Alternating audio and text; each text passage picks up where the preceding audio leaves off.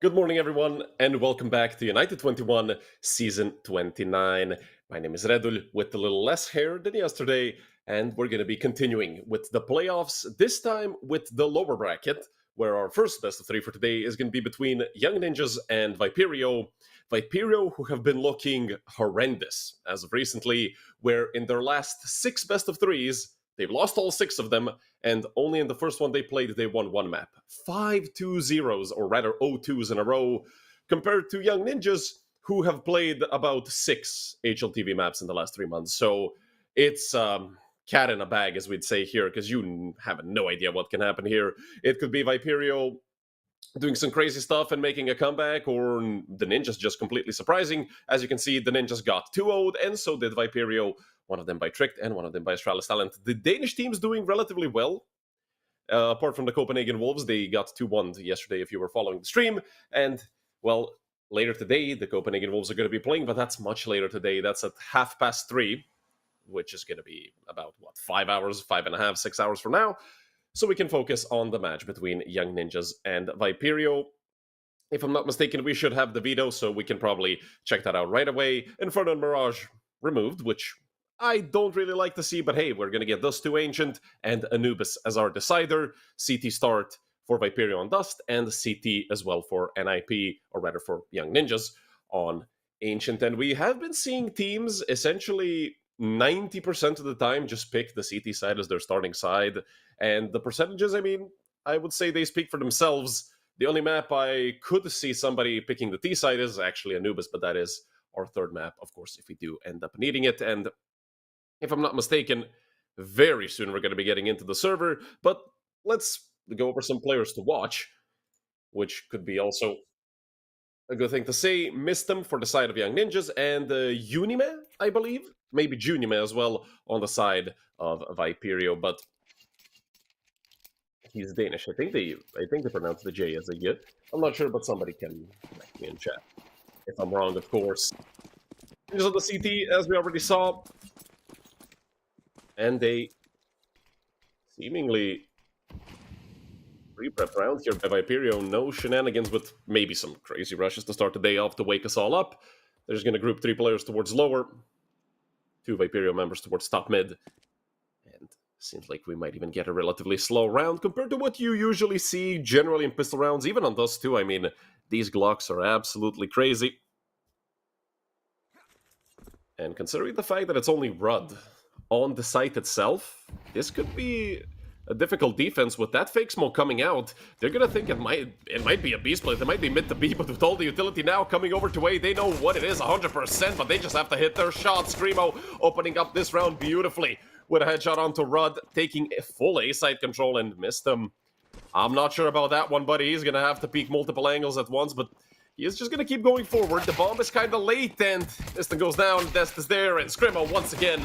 It's just Mahar and Jacob left now. Just Mahar, who's on 5 HP, and Viperio are going to clean house on this pistol round.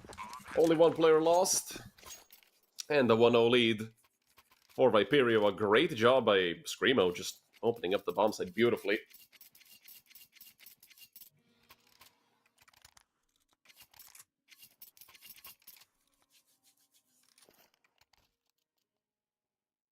A force buy for the Young Ninjas. The results of these have been mixed, but in the last best of 3 we saw between Cubics and the Copenhagen Wolves, it was actually mostly these rounds being won. So I think 80% of them were actually won. You win pistol and then lose the round right after. Of course, I do believe that's less painful when you're on the T side, so Viperio shouldn't be struggling, even if they lose this, and that is, of course, saying if. And that's a big if. 5 Galils, no AKs or Mac 10s to be seen. On the other side, we have a very colorful buy. 2 MP9s, 2 Deagles, and of course the mandatory Scout you simply have to have with a heavier B setup. Viperio, I like the way they're playing this so far. They're relatively grouped, just taking map control bit by bit. I mean, look at the Young Ninjas, 3 players grouped up towards where Hunter really likes to play. If you've been watching G2 on Dust 2, You know exactly what I'm talking about. Des gonna go forward. The CT smoke is there as well, but Des is in for a very unpleasant surprise, and so are Mistem and Jacob. Both of them losing their heads. A phenomenal job done by Des to even get those 2 kills. That just leaves Rudd completely alone. It wouldn't be too shabby for him to save this scout, because his team got absolutely deleted by Screamo. He's gonna hit another headshot. Double kill for him, double for Des. And round number 2 for Viperio. Of course, with that round going so horribly for the Young Ninjas, it is going to be essentially a full eco, but I do see 2 deagles and a 5-7 already. They could still be dangerous, but of course way less than in the previous round.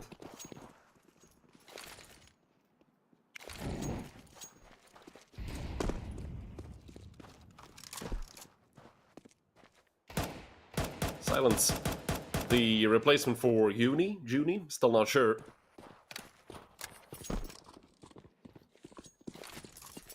Up here to prove himself, considering that, I'll say Uni, and I'll get corrected later by chat, I believe, is the highest rated player for his team, so those are big shoes to fill if you're Silence. Once again, these Galils just wreaking havoc all over the A bomb site. Jacob, the only one able to get a kill, and Silence mid-reload. Unfortunately for Viperio, Screamo is going to go down because of it. But his AK will be carried over. At the end, it's only 2 Galils that were lost. And the triple kill as well for Zodi, who did a great job.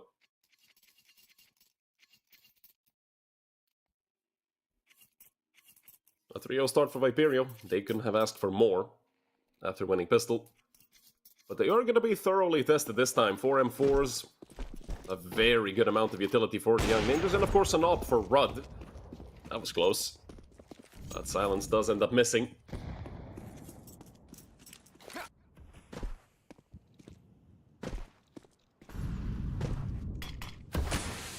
And look at Zodi. Unfortunately for Zodi, Jacob was fully ready for that. That's a sort of Nemanja-esque play. Nemanja of Z10, of course. He loves pushing through those smokes on mid, and when the hell did Switcher lose 98 HP? I mean, obviously it was the Mahar, but unfortunate for him, Viperio, essentially 2 men down already, and I mean, I would love to see Bogdan's Law be applied here. Silence could give that up to Switcher. Switcher could also drop his utility to his teammates, although... Okay, there's the op swap. The utility can stay in his hands now. Of course, assuming Switcher isn't the primary op. We could see some horrendous misses, but most of the time when riflers pick up the ops, they're actually pretty good with them.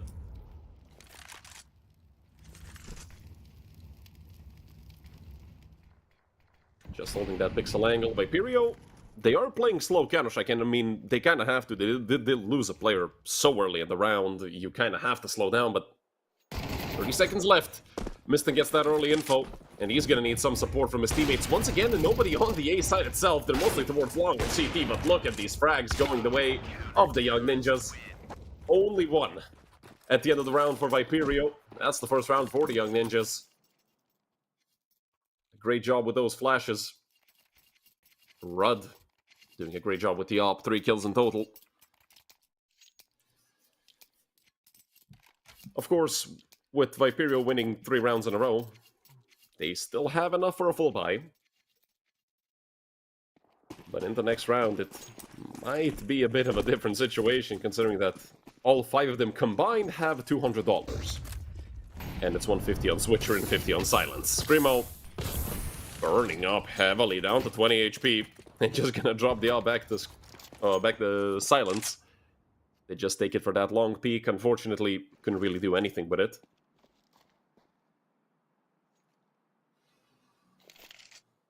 And Viperio once again getting into essentially their default setup for Dust 2, which is wait as long as they possibly can. Could be great, could be horrible, depending on how the Young Ninjas read into it.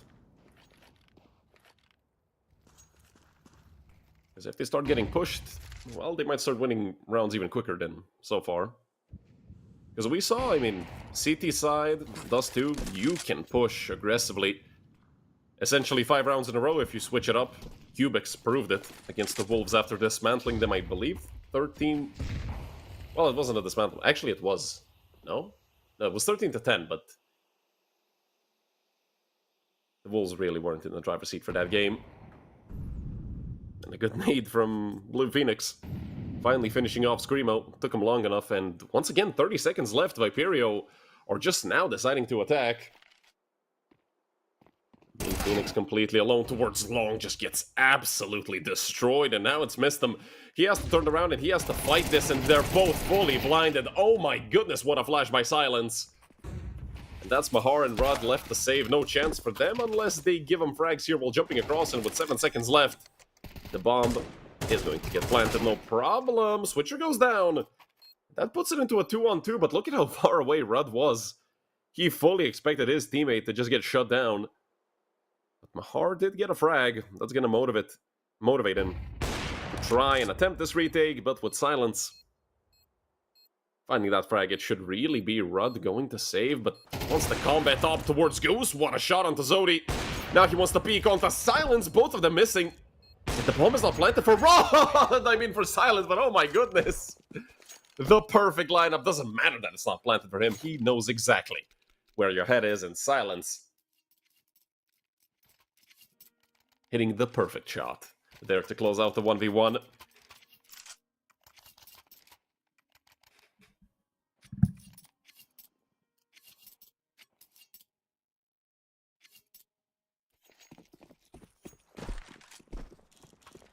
Silence gonna get boosted up once again, and this time actually he connects.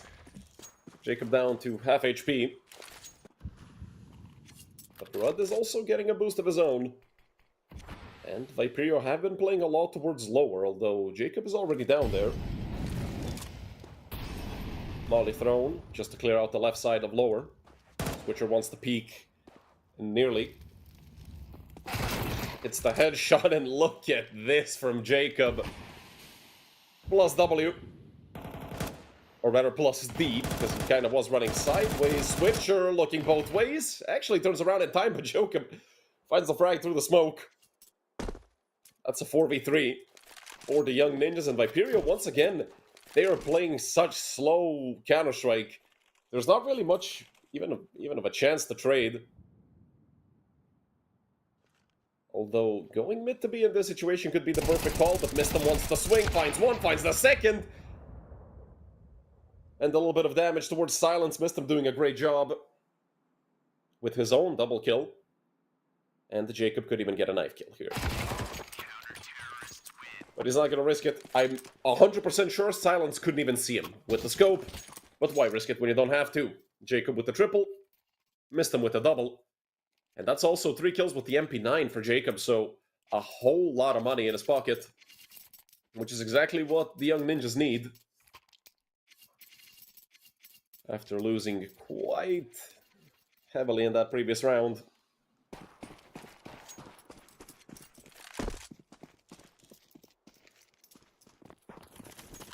Once again, the smoke for doors, and with all of these techs, I was hoping we would see a B-rush. Because it's only Mahar on the bomb site, and he hasn't seen much action so far for the side of the Young Ninjas. But it is a push into lower by Viperio, and then we're going to see what they're going to do.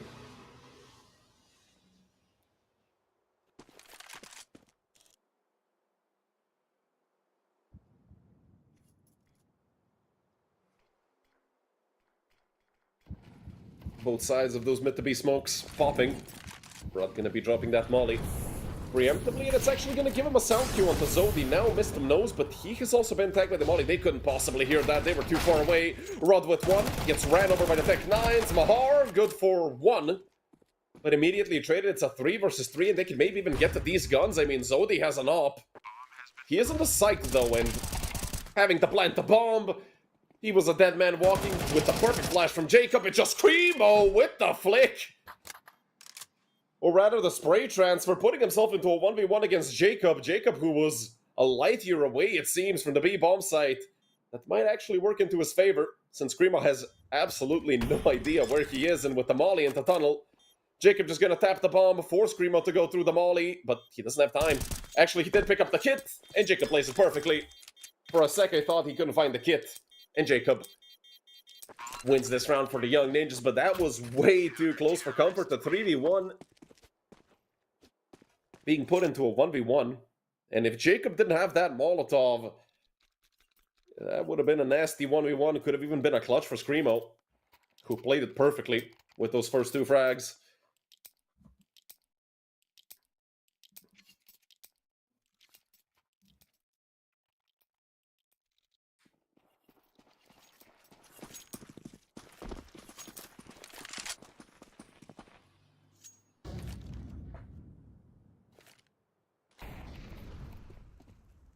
Missed him. Well, Switcher certainly missed him while he was coming around the corner.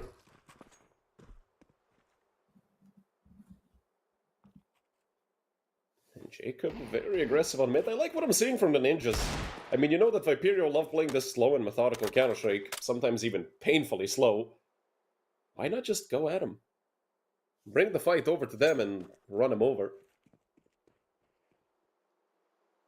It's been working perfectly so far, at least in this round. And with all of them grouped towards long doors, I mean, as soon as Blue Phoenix actually gets some contact towards long, we could see probably Jacob go forward and miss them, go back through short. Preemptive nade. Gonna do 2 damage to silence. Oh, Blue Phoenix could have gone down, being in the middle of nowhere, trying to retrieve the op. And now they're a lot closer than he probably expects, Blue Phoenix. He's playing with fire here, and these pistols are way too close for comfort. I don't know what he was doing, picking up the op at the USP. Gonna be good to fix up the situation just a little bit. Still a 2v3. These Deagles, 1 bullet each, could still win the round. As he hits it, Dest hits a shot. But now they're gonna double peek him. And the round that ends up being way too expensive for the Ninjas. I mean, it is bad timing for Blue Phoenix. Unfortunately, even with some of those Deagle shots, Viperio didn't quite get close enough to win the round. Op is going to get carried over, and there's an op for Silence once again, who has been doing a decent job so far with the op.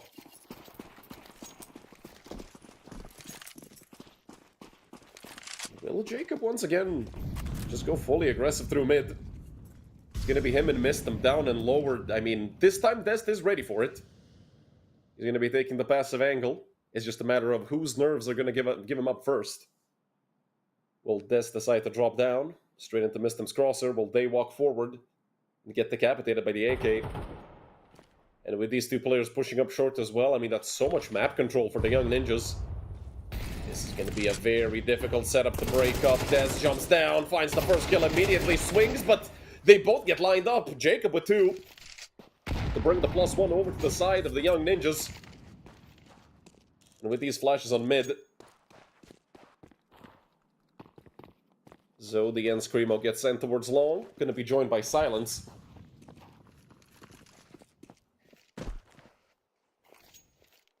And the Ninjas are reading this perfectly. 3 players rotating over to A, and they even have Mahar on the big flank. He is going to take some time to get there, especially with him shifting in T-spawn. They're going to go forward. Silence actually catching Blue Phoenix off guard. I mean, they tried to push him through the smoke, but even the flash, I don't think it was good enough for Blue Phoenix to peek like that. Zodi did get to the bomb site, but he lost another teammate. He'll be flashing over towards short. Jacob peeks, and Jacob nearly loses his life. It's actually going to be Silence going down now with just Zodi. Unwinnable situation in the 1v3 from all angles. A double for both Rod and Jacob. And the first lead, actually, for the Young Ninjas. 5-4 on the scoreboard.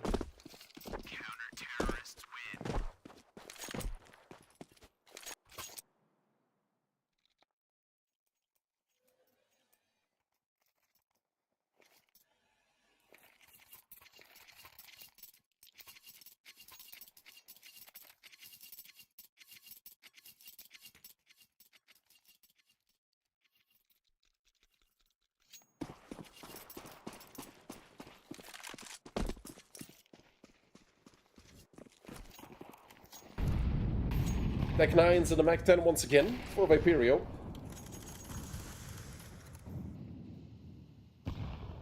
I was hoping we would see a B rush, but apparently Viperio really don't want to go plus W into the B bomb signal, though this time it's actually the correct call, because there's 3 players here, and they would get absolutely mowed down.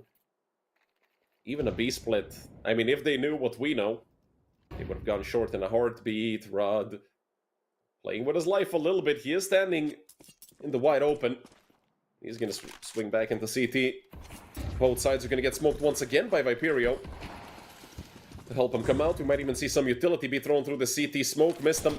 He really has to defend this side heavily. I don't know if the molly was good, but Mahor is there to help him out, and the molly was actually perfect. It's just Silence and Zogi to remain here on the site, and they both get taken down. 6 for the Young Ninjas. And the first tactical timeout. I'd say it's a bit late here for Viperio. Could have come a few rounds sooner.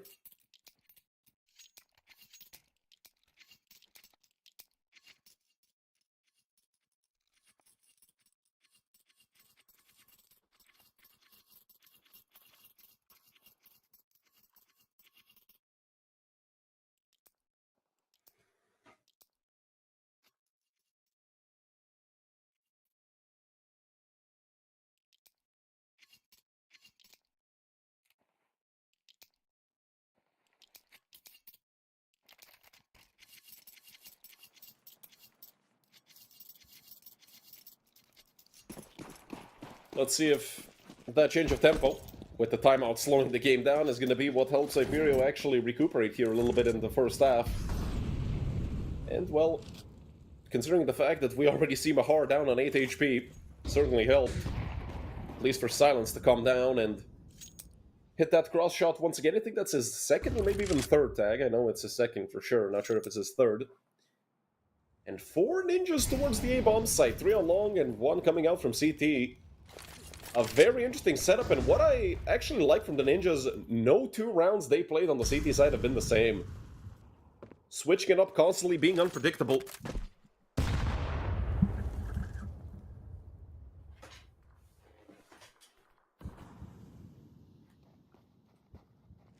And Viperio have been essentially doing the same thing for the entire half. Take some map control, slow it down. Essentially, it's the Virtus Pro style of playing, or rather the old Na'Vi playbook. Last 10 seconds, and then you decide to attack a bomb site. Oh, that's a good nade towards long. Bit by bit, I mean, Viperio players are also losing their HP. Switch are already down to half, and I mean, 30 seconds left, they're coming out through long. There's 4 players on A. Young Ninjas have read this perfectly. Blue Phoenix, so turning away from the flash, but not from the bullet. Now it's Rod to try and correct this, and he's gonna need some help, although they don't have a Molotov to toss at him. Rod can just sit here and wait all day long. Actually, they do. But the molly wasn't even needed. Silence was there to silence Rod. Now it's Jacob in the middle of nowhere on top of the bomb site. If he gets peeked from short, he's a dead man, and Jacob is gone. It's just Mahar. He was the first one to get tagged in this entire round. He needs 3 more kills. Just not gonna happen. Screamo to close it out with another double kill. Round number 5 on the board for Viperio.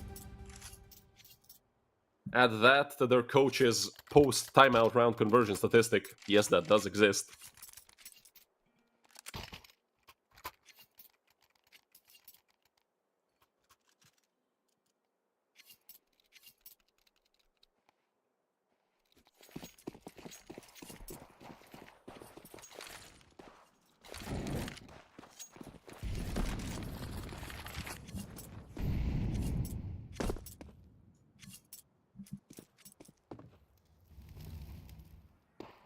Silence.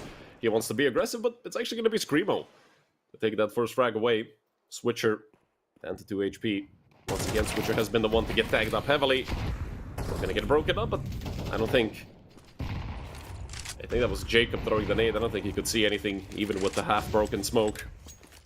A lot of utility being exchanged. Missed him on a deagle here in the last round of the half. And a 4 versus 4 post-plant. Not a lot of utility to work with if you're the Young Ninjas, and that smoke is absolutely atrocious.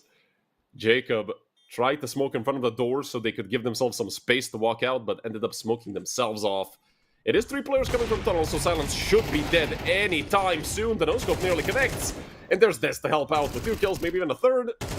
No, Jacob shuts him down, but it's Zodi to end off the half, 6-6. Feel like both teams could be relatively happy with this. I do believe that the Ninjas might be a bit happier since it was 4-1 at one point in the favor of Viperio.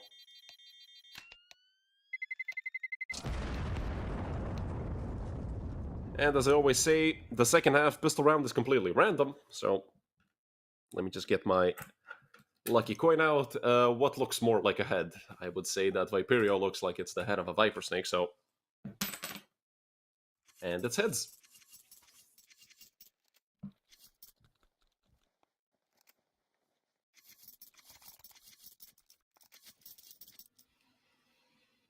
Well, that's my prediction for the pistol round. And with 2 sets of dual Berettas, Viperio are up to no good. A flash in the hands of Zodi. And all 5 of them going either mid or B. Oh my god, it's a B crunch. It's the perfect tunnel scrunch. Look at Viperio reading this perfectly. All they have to do is hit their shots and they're getting gushed left and right. It's a 4-for-2 in the favor of the Young Ninjas, and it's just Zodi in the 1v3, and they're actually gonna go at him. They want to fight this. Zodi hits that tap, and I mean, Rudd was greedy. That could cost the Young Ninjas, but with the Molly coming out and with Zodi not even having Kevlar, this flash is gonna have to be perfect, otherwise he's absolutely doomed, and they both turn around. Zodi is dead. That's round number 7 for the Ninjas. Oh, that was such a good call by Viperio. Unfortunately for them, well, the Young Ninjas were hitting all of their shots.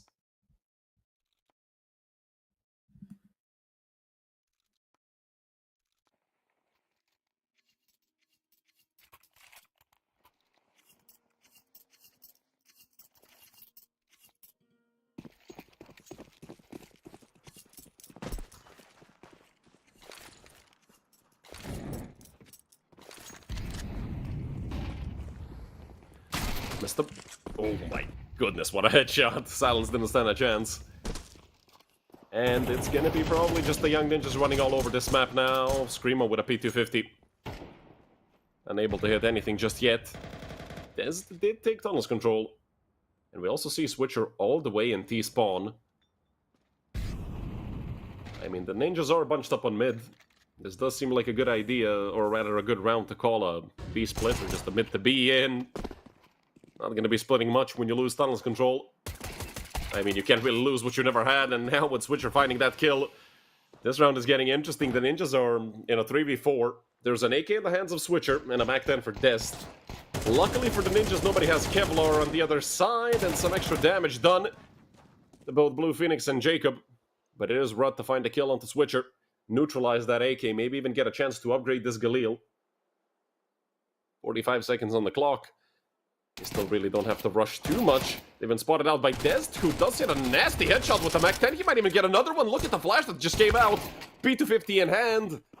That was a valiant effort by Dest. Heroic even, but unfortunately, that aim punch ruined him. And look at Zodi. He's sitting in pit. Are they going to clear him? Oh, they're not going to clear him. It's a USP, but they're both tagged up. Zodi, he could win this round with just the USP. Now it's a 1v1, and it's a headshot angle. 10 seconds on the clock. Blue Phoenix has to get the bomb to the bomb site. Zodi peeks, does some extra damage. Blue Phoenix down to 41. But I do think with the bomb getting planted, the percentages have completely shifted. Zodi, maybe just a second too late on that long peek. Both of them now peeking each other. Blue Phoenix, he has an AK. He has to win this, right? Zodi, a victim of aim punch, maybe some kooky style. He's not gonna try it, just gonna swing. And luckily for the Ninjas, it does not come back around to bite them. Blue Phoenix manages to win the round in the end, but that was way too close for comfort.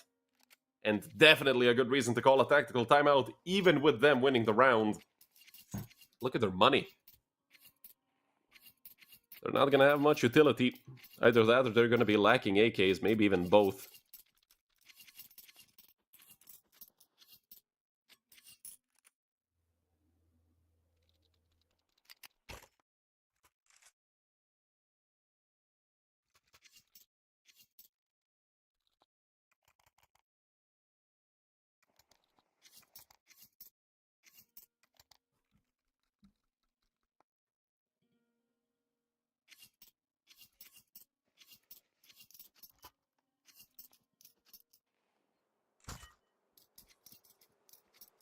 3 AKs and 2 Galils for the side of the Young Ninjas.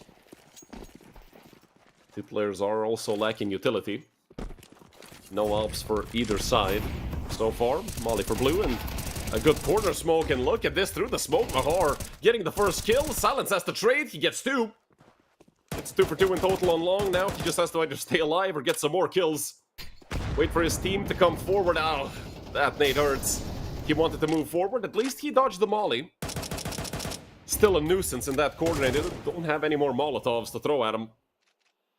But the CT side doesn't have a single flash.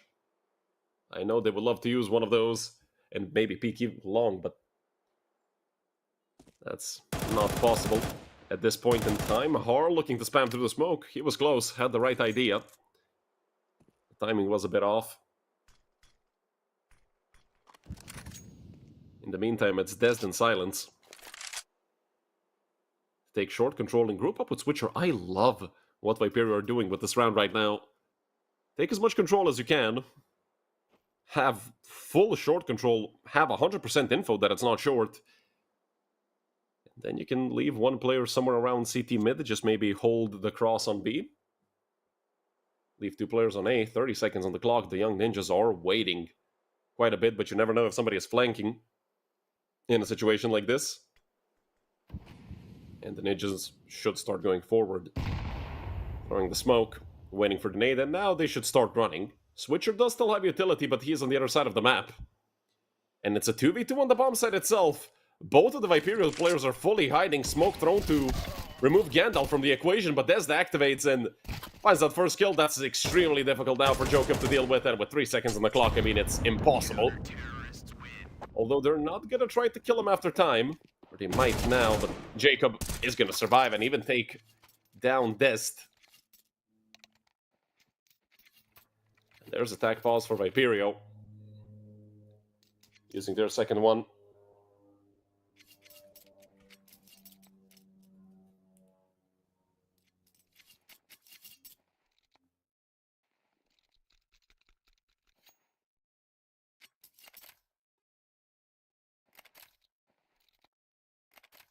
A very close match so far.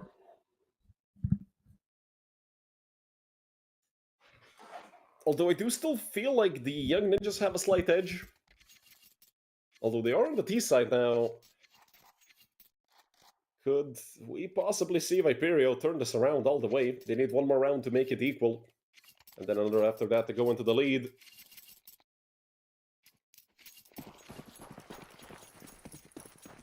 And look at the buy for the Ninjas. Oh, that's horrid to look at. A Mac 10, a Tech 9, 2 AKs, and a Deagle. Silence was close to hitting that, and Desd fully blinded. Doesn't even know where he's shooting. Mahar just keeps going forward. He wants more kills, and he's gonna find another one. Are they aware of Zodi chilling in that smoke? I'm not sure, but, well, once he runs out and gets nailed by Jacob, that doesn't even matter. Switcher and Silence in the 2v5. 2 players are heavily tagged, but this round is very difficult. At this point for Switcher and Silence. Smoke thrown for the cross. They are pushing mid. They are taking some info. But they are forfeiting both bomb sites. Unless Silence can somehow get a kill onto Blue Phoenix. Blue Phoenix is just on 30 HP. One shot with the scout or a few with the pistol. Now they're going to start coming back into Switcher. I mean, this is going to be the bomb going down. If Switcher gets the kill, they might even line up for him. Switcher with one, but not the second. Jacob perfectly offset his crosshair just so his teammates don't all get killed. Blue Phoenix was not ready for Silence at all. I mean, essentially they were playing cat and mouse. And Silence was the sneaker one, or just the player with the better timing in that situation. Mahar shouldn't really be re-peeking that. He knows there's a scout on the other side. And the AK, surprisingly, would probably be inferior in that situation. Missed him with the cheesy plant. And now it's certain the Young Ninjas are going to be up 9-7. Just a matter of, can Silence find a better weapon? 2 AKs and an M4 in the hands of the Young Ninjas.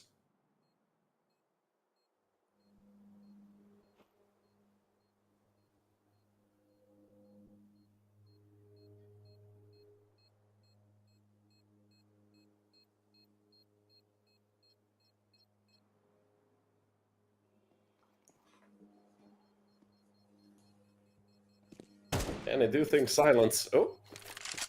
Rod just missing. Now it's Mahar from Tunnel, and oh my goodness. That's what I was talking about with the AK versus Scout. They did manage to take away 3 ninjas in that round, so still with just 2 surviving players, that's good economic damage. And is that another tag pause by the ninjas?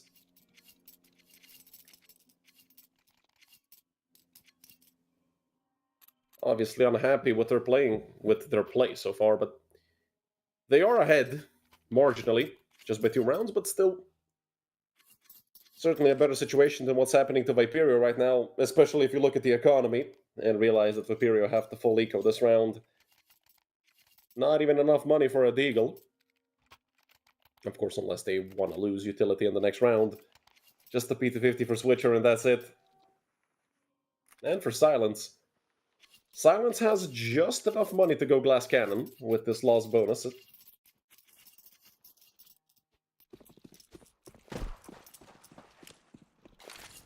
Should be a relatively easy round for the ninjas. I mean, I am a massive jinx, but no chance against 3 USPs and 2 P250s that you can lose a round where they have 2 Mac-10s and, of course, 3 rifles. They can just send out Mahar and Blue Phoenix to chase these kills, and with that molly being thrown on short, they're just gonna have to go forward. Screamo finds the first, and it's not a spray down, it's a 2 for 2 actually on mid.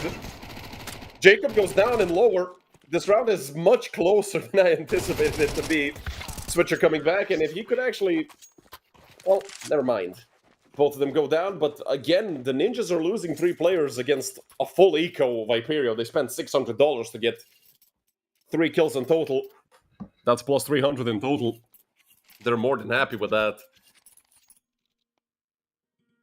But the ninjas are getting rounds, which is, at the end of the day, the most important thing. Your economy doesn't matter if you win the game. As the great Counter-Strike Mind once said. And once again, it's a lot of pressure towards B this time. Rudd posted up with the op. And aggression towards short by Viperio. They even have a player on Xbox. This is going to be very interesting. This reminds me a lot of the previous round, except, well... Desi, or rather Dest, was completely screwed. I mean, he was fully blinded by like 2 different flashes, and... Well, that position is absolutely horrible to be in when you don't have any support.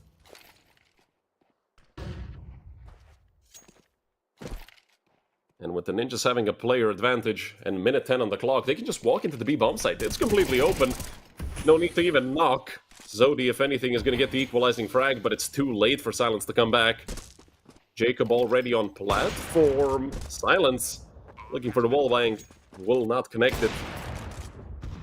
And this might be a good moment for the Viperio boys to call this a save, especially with Switcher going down.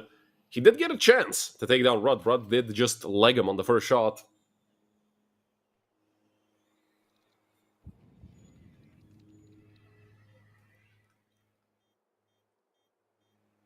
And the ninja heading towards an 11-7 scoreline. But we did see this exact score get choked away yesterday. It was Kono versus Wildcard Academy. Kono was up 11-7, and they ended up losing 13-11. And Zodi, he wants an exit frag, but they're not giving him an inch. He tried to go forward, but simply not enough time left.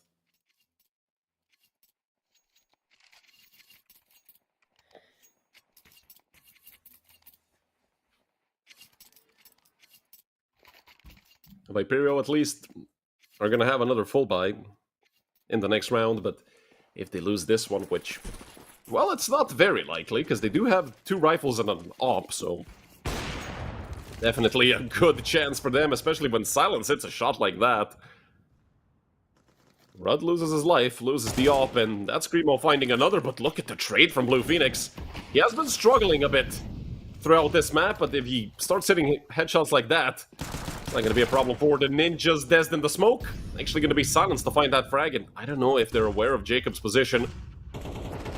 Gonna walk out towards car. Nobody is holding the right side. Jacob knows there's one more player here. Missed them. They have to clear the left side. They absolutely have to. Barrel stuffed into Des. If that just leaves Screamo and Zodi. to retake the site. 2v2 against Jacob and missed him. Good molly towards double, but look at this plant for missed him. The wallbang not gonna connect. And with Zodi going down and that smoke being thrown at window, Screamo is losing his chances. Does get the first kill with just 19 HP. Simply impossible. Great refrag by Jacob to give the young ninjas 5 map rounds in a row.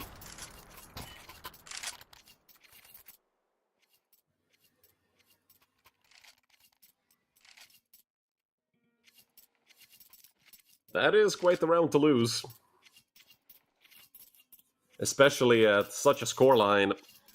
But it was very chaotic around the smokes. I'm just surprised that nobody was watching the left side.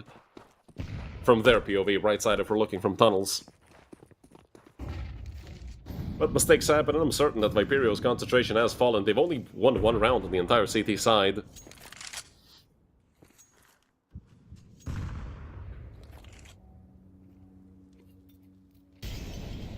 Phoenix is going to continue forward. What? Dest, hello? Hello? What are they doing? Dest and Zodi. I mean, are they playing hopscotch in CT spawn? What the hell is going on? They know where the player towards window is. I mean, what the hell did Viperio just do? Oh my goodness. And I mean, it's done. 2v5, they're not going to win it. Unless all 5 of the young ninjas disconnect, or if they peek 1 by 1 and just give them free duels. Still a 2v3 with 30 seconds left on the bomb. Shouldn't be doable. Jacob already up close and silence is low. Screamo is dead. This map is over. We just need that last frag to connect. 13-7. The young ninjas expose Viperio here on Dust 2. That's all I can say. I'm slightly disappointed by what I just saw in that last round. I mean, come on. 2 players dropping each other grenades in CT as if 20 seconds haven't passed. You could, I mean, they lost the map because of it. They're certainly going to learn their lesson. Stay right with us, because we're going to be right up for map number 2 in a couple of minutes, I think 10 or 15.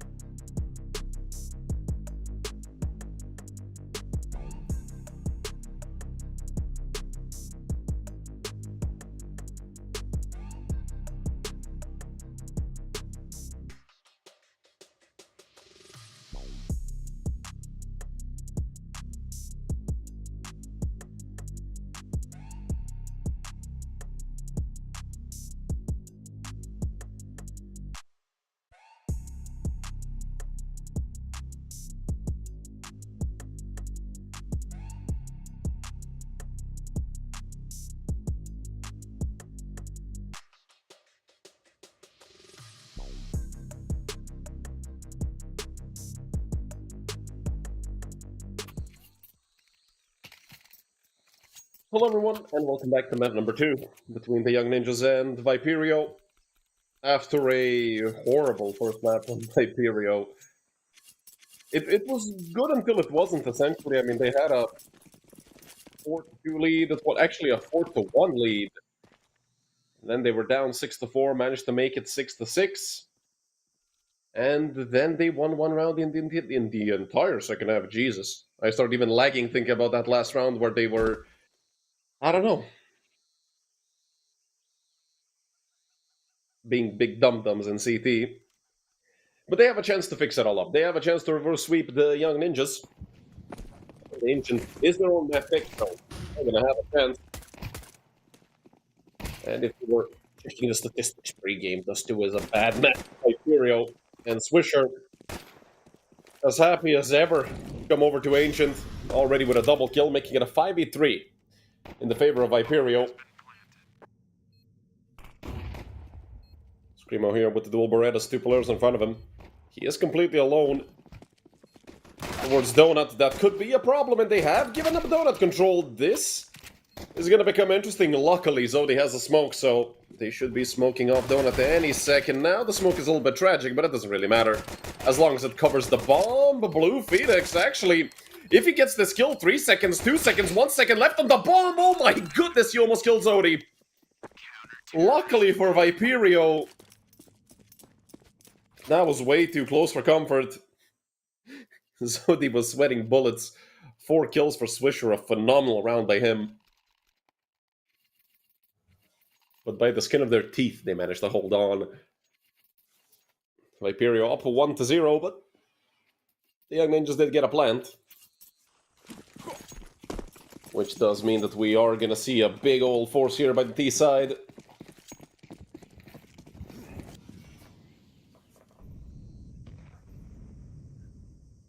And once again, the Young Ninjas are grouped up over towards the A-bomb site.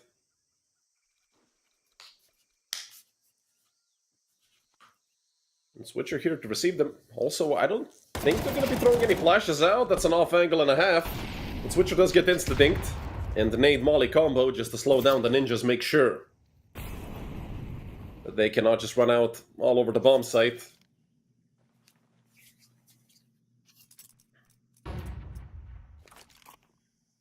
And now that they're a player up, Viperio, they can chill out a little bit, take up maybe more passive positions. Not sure how I feel about leaving only one player towards B. Having him be alone on ramp with nobody watching heaven. But then again, if they have to, they can play the retake.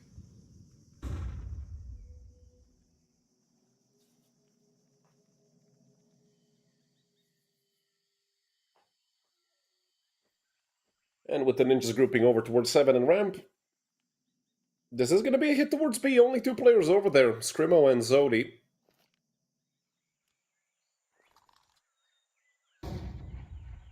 And they're going to really have to fight this. It's a 4v2 on the bomb site. Doesn't matter that they have a +1 in the round. The man advantage doesn't exist when it's only 2 players over here. And Screamo and Zodi just have to stay alive as long as they can. Keep up that pressure towards the Young Ninjas, but the bomb gets planted. A 5v4 retake for Viperio. Let's see if any early kills might go down over here. Silence picking up 1, does not get traded. There's Dest as well. But Jacob and Blue Phoenix to answer with 2, with answer with 3. Luckily for them once again, or rather luckily for Viperio, a player survives with 6 HP, that being Switcher. Although I do think Zodi had that round unlocked no matter what happened. A good effort by Blue Phoenix. Unfortunately, not enough for the Ninjas to get their first round. And Viperio, they might have to go up against another force. They lost 3 players, they gave up the plant. It's either that or a half-buy, and judging by the Stack 9s and P250s, it's a half-buy, apart from the heroic AK in the hands of Blue Phoenix, who did not have the best first map, but did start off very nicely here on Ancient. And look at Dest.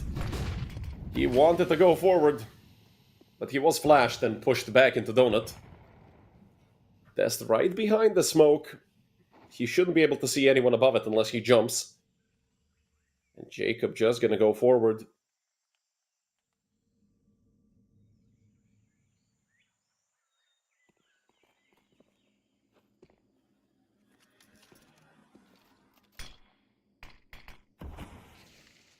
Smoke towards cave, a good idea from Viperio. And also, I like the fact that they're falling back. I really don't see the point in playing cave with anything other than an MP9, which Scrimo does have, but Zodi is there with an M4 as well. And 3 players now running through Red Room as well. Silence has to report this to their side of the map. They're just going forward. They have control of the site. Although they opt to go back, and they want to fight through the smoke. They want to go towards B zone. He has to reload. Scrimo has to reload as well. They didn't coordinate their reloads, and they're going to get ecoed. It's a 4v2. Distance Switcher have to save. It's impossible to retake this. Oh my goodness. Have Viperio been made fools? Both of them reloading at the same time. I mean, you don't expect them to double back. You saw the player go towards site, but oh my goodness, that's just well played by the ninjas, I believe. And they're gonna rob this round away from Viperio.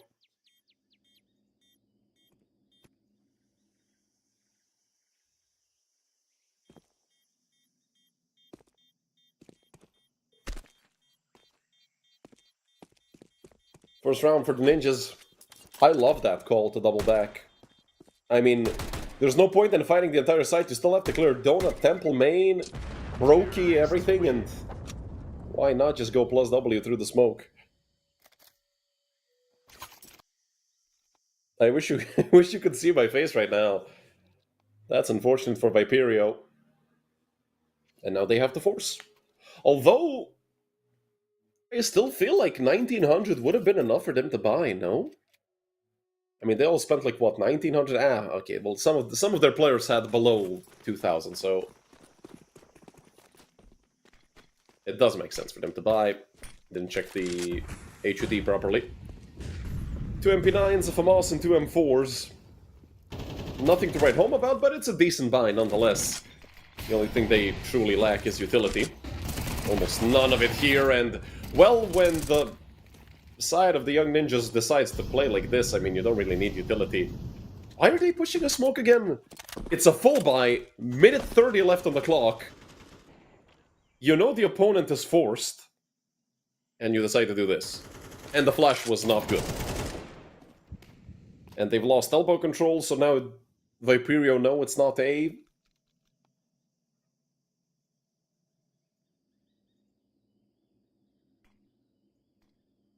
I really don't understand. It might have been just the tempo switch-up, trying to surprise Viperio.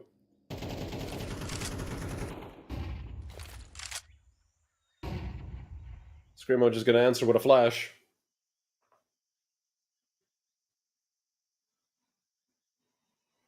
Scrimo with a great shot. Not able to get the follow-up, but I do believe he's done enough.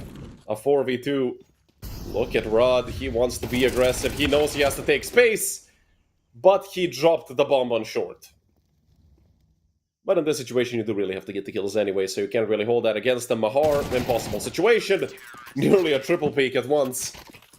A 3-1 lead for Viperio. I mean, I have no idea what the hell that call-out was from the young ninjas. Because the best case scenario in that situation, you walk into a completely open B-bomb site, because, for example, Viperio decided to stack A, or just go 3 mid and 2 A. But you would find out that B-bomb site is open anyway. Like this, they risked so much and they got absolutely nothing out of it.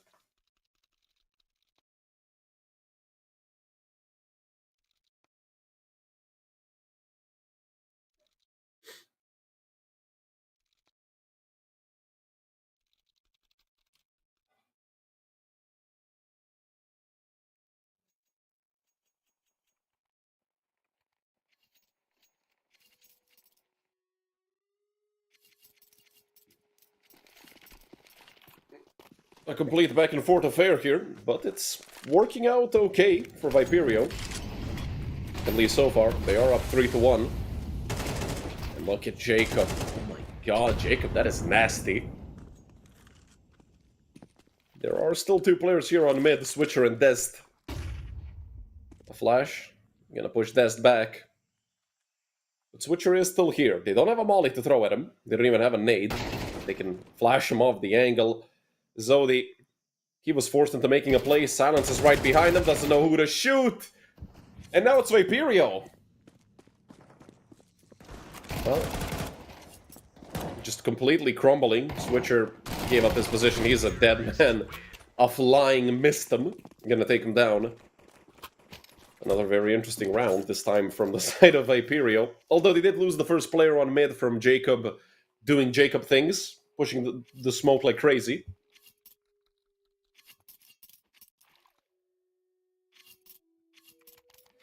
And I feel like they could have timed, or rather they could have spaced out a bit better with that double push on ramp, Destined Silence, but that was not the case. The trade was very late. The trade didn't even exist. Jacob, is he gonna try it again? The absolute mad lad. Coming out mid again. This time it's 4 players on A for Viperio. And considering Mahar has been lurking quite a lot in this entire best of 3, I do believe that this is just gonna be a B hit at the end. And they might even wrap through CT. Molly behind Donut. They're not gonna have to clear it fully. One player spotted, and Dez looking at a wall, hoping that... I have no idea what Dez is doing. Come on, man. That angle... You could be seen from Mirage, apparently, but... A good frag for Switcher. Getting a rifle, getting main control. Now it's just a Zodi here. Strong position, but he decides to peek into Red Room for some information. Running across Jacob's screen.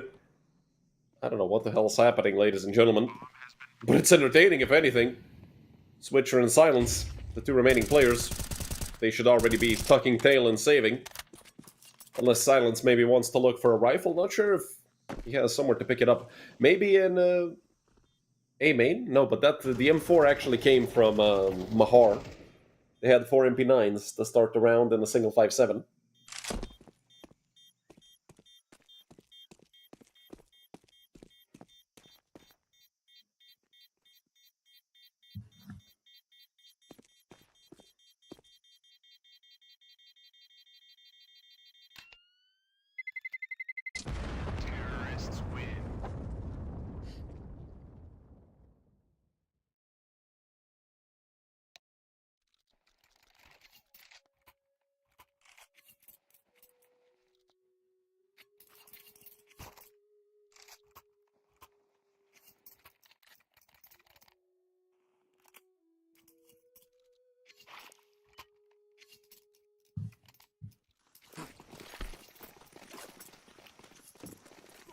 A very weak buy for Viperio, essentially using up whatever they save.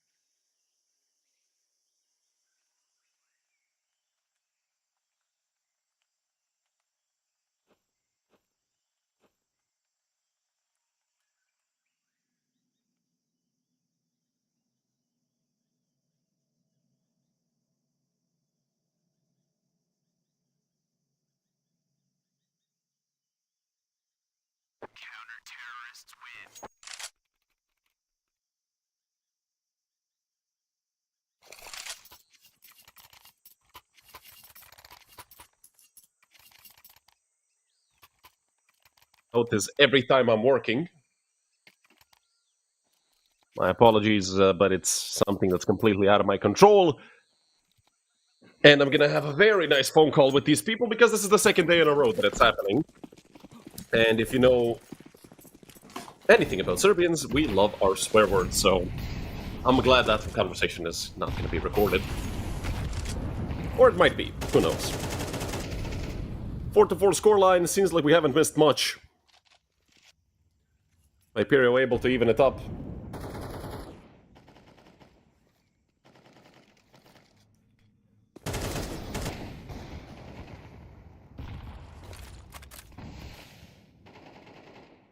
Good position for Silence, although somebody has to walk into his crosshair first. He sees the shadow, and Rud just walks right into it. A molly thrown towards him, but Silence actually has a lot of space to play around that fire. Or at least hide for the meantime. And a 5v4 in the favor of Viperio.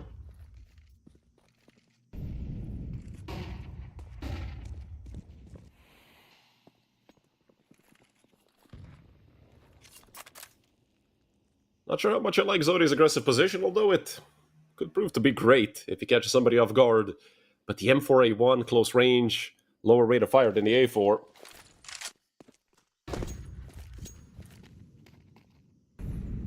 With the Young Ninjas grouping here in lane, or banana, depending on which part of Europe you're from. 30 seconds on the clock, they have to commit somewhere. Seems like it's going to be the A-bomb site. Dest already making the rotation. And look at Silence, combat up. If he hits this, he might win the round, and, well, let's see if I was correct. Silence falling all the way back into A main. Dest finding a kill as well. It's a 4 versus 2. In the favor of Viperio, Zodi peeking 2 players at once, and that was close to being another frag for Blue Phoenix.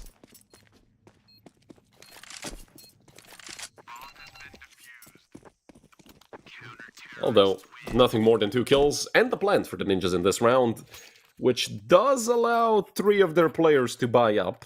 And maybe we see Mahar and Rud with some pistols. Either that, or Blue Phoenix missed them and Jacob can actually do a half-buy the way Jacob is right now. Buy armor AK, not much utility, and yeah, that's going to be the call. Although Blue Phoenix spending all of his money, but he's going to be selling those nades. And also selling off his helmet to save as much money as he can. I mean, there's 2 AKs and an op on the other side for Viperio, so not that bad, even when you don't have a helmet. Most of those weapons are one shot to the face anyway. Dest forced back. Was just playing the spot, and now Silence has to worry about the flank. Which does remove the op from the equation just for the meantime on the B-bomb site. Mahar gonna be going back in Jacob. Oh, if he finds a kill right there. Well, he could have opened up the round. Instead, it's Screamo and Dez to find frags. Zodi as well, and Zodi just cleaning house. 2 frags for him on the M4.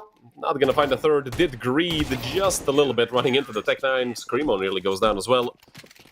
Now, this is a good momentum for Viperio.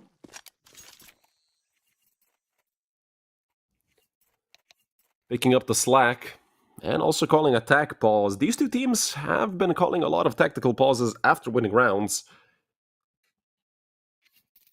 Which I did understand in the first map, because they were winning some wonky rounds. I mean, crazy stuff was happening on Dust if you missed it. Depending on where you're watching, you can either rewind during the break, or just wait for the VOD to be uploaded.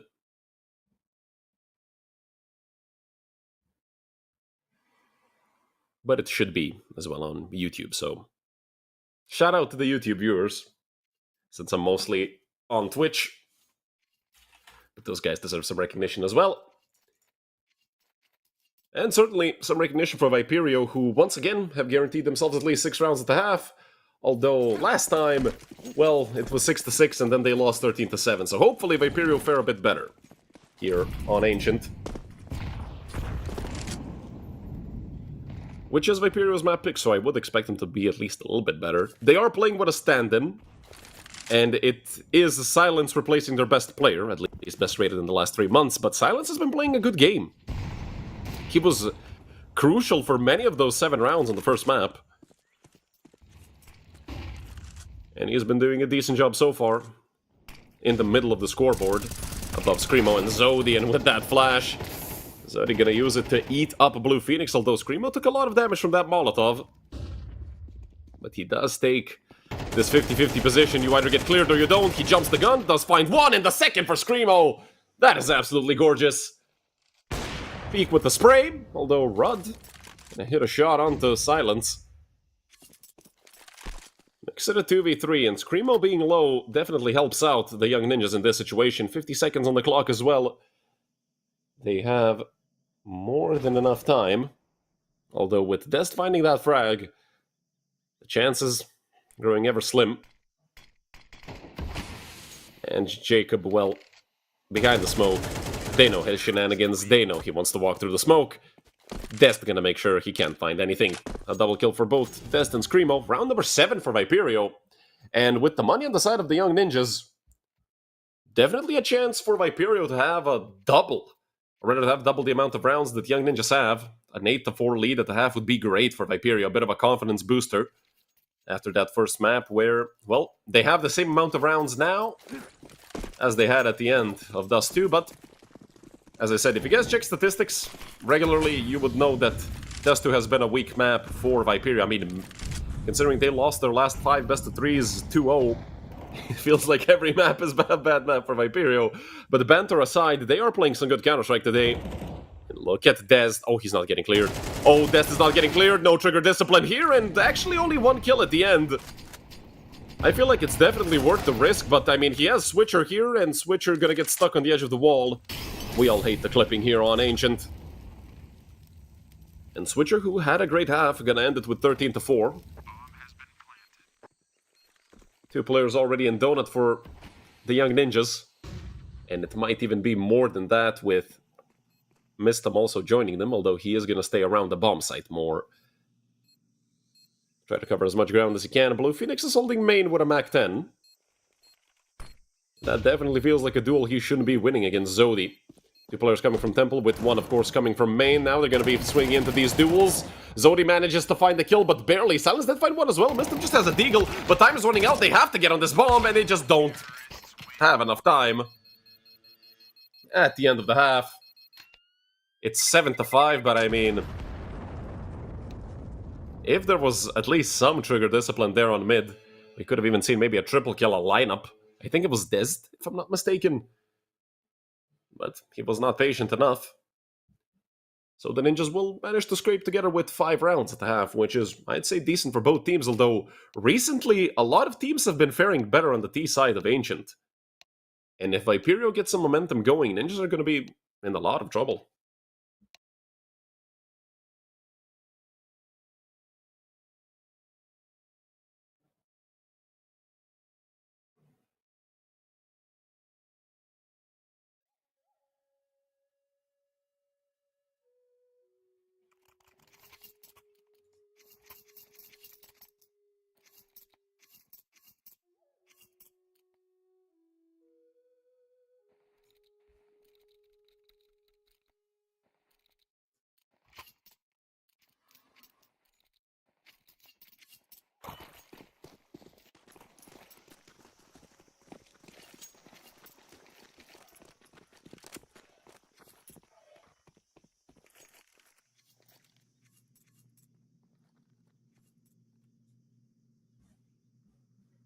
Seems like it's going to be an A execute here for Viperio. A Molotov, a smoke, 2 flashes.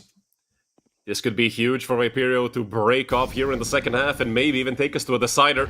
Rudd in front of the smoke, and the smoke is actually going to be deep. Rudd not able to connect immediately. And that's going to leave the entire bomb site open. A red carpet for Viperio. They've already taken good after-plan positions. Unfortunately for Switcher, he's got nailed through a smoke, and Jacob is already on the bomb site. They're tightening this news, but look at Silence picking up 2. Jacob finding 1. Dest able to trade, and Dest actually Screamo to find that last frag, a double for Dest. And a very good round for Viperio, a very important one. This could have given the Young Ninjas a chance to come back. But I don't think...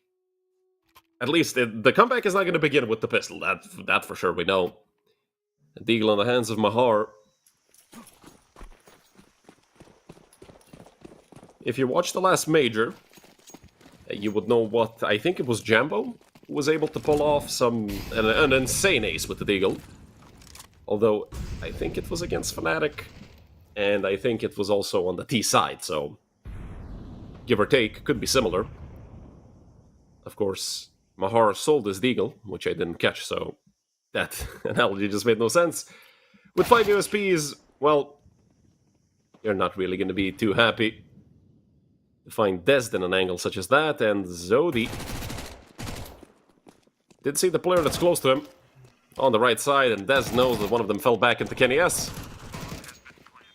They don't know that all 4 of them are on mid, but with all of these smokes and with them now starting to show, this round is completely over. Maybe... I thought Zodi would get that kill. He actually goes down, but it's just a Mac-10 lost.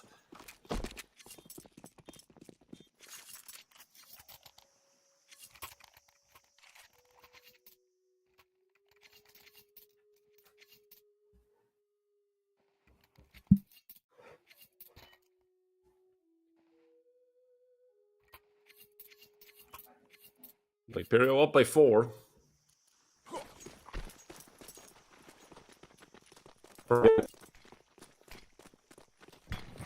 I thought my internet went out. I was about to start swearing heavily. Luckily, seems like it was just a lag on the side of production. Dest unable to get the kill onto Jacob, and in the 5v3. It's going to be a frag going the way of Switcher, which does make this round closer. But still, it's the ninjas with the bad advantage. CT side, of course, they should really just trench up on the bomb sites and wait for Viperio to come to them. There is a gap in their defense over towards A main, but Viperio are too far away to even think about that. This is a strong 1-for-1 position for Blue Phoenix. And if he gets anything more than that, that's just going to be icing on the cake. But even 1-for-1s are good right now when you have the man advantage. Blue Phoenix just needs to be patient and not overstep, but look at the young ninjas on mid. Even with a player extra, they just want to push and maybe catch Viperio off guard, but Switcher is ready for this unless the timing ends up being atrocious, which is just not going to be. Switcher, nobody was ready for Cave. Jacob goes down, but they didn't see the bomb just yet. Switcher gonna horde clear this. Oh my goodness, Mahar didn't stand a chance. And what has gotten into Switcher? A triple kill, a 16-5 scoreline for him. Scrimmo does miss. This is going to be a post-plan. Switcher could be on for the ace as well. Rod and Blue Phoenix combined for 60 HP, a little less actually, 57. And Switcher, 1 bullet for Blue Phoenix, 2 for Rod. And he could get this round. That's the 4K for Switcher secured. Now he just needs the last kill, and Switcher gets the ace. And round number 10 for Viperio. A gorgeous round coming out of Switcher.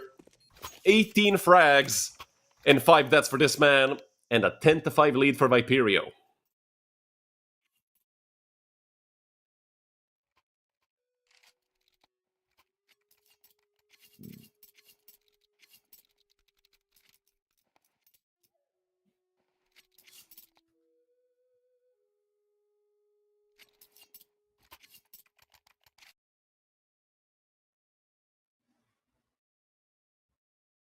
They're calling you fat.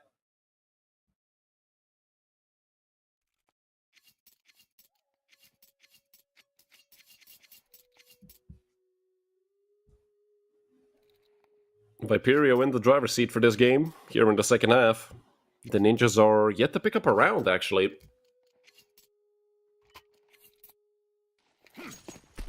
And with just 3 more, Viperio are probably going to be able to take us. Well, probably, unless we go to overtime. Which doesn't seem likely right now. I mean, the young ninjas have fizzled out. Mistim is having an atrocious game, 3-11.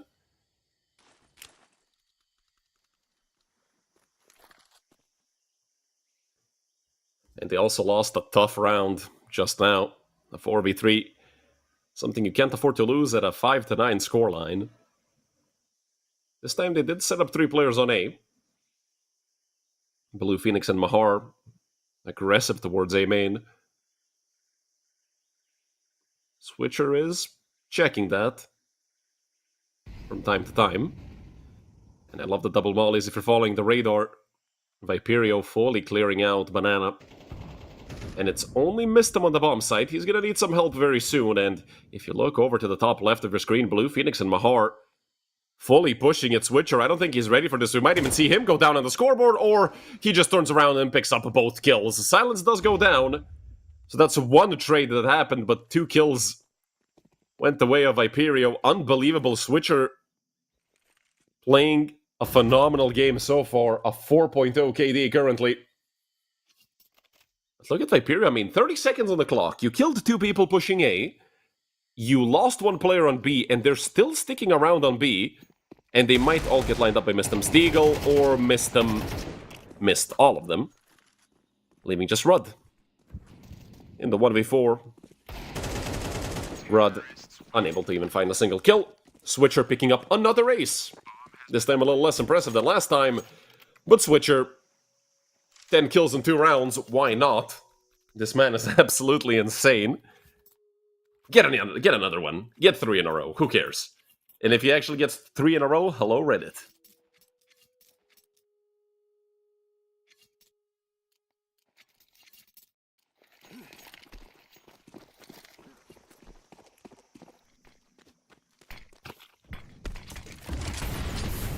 Dest going forward and through the fire and flames and flashes, and I have no idea how Dest is even alive.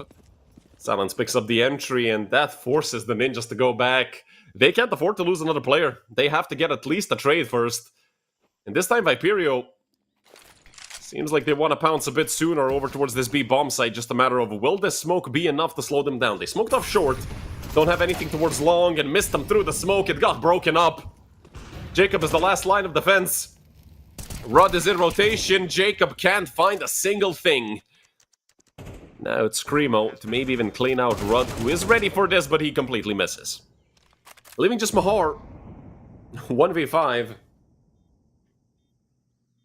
In essentially a completely impossible situation.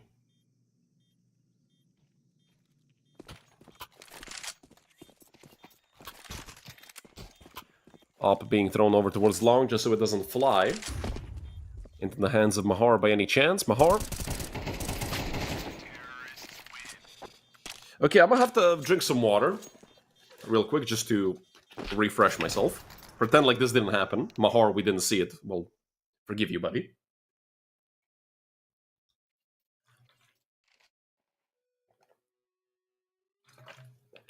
I mean, we know what he thought. I have radar, so it's easy for me to say, and also X-ray. He thought the player was going to run right in front of him. That's unfortunate for Mahar. A little bit of an awkward moment. Clip it, guys, clip it. But you know, it's fine. It happens. It's 12-5. It's not going to change anything. That single kill, minus 2,700, and any one of these players except for Zodi still has like 4 or 5k. So it doesn't matter at all.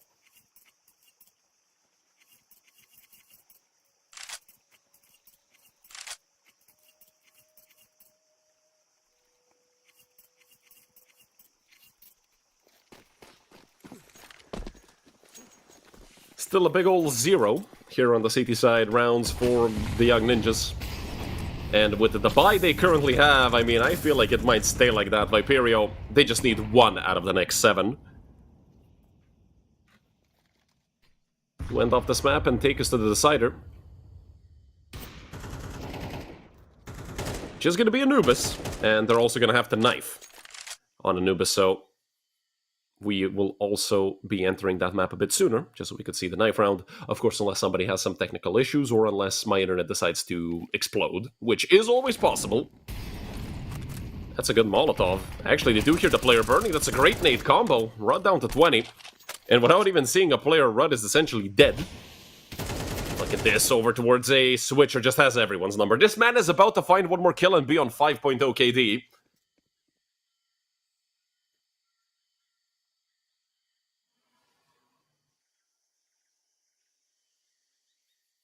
Screamo. Still 3 players in front of him. which is unfortunate, because as soon as Mistim goes down, this round is over. Oh, Mistim is so dead. Oh, Mistim is so dead, and now it's Screamo. He gets dinked. They're gonna try to chase him down. Screamo goes 1 for 1, which is perfectly fine. A 4v2 for Viperio to end off this map, unless all of them disconnect. And knowing damn well that their ISP is not the same as mine, that shouldn't happen. Molly's over towards Donut. Yeah, I mean, this round is over. You might as well nade yourself and walk into that Molotov, which is something Magix would do in a situation like this, since it's essentially unwinnable. Of course, I am a grade A Jinx. Maybe for the ninjas this time. 13-5, Viperio have just dismantled the young ninjas in front of our eyes. That was brutal to watch. Honestly, I mean, the icing on the cake is the collateral. Chef's kiss. Well, I'll see you guys in about 10 minutes with the knife round for Anubis. And while we're waiting for that match to begin, you guys can leave your predictions over there in the chat, comments, whatever you want to see. And, well, I'll pull some percentages before map number 3 begins.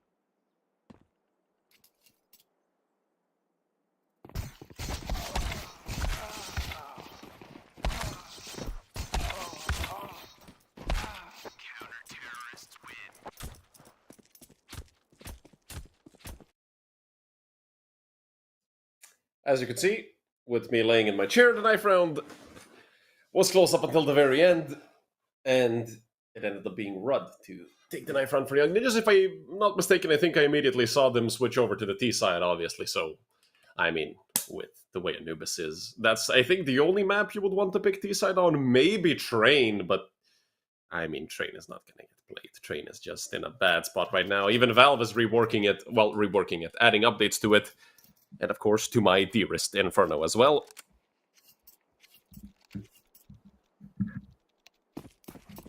But let's see. It's the Ninjas on the T side with Viperio on the CT. Of course, if Viperio get off to a good start on Anubis, that could basically mean the end of the series almost.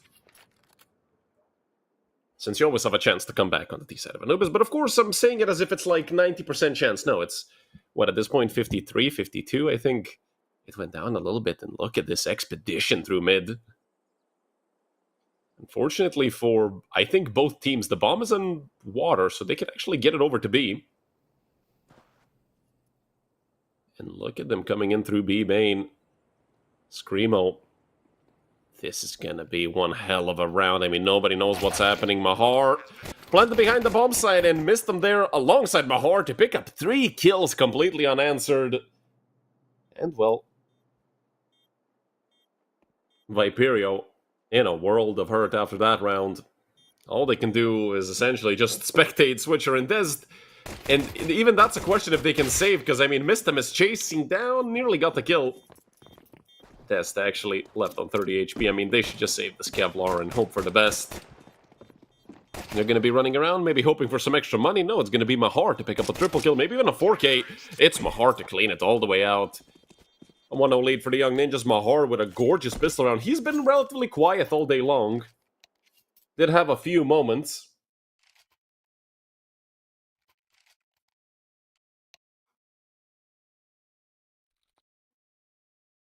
And it's a technical pause, actually. Hopefully it doesn't last too long.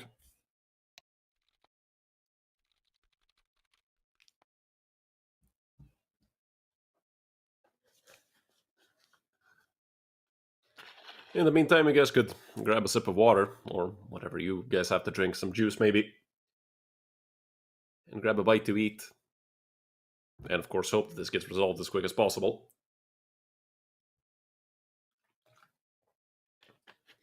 I mean, if anything, this is going to be a good gap closer to the next best of 3, which starts at 15:30, or 3:30 p.m. if you're using donut units. I wonder if I've gotten any information on this. I'm not sure what exactly it is. All the players are here, at least from what it seems like. So nobody crashed. Maybe somebody's mouse died. I mean, I've seen, no joke, I've seen players forget to charge their mouse at the major. So when you're sitting at home and you know you're in the zone here, I couldn't blame, but I do hear everybody typing out. And yeah, we're going to be coming right back into the action.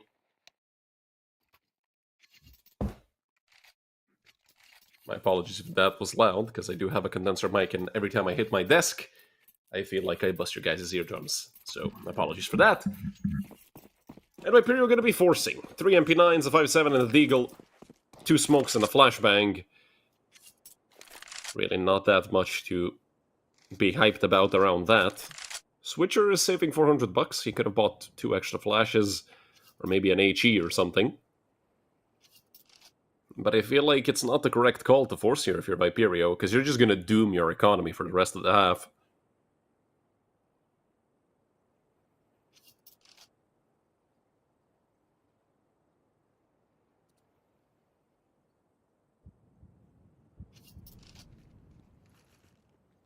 A very slow round by the Ninjas.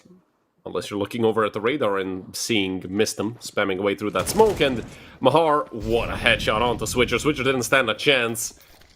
That was awful timing for Viperio's player.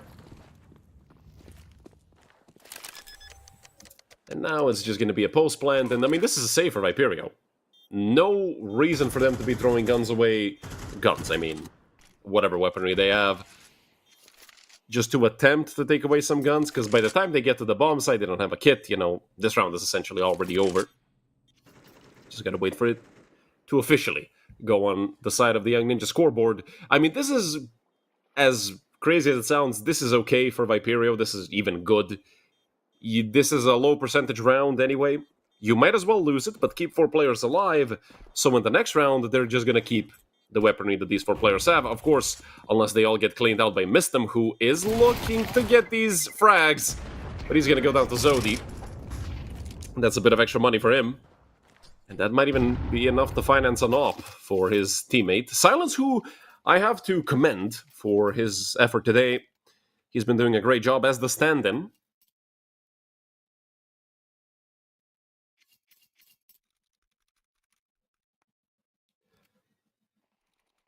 What the hell is outside of my window? I don't know if you guys can hear that. Hopefully you can't.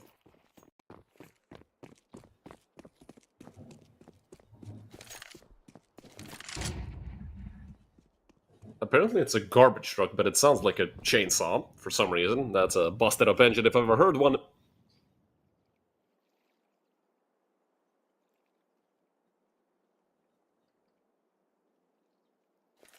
Once again, the ninjas are going to be giving a lot of respect to Viperio. They saw how easily Viperio can just streak to get around on Ancient. No reason to even give him a chance to do that here on Anubis.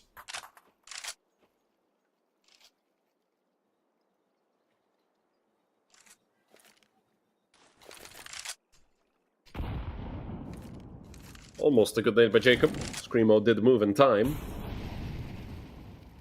And the Nip really stretching this round. The 3 players on mid for Viperio, though. They are playing the rotate game. I mean, they know. You have to stack up with these weapons. You can't really play on your own as maybe you could with a rifle. And it's immediately 4 players over towards A, but look at the activation from Young Ninjas on mid. They're just going to be flanking. I mean, that flank might not even be needed. It's Jacob and Mistem. They just clean out 3 players in total. Well, 2, with Rod picking up 1, and Jacob with another, so it is 3 in total for the 2 of them. Switcher with nothing more than a deagle. He might as well go for it. $300 extra if he gets a kill. And the 1 in a bajillion chance he actually wins the round, which is... I feel like this isn't the reality for that to happen. The Young Ninjas would literally all have to teleport away, and even then I don't think Switcher could win the round.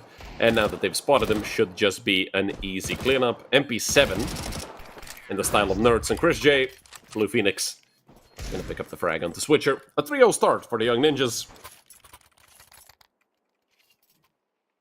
But that was to be expected after they won the pistol round and also the anti-force round in very dominant fashion. And another one after that. But this is going to be the first real round we're kind of going to see from Viperio. A full buy, there's an op for Silence, 4 M4s there. They have at least 1 kit, which is good. And only like 4 grenades total are missing. Of course, the other side, the no op, and still the MP7 for Blue Phoenix, but he has over 6 grand, so he's just saving up as much money as he can.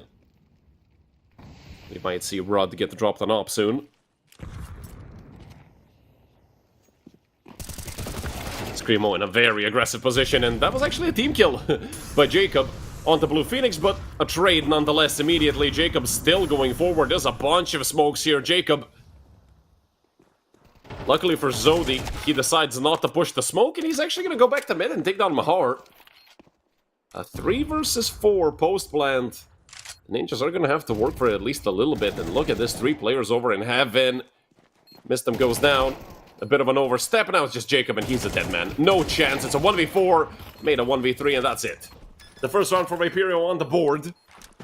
Didn't even take him that long to find it. The first full buy, and they show us a relatively dominant round. I mean, if Jacob doesn't pick up that kill towards camera, that would be 4 alive. And even like this, Viperio, their economy is going to be growing slowly with 3 players surviving, but it's better than to fall apart.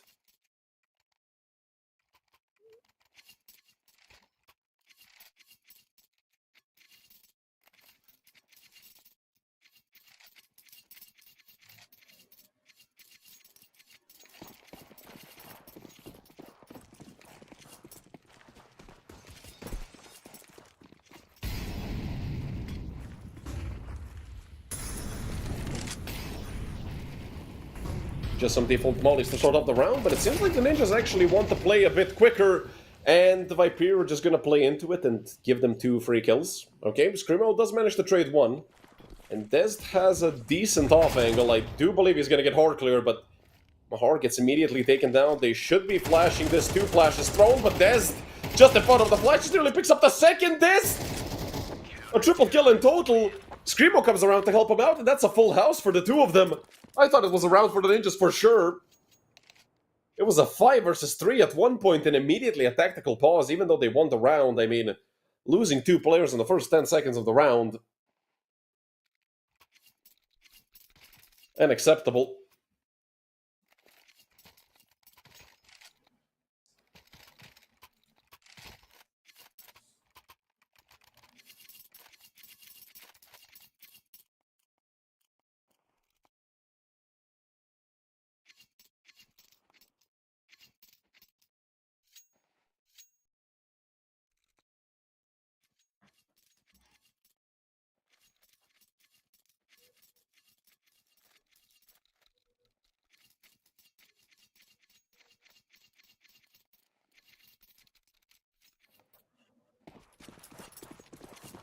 I have buy with 2 rifles for the young Ninjas. I love how Blue Phoenix, every time it's a buy like this, he just opts for spending all of his money. A Glock, a Tech 9, a P50, and 2 Galleons. Okay, I mean, I've seen worse, but it's very easy to do better as well, so... I don't have high expectations for this round from the young Ninjas. Silence the former Ninjas player. And look at Mistem. Yeah. I do believe that he thought that they shot at him. No idea how Mistem even got there, and no idea how he is alive. Silence with the double kill.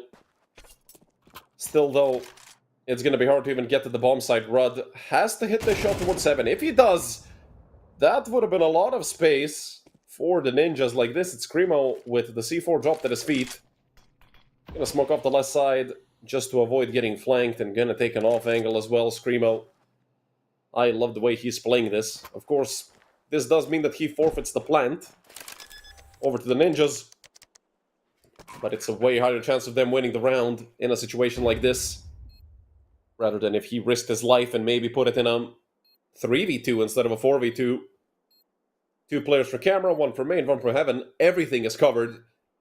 And Jacob and Mistem have to look everywhere at once. They're going to have to find multi-kills. They're not going to find anything. 4 surviving players for Viperio. A very good retake. I love the way they play this round.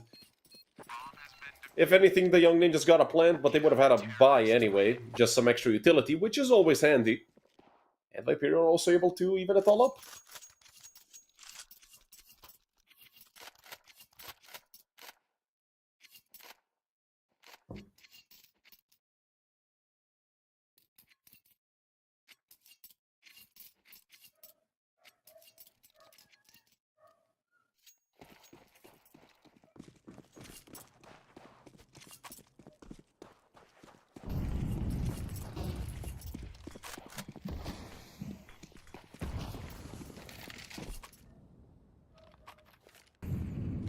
Silence once again on mid with a lot, but this time he does have some help from Zodi.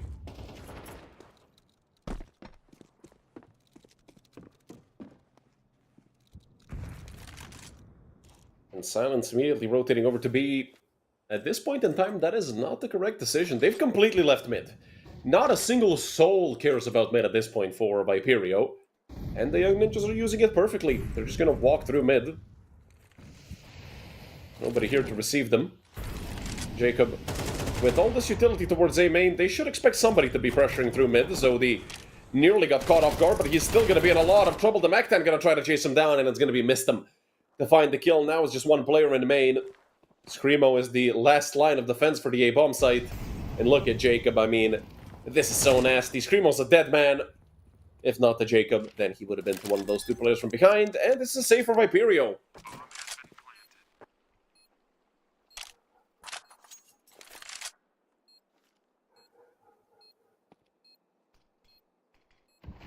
Interesting that they completely decided to leave mid.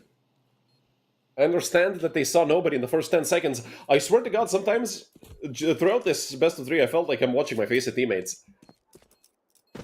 Oh, minute 45 on the clock, nobody mid? Yeah, just leave it. Zodi's gonna shoulder peek it eventually. And then when Zodi peeks it with a smoke in his hand, you get shot in the face. And then you lose the round. And, I mean, things like this can eventually cost you. We saw it on map number 1, map number 2. Mostly map number 1, Viperio. The map felt close. Even though it was 13-7 for the young... Already the second timeout. That is, I mean, somebody has to get hit on the back of the head for deciding to leave mid. Whether that was the call, or it was just miscommunication, whatever it was, it really shouldn't happen ever again. Map number 1 was also relatively close. Even though the scoreline is 13-7, the Ninjas do look like they dominated that map. Viperio made many rounds very close. We had the situations where there was a 1v2 or 1v1, and it mostly went into the favor of the Ninjas. And also Viperio, as I said many times today, are playing with a stand-in. So that's also something to care for. It's Silence instead of Uni.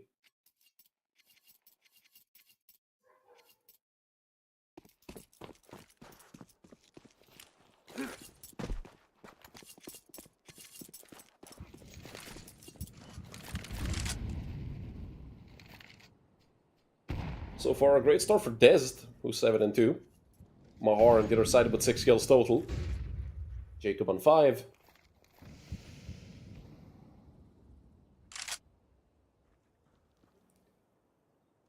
And then Frag going the way of Screamo. Not even sure where that was. It's Jacob, so I assume, yeah, it's towards the A-bomb site. Right outside of A main. That was a bit of aggression from Viperio, actually, if you see the red cross. Relatively deep.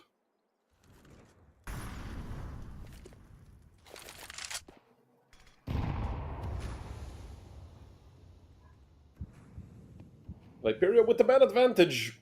Really shouldn't see them playing anything too aggressive. Default setup so far. Silence does get smoked. Will answer with a smoke of his own. Oh no, that was actually the Molotov that he had. Looked like a smoke to me. But speaking of smokes, Zodi apparently doesn't see them. Blue Phoenix goes down. That's a 5v3 in the favor of Viperio. And the round A really shouldn't be losing, especially with their current economic state. But when you look at the kill feed, it's the Young Ninja show, Rod and Mahar. Picking up 2 unanswered frags, and Rod, on for the third, finds it. From a 3v5 to a 3v2, Viperio are crumbling once again.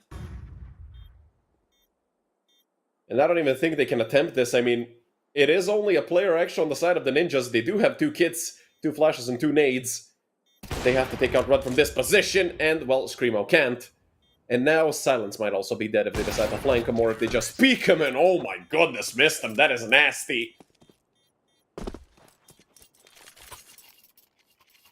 Well, that was horrible. A triple kill for Rod, a phenomenal round for the Young Ninjas op. But what the hell happened with Viperio?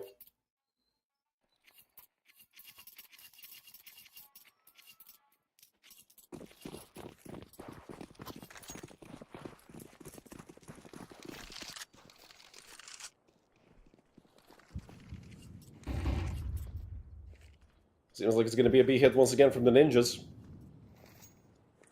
It's only Switcher on backside, but he does have help from Silence and Con, but he has an op, and this is going to be a much quicker round, and so far they have been Blue Phoenix through the Molotov, and luckily for Switcher, he fell back, but he sold out his op, and Silence nearly went down to that grenade. A 5 versus 5 post-plant on B, actually a 5 versus 4 in the favor of the Ninjas. Zodi fell through the smoke. And Viperio immediately decided to save. Not a chance for Viperio. A great round by the Young Ninjas. I love the change of tempo. It did seem a little bit uncoordinated, but I mean, hey, it worked. You got 1 kill, you won the round, who cares?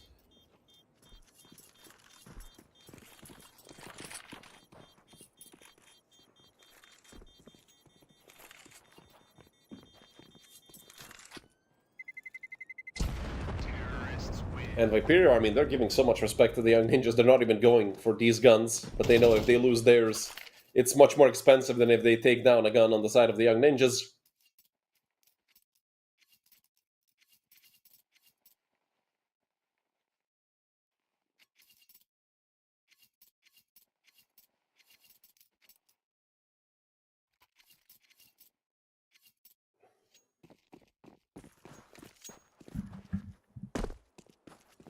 A 6-3 lead, now being a little extended by the Young Ninjas. From 3-0 to 3-3 to 6-3. If my calculations are correct, we might see another 6-6 half. Or the Young Ninjas are just going to run over Viperio, because Viperio are once again facing economic trouble. They don't have that much money. Zodi and Switcher don't have anything. Dest is on 1100, 22 and 24 for Silence and Screamo. Look at this, they want to be aggressive and Con. The Molly just going to push them back. But the Ninjas, once again, are relatively fast hit towards B, but this time there is 3 players here. So the Ninjas, it's not going to be that easy, and Jacob, well, that was a... I'm pretty sure it wasn't the proper Molotov, it might have been. Silence completely blind, and look at this, Blue Phoenix 2 on the entry. Dest is completely alone. A good attempt, but only 1 frag at the end. This is another save for Viperio. This is a 7-3 lead for the Young Ninjas.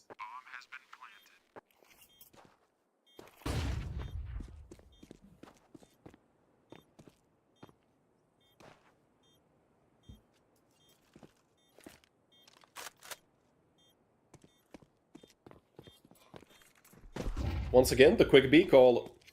I don't even think it was a surprise for Viperio. I think just Viperio were not positioned properly. Although the B site on... I mean, the sites on this map in general absolutely suck.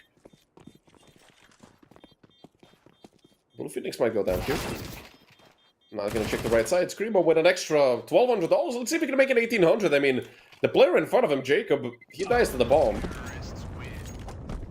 He didn't want to give extra money to Screamo, who managed to get away with an op, which is pretty good. But Viperio really need rounds. I mean, if this ends 9-3...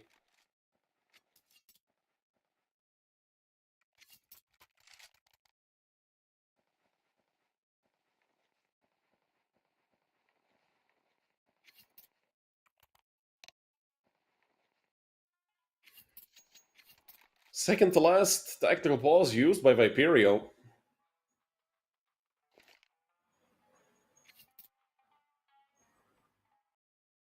And don't forget, Viperio have been struggling in the last 3 months. Their last 6 HLTV games have all been losses, and they've all been best of 3s. And the last 5 have all been 2-0s. So them even winning a map and winning in dominant fashion on Ancient was a good confidence booster, but it doesn't seem like it translated very well here on Anubis. Only 3 rounds so far.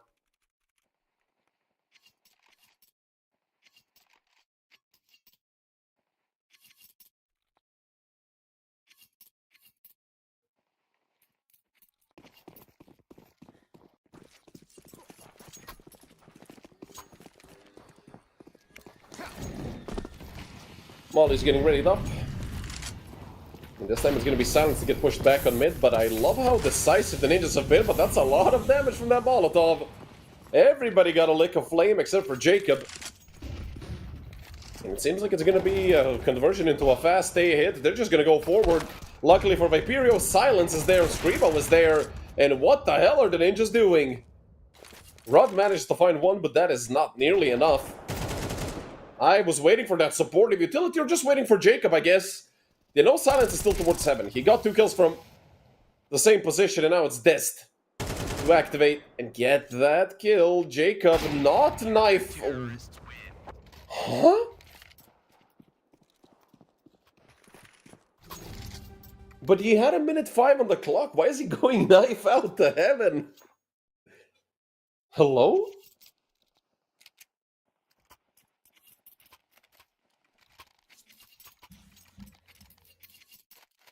I mean, there is a good chance he would have gotten killed instantly even if he had an AK in his hand, but what? If it was 5 seconds, then I would understand, but a minute 5? Really? Jacob? Jacob?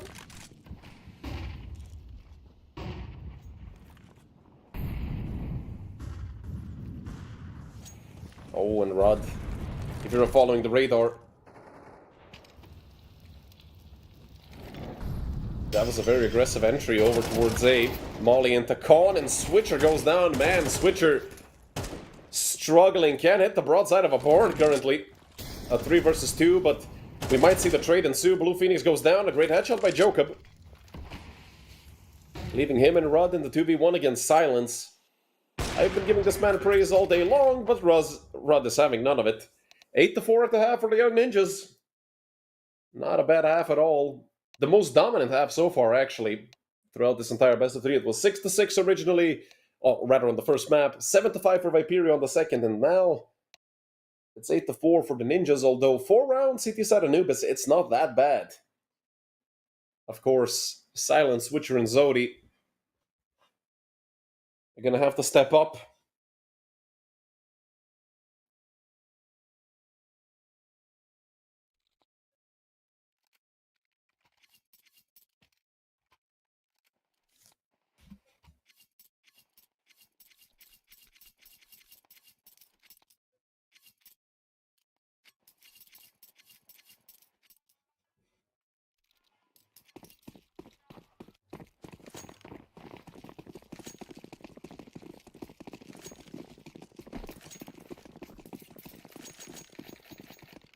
Seemingly a fast A play from Viperio. They are going to slow it down through carpet. Hoping not to get heard. Silent drops by everyone. You always have one teammate on face trolling that. I mean, not literally trolling, but making a step.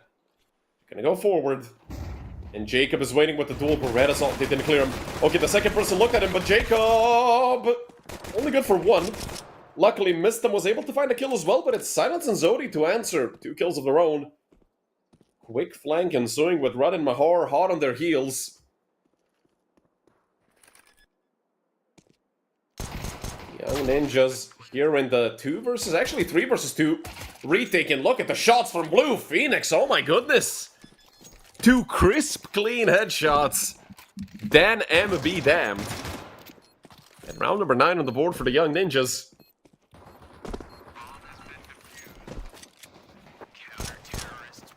This is starting to look very good for the Ninjas, and a bit of BM for Blue Phoenix as well. Okay, we love to see it.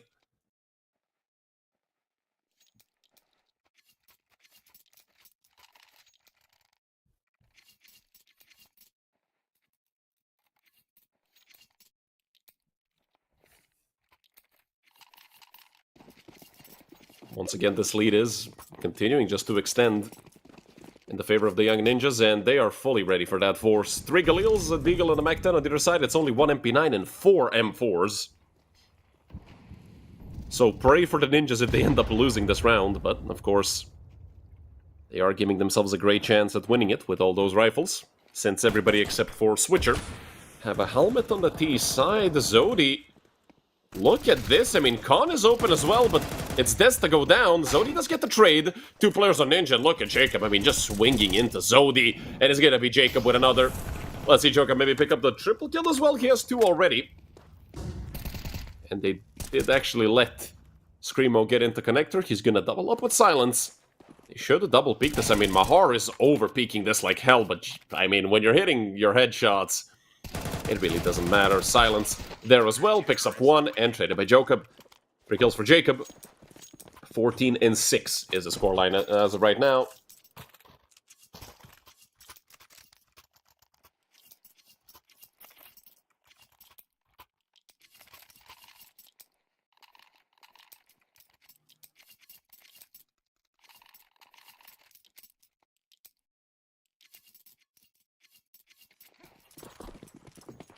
A weak bye for Viperio once again. Switcher, the man who was an absolute demon on Ancient, who got back-to-back aces, has 2 kills. Zodi sits Mahar on his ass.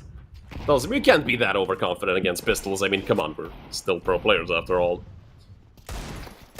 And a 5v4 shouldn't be too big of a problem unless you start over-peeking into these Deagles. Another headshot going the way of Viperio, luckily. Oh my goodness, all the headshots are connecting with the Deagles. A 4 versus 2, but nobody has Kevlar on the side of Viperio. That's the main problem here. Still a doable round, even though the numbers are so good for Viperio. It's still very possible for the Ninjas to win this, but they are split up. Mistem and Jacob completely separated, and Mistem is going to be the one that gets tested. He will be able to cross over to Brokey, or not. He has to keep checking back and forth. That is very unfortunate for him. He completely misses the timing. Look at this. Viperio are still shifting. They're going to shoot Missed him in the back, or maybe no. Missed him turns around, but he's down to 18 HP. And I do think that's actually the round over. If Missed him was able to find one kill, then they maybe could have tried to get something out of it. Like this is going to be a save for Jacob and Missed him. And round number 5 for Viperio, finally. A round in the second half.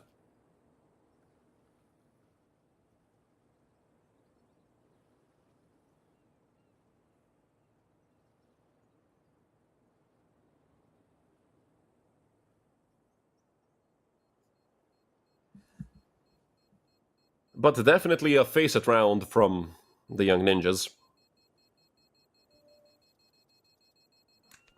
Why the hell are you over-peeking into the Eagle so hard?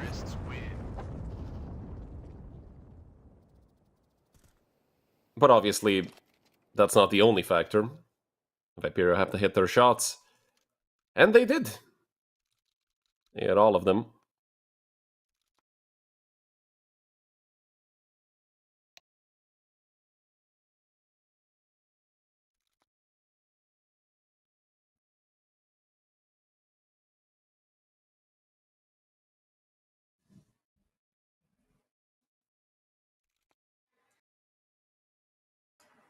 Another technical pause. Hopefully this one also doesn't last too long.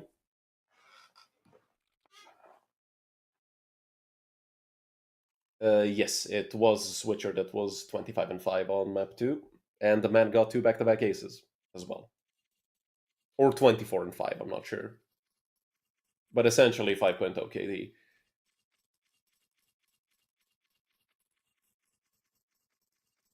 Hopefully this gets resolved quickly. Because I absolutely despise technical pauses. I want to go eat lunch, damn it.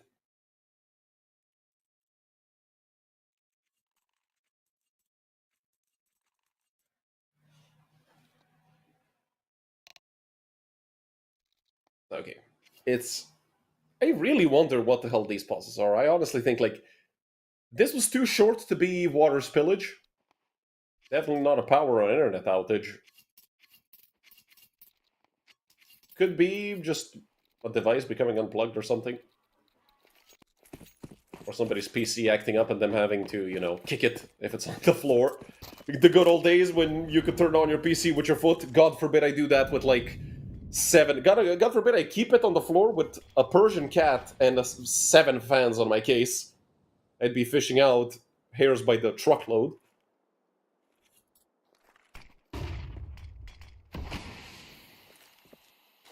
Screamo once again.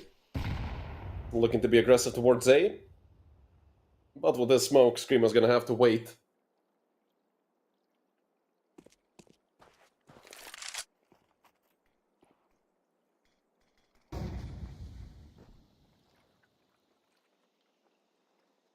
And with Dest coming in closer towards Connector. Oh no, are they gonna actually hit towards B? There's 4 ninjas on the B-bomb site. If Viperio go for this, they're gonna get absolutely cooked on the B-bomb site. They threw the smoke as well, gonna do some extra damage to Blue Phoenix. Luckily for Viperio, the ninjas still have the wrong read. This might even be a completely open A-bomb site, and the ninjas should feel, you know, their spidey senses tingling. I mean, there's nothing towards mid. B has gone quiet. As soon as Mistem sees somebody, they're gonna have to rotate, and Mistem just gets melted.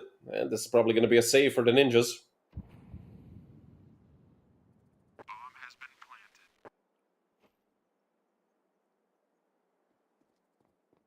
Switcher waiting on mid, and he might even get a chance to clean out these players. This is gonna be some heavy economic damage. Switcher with the second headshot. That was even more than you could ask for him.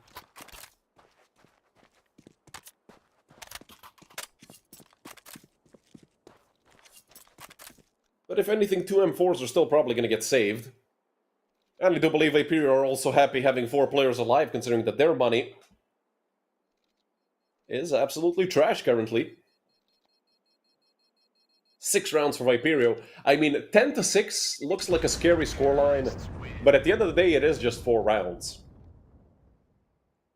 And I mean, yesterday, if you were watching, Kono choked 11-7. And they lost 13-11, so still a big chance for Viperio to turn this around, especially with the fact that it's the T side of Anubis, And also, the Young Ninjas are on the CT side. Their money is falling apart. And they're probably going to get reset after this round if they lose it. 2 MP9s, 3 M4s. And yes, Kono also did choke 12-1. I love how nobody is forgetting about that. You guys are going to hold that over Kono's heads forever, essentially. That's right behind the molly. He did get touched by the flame, so they do know he's here. He's going to answer with a Molotov of his own. That's actually going to be good. Going to clip Mahar and through the smoke, Screamo. Entry frag for Viperio found.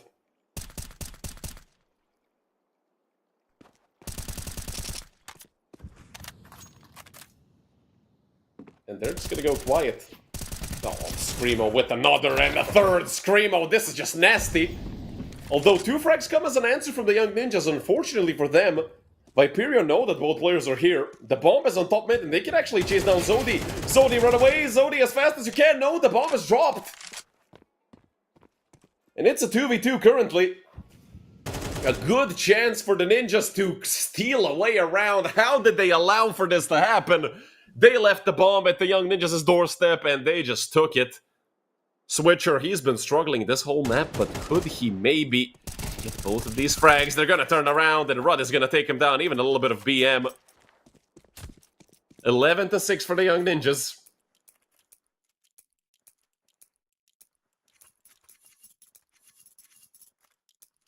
And Viperio are on the back foot. They're on the ropes, their back is against the wall.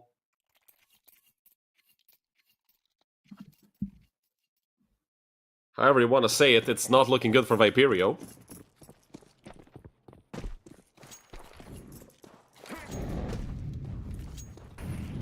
But as I said, I'm always a believer. Except if you're losing 10-0 and I'm casting you, don't even try to make the comeback. Because I'm going to be tilted, I want to go on a break.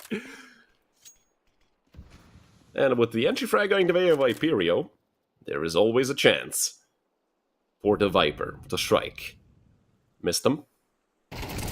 Go swing on them. Go swing on them. Why not? It's a 4v5. You have to make a play anyway. This is going to be a save for the Young Ninjas, for sure. So 7 on the board for Viperio.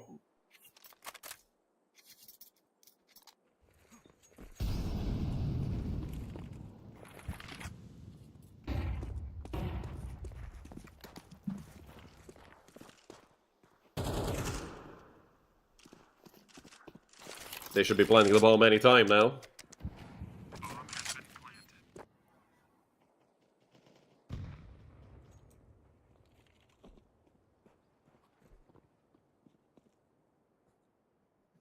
And Switcher once again. A chance for some exit frags and a chance for some economic damage onto the Ninjas. They are going to shoulder peek at this time. They've learned their lesson. And with the smoke, Switcher just going to sit behind it. Did tap once. 100% it was his OCD speaking to him. Like on his shoulder. Shoot out that bullet, make it 10 and 90. Anyways, the Ninjas should have 3 surviving players. But one of them on being on an MP9 really doesn't mean much. And with that Molotov, he's going to get pushed back. Switcher, maybe. No, he's not going to swing it. Maybe last second. No, Switcher, just waiting.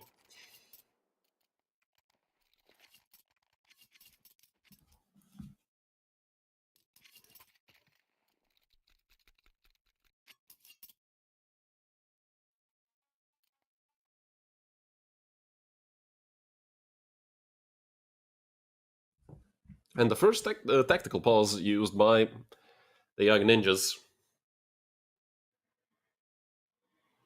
They're probably going to have to force this up, because it's only 1900 loss bonus. And they lose this force, that's 11-8. Then they're full eco 11-9. And if they lose the full buy after that full eco, then they're going to be in a lot of trouble. Viperio are not only going to have the score basically going in their favor at 11-10, 11-11, they're also going to have their economy ruined, and also it's just going to be a whole lot of momentum.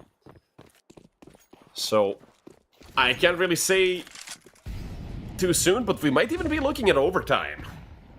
If the Young Ninjas, of course, can secure that 12th round, in case Viperio start making the comeback. But those are all ifs and thens, so we have to see it here on the server first to believe it.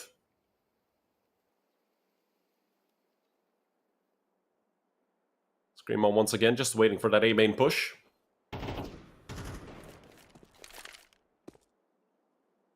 That's going to be helping out as well. He's getting a flashbang ready. Let's see if Screamo is going to peek with that. The answer is no. It did full blind mist him, I believe. He also has help from Rudd.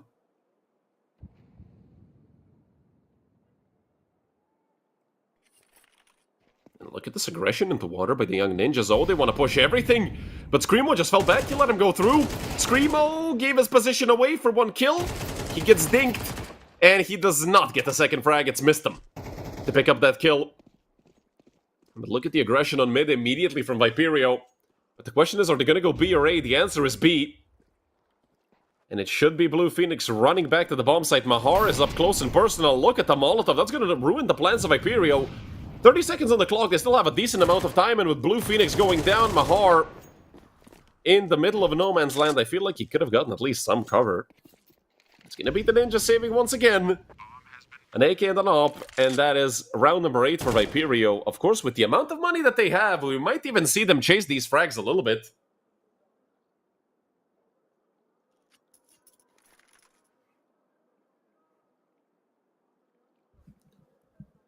Rudd and Mistum can't afford to lose these guns.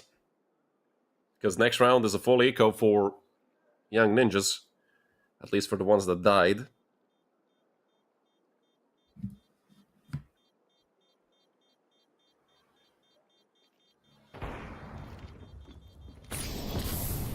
A frag for Rudd to try and stay alive, and Mistum gets pushed out by the molly.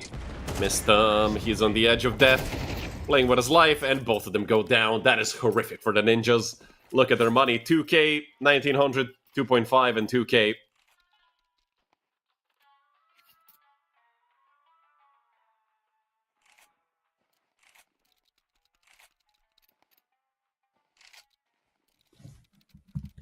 If anything, this match being close means we're going to have a shorter break between this game and the next one.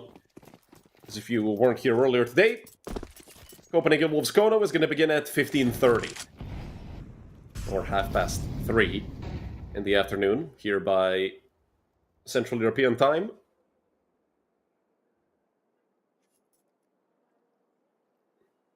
Or rather, Central European summertime, I do believe, that we moved our clocks back like yesterday or 2 days ago. But I'm a gamer. I wake up at 2 in the afternoon, no matter how you split it. The ninjas all stacked up. A flash thrown into main. It's going to be Screamo, of course, to clear out main. I mean, this man loves this part of the map.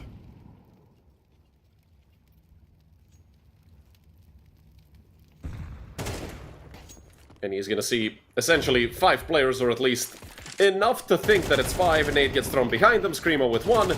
And there's Des to help out as well. He's going to go down, but it should be Screamo to clean up this all the way. And Zodi there to help out. Viperio up to 9. And not only that, but this is a 2400 plus 1900 buy for the ninjas. With a bit of extra money on some players. They're going to be lacking some utility. Definitely, I mean, we already see 2 nades lacking for Mahar, 1 for Mistum and Rudd. 1 for Jacob as well. And they don't even have a kit.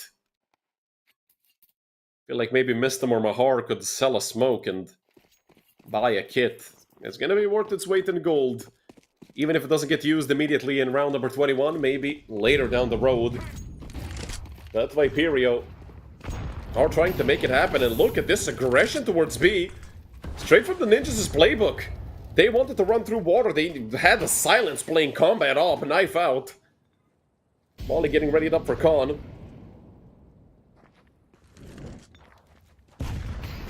Nade as an answer into B main. They still want to go through with this B attack, but the ninjas aren't even rotating players yet.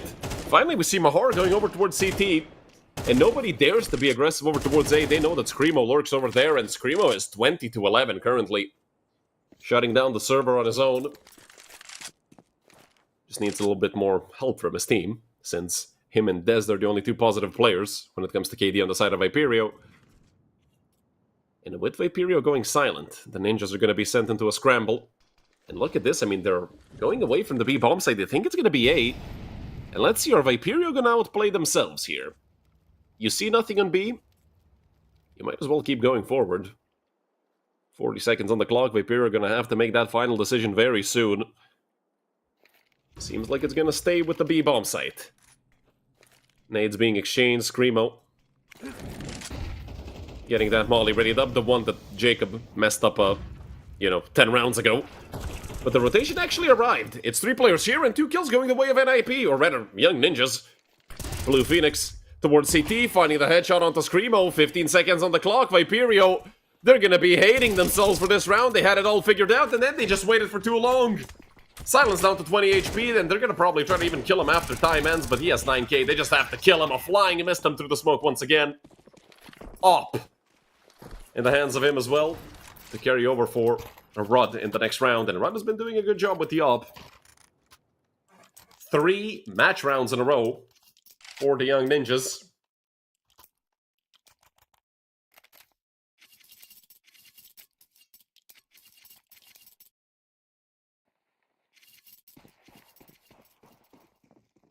And 3 chances for NIP to stay alive and also eliminate Viperio from United21 League Season 29 playoffs, since this is the lower bracket. Okay. Missed him, just mollied the window on A, and then ate a nade for 30 damage. Perfectly planned, of course. And Viperio with another default. I feel like they're giving a bit too much respect to the Young Ninjas. I feel like this entire map was just 1 round away from being broken for the Ninjas and just going in the way of Viperio. Or rather, going in the favor of Viperio, since they love this slow Counter-Strike, and I can't say it's been working perfectly, but when Jacob wants to peek through a smoke for like the 10th time this map, they're gonna wait for him, but phenomenal trade by Mahar, great pre-fire, and the crouch to go under the bullet. Now Viperio are starting to sweat. You have another minute, perhaps, left on this tournament, maybe even less than that.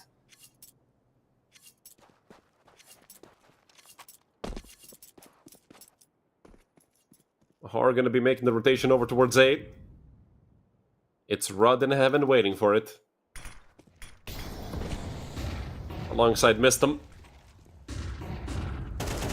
Mistum on the bomb site itself. Finding the frag onto this, and this should be map over, but Switcher and Zodi are in the 2v2, but Rudd makes it a 2v1, and Rudd ends the map.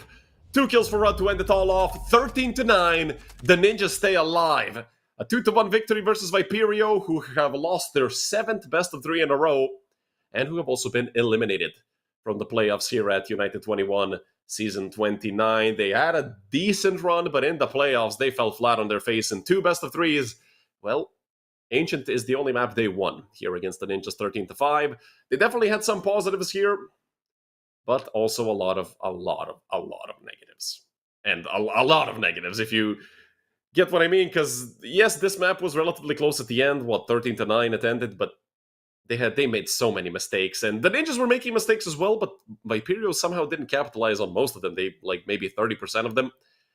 But no matter what, it's the Ninjas going through, Viperio going home. Our next match is going to be Kono versus Copenhagen Wolves in about 2.5 hours. So you guys stay tuned with us, and, well, I'll see you in about 2 or 3 hours.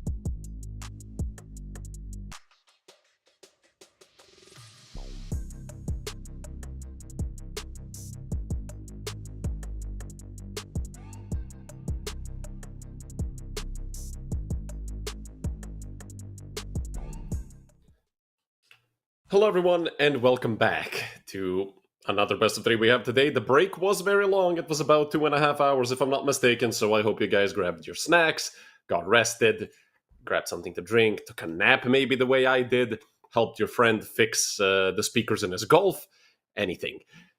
The match we have in front of us is, obviously, as you know, Kono versus Copenhagen Wolves. And we should already have the veto, so we could maybe even just jump into that straight away. If not, we'll get to it when we have it. Then there we go. Training Anubis band, thank God. I think if I had to look at one more Anubis, I probably would just go take a long break. Mirage Inferno, CT side starts for both teams. That's to a nuker band. So we have Ancient as a decider. I really like this map pool and actually like the Inferno pick from Kono. We haven't really seen Inferno too much. So that is nice to see. If you look at the percentages of these two teams across these maps, 23 maps played for both Kono and the Wolves on Mirage, except the Wolves have a little better percentage, 61 compared to 52. 10-8 on Inferno, where the Wolves have only won 2 out of the 8 maps they've played, and Inferno for Kono is probably their best map, winning 8 out of the 10 maps, and Ancient is essentially 50-50 for both teams. 31 maps played, 52% for the Wolves, 48% across 29 maps for Kono. So this seems like it is going to be a relatively close match. And the last time the Wolves played, they looked absolutely amazing on Mirage. Mateos, first of all, had like a 5.0 KD at one point. The man was flying across the map. Well, not really a 5.0, but 2.67. He was hitting headshots. At one point, he had 19 kills, 18 headshots at one point, which was just absolutely insane. It was against Cubics. And, well, he demolished Cubics, and then Cubics came back and reverse swept the Wolves. That's why they're down here, fighting for survival in the lower bracket. And Mateos is actually the newest player for the Wolves, who has come here ever since Andu's contract expired. Two players to watch are definitely Mateos and, of course, the crowd's favorite, Captain Kurtka. I see you guys mentioning his name a lot. In the chat, 115 for Captain. In the past 3 months, 116 for Mateos in the last 3 months, but the impact ratings and the KAST, or the cast, are better for Captain Kurtka. And another thing we have to be aware of is that I'd say that these two teams are relatively similar with experience, might even give the slight edge to the Copenhagen Wolves. Not 100% on that, but if you're not, or rather if you don't know the rosters, for the Copenhagen Wolves, it's Juquinho, Bielan, Mateos, and for Kono, it's Captain Kurtka, Owner, Amster, Soltowski, and Zogan. Although there is a chance that they might have a stand-in. I'm not 100% sure on that, but as you can see, Viperio earlier today was eliminated by the Young Ninjas.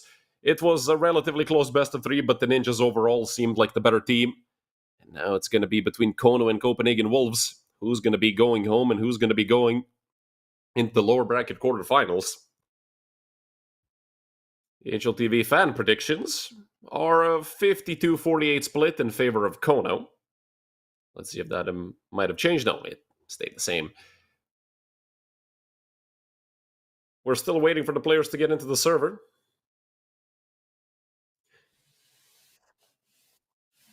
And in around 1 minute, we're probably going to be getting into the match itself. And no, actually, it's going to be Kono in the full roster. So I thought they would have a stand-in. I think, did they have a stand-in yesterday? I can't remember. But the Wolves are in their full new roster.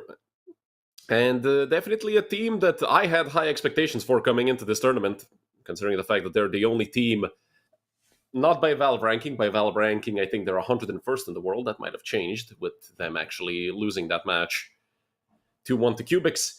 But anyways, they are 96th when we're looking at the HLTV ranking. And our game should be starting soon, as I've been just informed. But yeah, the Wolves are the only team within the top 100 HLTV rankings out of all of the teams here at the tournament. So, as I said, I personally have high expectations for them. And the Wolves have been quite fun to watch. But of course, Kono had that big choke against Wildcard Academy. They were up 11-7 on their own map pick on Ancient, and, well, they managed to lose 13-11, and they also sold a 12-1 lead at one point. So that is definitely not something you want to have happen to you 2 days in a row. In the meantime, Owner managed to get a kill, but it's actually Quest to get the bomb down, taking a lot of damage, and it's Captain Kurtka to take down Bielani. Mateos towards window. I'm not sure they know he's here. They did check it, and Mateos just gonna find the insta headshot. Mateos with another one, making this a 3v3 affair. And Zogan with the smoke. Thomas planted counter default. Not sure if that was the best smoke for it. Or rather, yeah, it's actually planted on triple. I thought it was counter default. Quez actually finds the headshot onto Zogan. That just leaves Saltowski. He's gonna try to look for the kid, gonna pick it up, but there's not enough time anymore. And Mateos is gonna clean him out. 4 kills for Mateos, and I mean, this is what I was talking about. This guy is absolutely insane. 4 kills already to open up the map. Yesterday against Cubics, he was very, and I mean very good. Especially on the CT side, so seeing him have a good start on the T side means we can have probably high expectations for the Wolves, at least here on map number 1.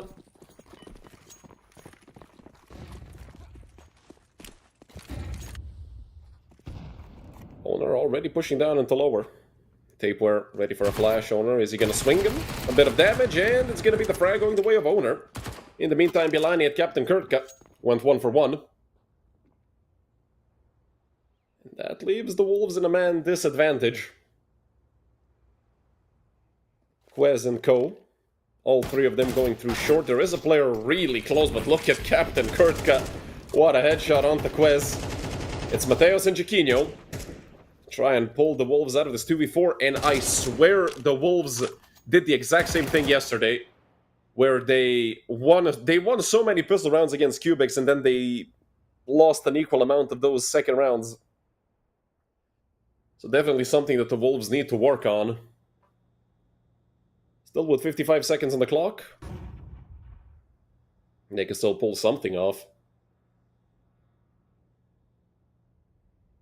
Again, you're going to be sliding back down into ladder. Or rather towards short. And there is a slight gap here in the defense of Kono. If the Wolves had decided to go into connector, oh my goodness, what a tab by Jaquinho. And they actually saw the player cross over into murder hole. They just took out Captain Kurtka. Okay, Jaquinho. Not letting them breathe. 3 kills for Jaquinho in this round, leaving just Zogan. A 5-7. Kevlar and helmet, and Mateos actually thinks there's somebody in that smoke. It just goes to show that they are unsure of where Zogan could be. Zogan, in the meantime, has crept up through short. An MP9 for his troubles. Might even be better off with a 5-7 at this point. With how strong that pistol is, upgrades to a Galil. This is a bit better. But I do think that he might be forced to save this. Gets peeked by Mateos. Well, you don't get to save when Mateos peeks you. And the 2-0 start for the Wolves. A very, very shaky round. It was a 2v4 at one point. And somebody tried, I think... Was it Owner? Or somebody tried to push the smoke on short and Jaquinho was just holding it. That's probably the kill that kicked off the entire situation.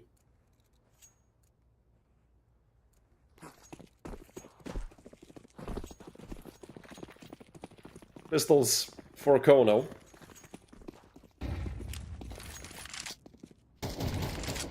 Two Deagles, the main 2 pistols we have to take care of. And pay attention to, because those Deags, we saw them earlier today if you were following the first match we had. The Deagles were on fire for both sides. Although I do think the Wolves are not gonna get burnt on the same fire twice. And even get close to losing this round, of course. It doesn't all come down to them, it also comes down to their opponents. Will they be hitting their shots or not? Good nade onto short. Actually, no, it's gonna miss Captain Kurtka completely. Still, the Wolves just slowly creeping up through mid. If we're gonna find the first blood, and another one. $1,200 for struggles. Mateos with another one. Trying to spam someone through the smoke. Nobody is actually behind it. Just Owner and Amster remaining for Kono. Amster is on backside, and Quez is actually gonna take him down, leaving just Owner 1v4 to destroy Mateos. Oh my goodness, what a shot. I heard somebody type something in chat. I am sure that it was a nice shot. Coming from the Croatian player.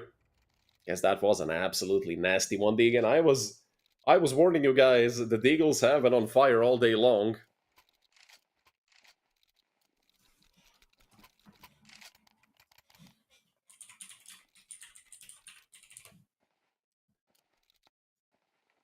We're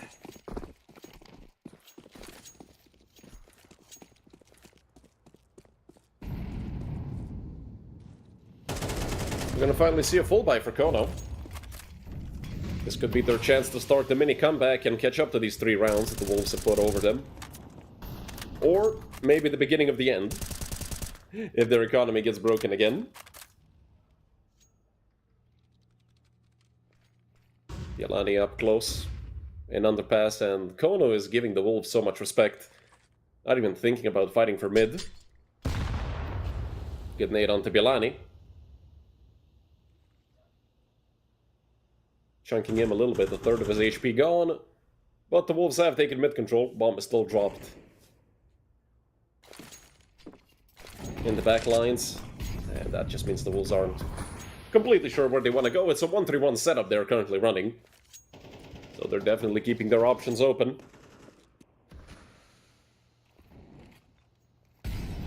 But with Jaquinho picking this up, or rather, the bomb, with 3 more players coming in through connector, this is going to be an A-split. Owner, Soltowski and Zogan are going to be in trouble. But they do have good positions, and Soltowski gonna decapitate Bialani.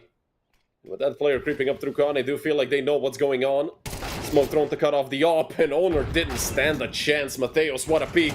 Luckily, he gets traded by Zogan. Quez looking for the frag. It's gonna be maybe the nade. No, Soltowski's able to get out of there, but Amster loses his life towards jungle. It's a 3v2, nade thrown into con. Nobody there to receive it. Captain Kurtka is over towards window. He might even drop down into mid. Not sure if they heard him. The molly was just popping as Captain Kurtka dropped down there. But I do believe, yeah, they definitely heard him now. Kurtka, no chance. Taper, but a triple kill now, and that just leaves Soltowski to try and save. Already running towards apps. A phenomenal round by the Wolves, even though they lost the first frag. The Wolves were able to turn it back around.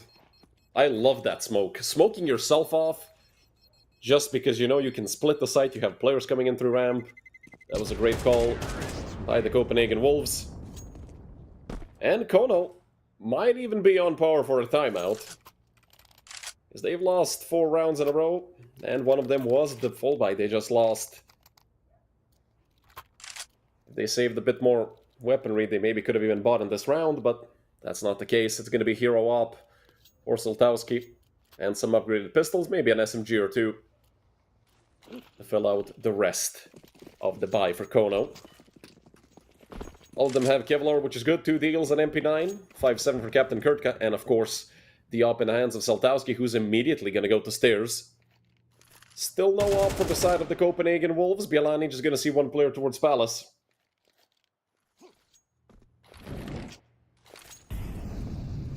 And I think it's pretty obvious to Kono that this is an A execute. There are 3 players already on the bomb side. This might actually be catastrophic for the Wolves. A 2-for-1 trade on ramp, a 2-for-2 actually.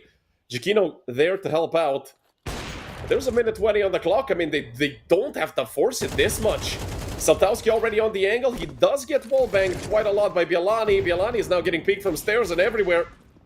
Soltowski down to just 4 HP. Bialani able to find another kill, although Soltowski is there to clean it out. A phenomenal round by Soltowski with the hero op. But this push from the Wolves did leave a lot to be desired, considering that, well, they went head first into a wall, but this time, instead of the wall breaking, it was their own head.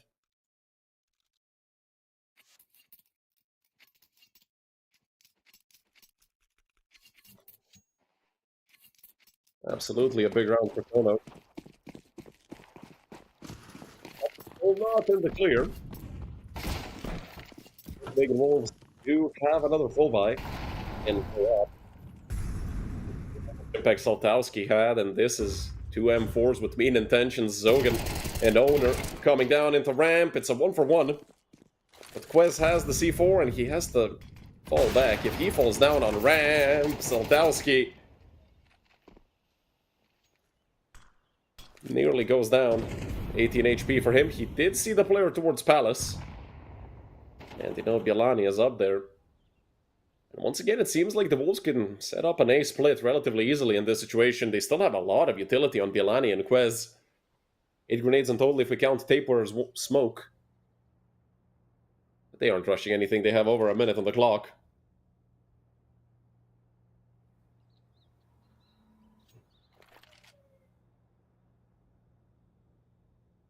Two players grouped up on short for Kono. And Amster and Captain Kirk are going to start to look for some space. There is a player coming out from underpass. The timing could be atrocious. Tapeware has to turn around back to short, and Captain Kirk, I'm going to say thank you very much for that easy frag. Gets swung on by Mattheos, and it's Captain Kirk once again. A double kill for the captain. And it's just Quez and Bielani. Now just Quez in the 1v2. He has two flashes, a nade and a Molotov. But I don't think he's going to be clearing owner. I mean, this is such a disgusting angle to play in such a situation. 15 seconds on the clock, and it's going to be Captain Kirk to actually throw away a gun. I have no idea how Amster managed to die as well. In the end, instead of having 4 players alive, they're going to have 2. He could have just waited. I mean, the frag was there. Owner could have knifed him. But at the end of the day, they still did get the round, even if it was quite expensive. And they also did put the Wolves onto a half-buy/eco round, so usually you'd expect to have at least 4 surviving players here.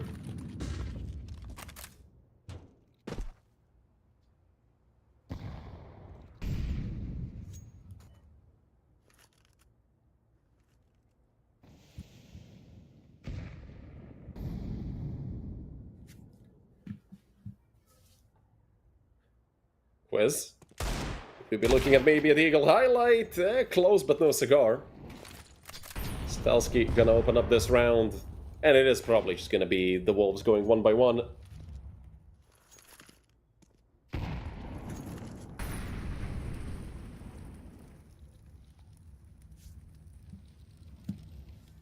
But it is what you expect from a round like this.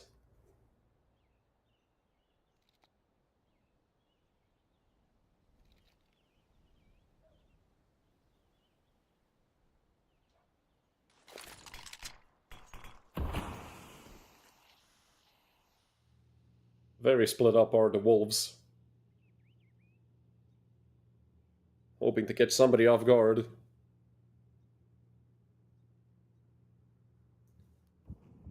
But I like the fact that Kono know that they don't need to peek it. No reason to be giving guns away. Similar to the previous round, and with 25 seconds on the clock, the other 2 Wolves are just, well, nobody anymore, with Jaquinho and Taper going down, and I love how Captain Kurtka and Amster didn't budge an inch. That's an easy cleanup. 5 surviving players, and this is what I was talking about. For Kono, even though they lost 3 players in that one round, you have 5 surviving now. Zogan is still on an MP9, which might be a problem, especially up against AKs.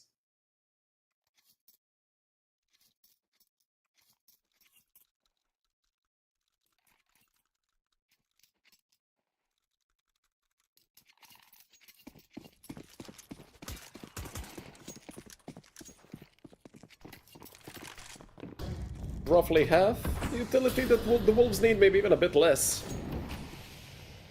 Of course, compared to Kono, who are chaining together full buys, no problem. And Owner aggressive behind the smoke. Could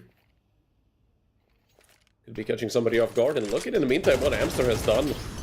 Fully pushing out through apps. That's gonna be a lot of problems for the Wolves, and they don't even know it.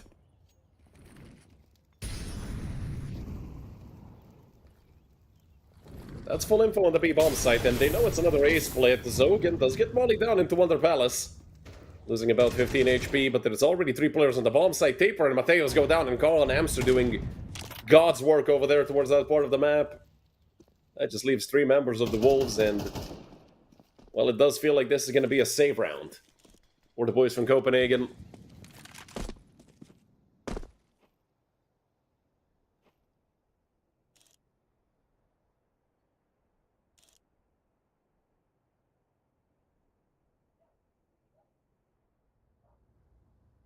They are going to be going towards TV.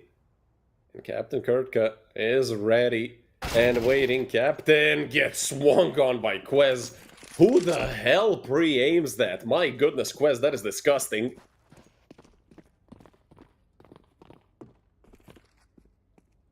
Bielani getting some utility readied up, but 3 players already rotated. They're all coming for market. 10 seconds on the clock. They have to get the bomb down. And they have to plan for short because you cannot risk getting shot from backside. Quez. From a 3-on-5 to a 3-on-3 to a 3-on-2. Quez is not missing a beat. All 3 kills of his, all 3 headshots, and that might be the end of the round. I'm not even sure if Soltowski and Zogan want to even attempt this. Soltowski might give it a poke from short. If anybody gives him Jaquino, did Jaquino just get dinged by an op? No, that had to have been Zogan, right? In the meantime, Quez is on for the ace. Quez picked up his 4th kill. And it's only Zogan. Can't even get the op, I believe. Quez is a demon. And I don't know what pissed him off, but I hope for Kono's sake that it doesn't happen again. Jaquino, he's not gonna live the bomb. Explosion, and Quez gets the ace. It is after the round is over, but it doesn't matter. Well, the graphic only counts kills that actually matter for winning the round before somebody mentions it. An ace for Quez, that's a feel-good moment, especially from a 3-on-5 to... I mean, that swing on Captain Kirk, I still have no idea how he expected him to be there. If you shoulder peek it, yes, okay. You're gathering info, but he just swung it. Wide swing into a crouch. If you miss the angle, you're dead. If the spray wanders away, you're dead.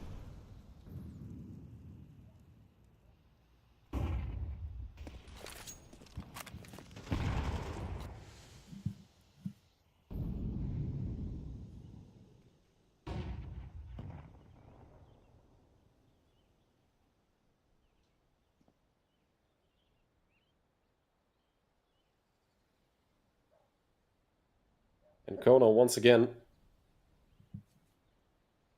giving the Wolves their respect, not playing anything too aggressively. It would be good to see like a change of pace from Kono. Maybe an aggressive mid-play with 3 players.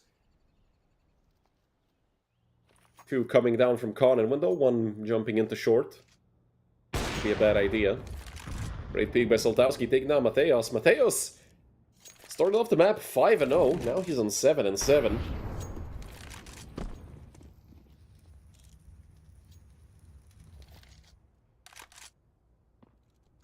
Good job by Soltowski.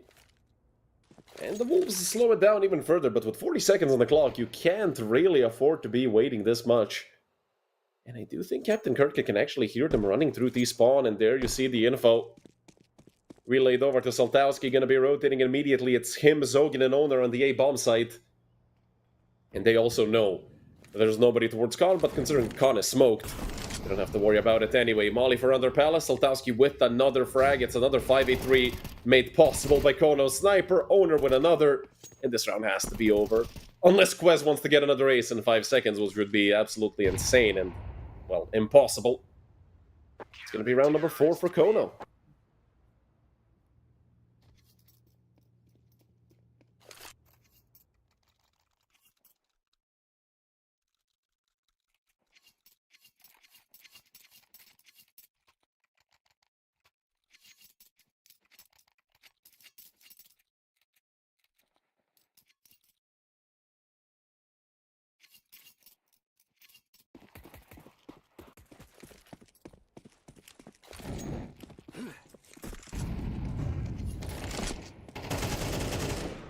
Really got out, but it's going to be him and Zogan picking the kill onto Quez.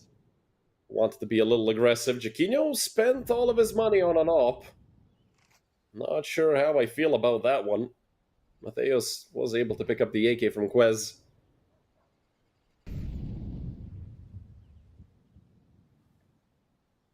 Zogan going back and forth. Oh, what is the timing going to be like for Zogan? He's being held by Mateos, who isn't moving forward. He might have even seen him or his shoulder. Mateos, he was holding it, but Zogan was ready. Another kill going the way of Kono. Another 5v3 relatively early in the round for Kono.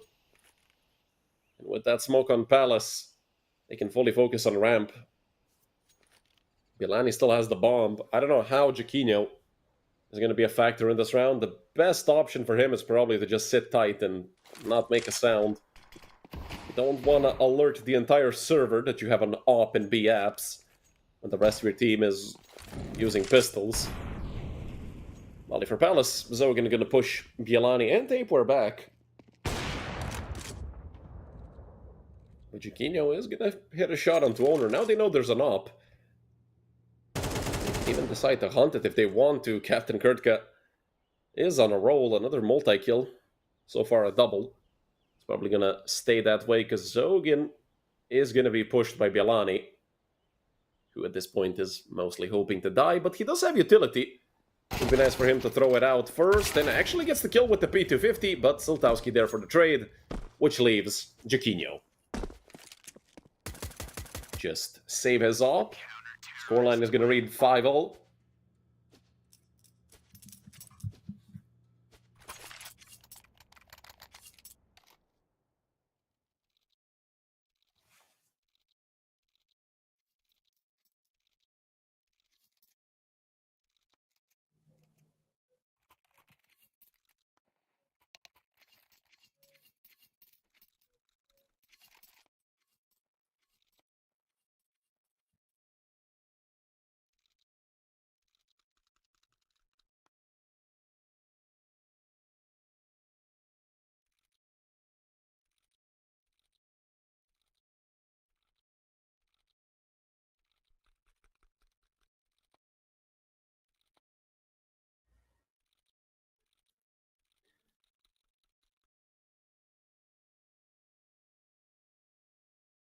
Who am I pulling for? I'm not pulling for no one.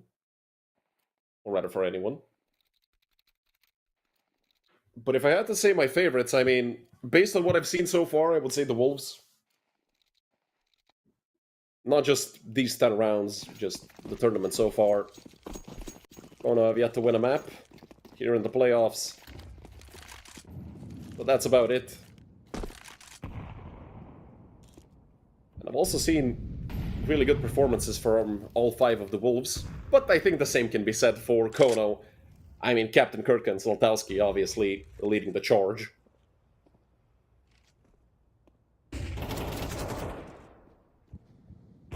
Kurtka with the entry. And that's a great start for Kono once again. I mean, the Wolves just giving up frags left and right. Kono using it fully to their advantage. Making another 5v4. Could become a 5v3 very soon. Although, still 3 AKs in play, since they did have a MAC-10 to start off with. So not that big of a loss. The only problem is manpower, and look at the play from Kono. 3 players on mid.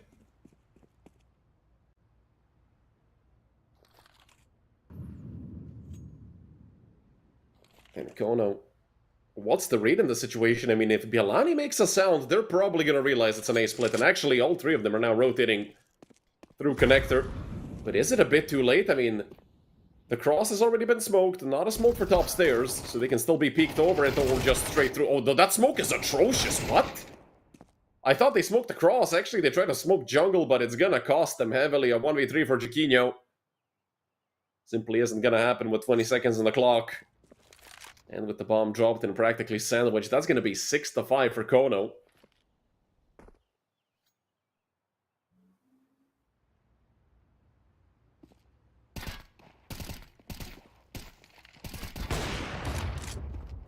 The shot by Chiquinho probably gonna cost him, and after time, Chiquinho in the last round of the half is gonna have $100. That is absolutely tragic.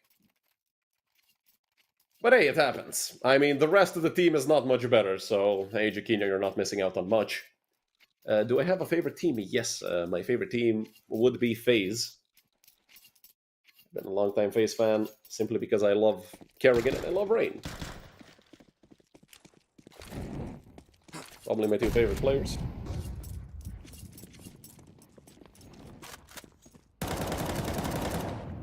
And an interesting setup from Kono. 4 players on mid. But it is a quick rotation over towards A, where all 5 of the Wolves are gonna be. Zogan smoking off Palace, perfectly timed on that smoke.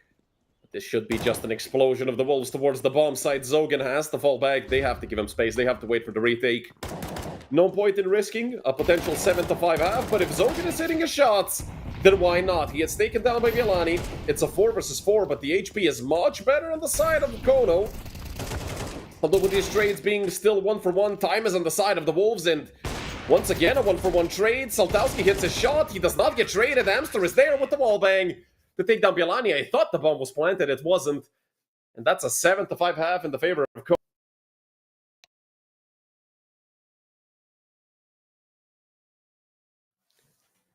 A good half by Kono, considering it was a 4-0 start for the Wolves. Winning 7 out of the remaining 8 rounds is nearly perfect for Kono.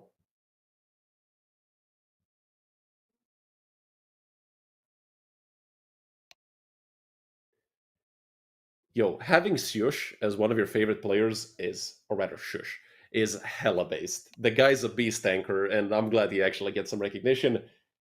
Donk and Jambo is interesting. Donk is Donk. You either love him or you hate him. I don't think I've ever met somebody who dislikes Rain. Genuinely. He's so chill. He's literally, I mean, I hate using this term, but Rain is a chill guy. Like, if you ask anybody who's a former teammate, I remember Nico in an interview, he's like, who's the best teammate you ever had? Rain. The guy is going to just play Counter-Strike. He's not going to complain about anything. He's just going to be chill.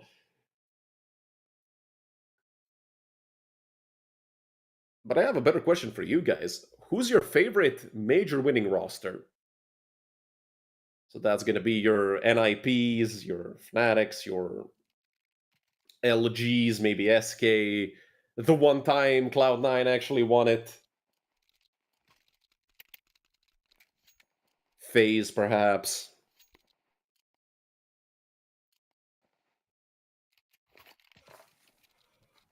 For me, it's between FaZe and Zeus with Gambit when he actually won it, because I was so happy for that, man.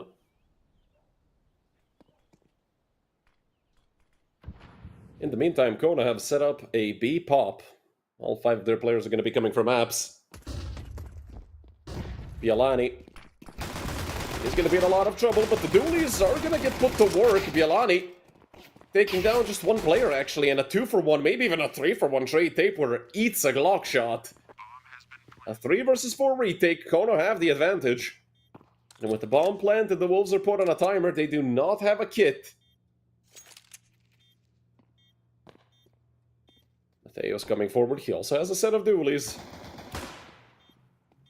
And what a tap from Mateos. Doesn't even try, but he's really going to need to try now in the 1v3. And when you get double peaked, well, you don't have a chance. A double kill for both Saltowski and for Owner.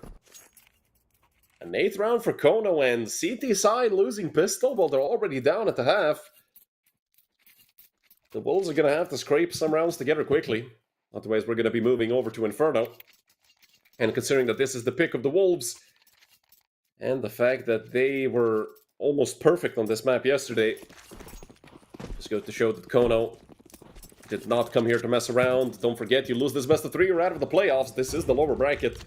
Both of these teams were defeated. Kono by Wildcard Academy, and the Wolves by Cubics got reverse swept, and Kono got 2-0'd. But essentially both of these teams lost 2 maps in a row, so let's look at it like that. And then unfortunate for Kono, because in their first map against Wildcard, they were up 11-7. Ended up losing 13-11. And then they got destroyed on map number 2 by Wildcard Academy.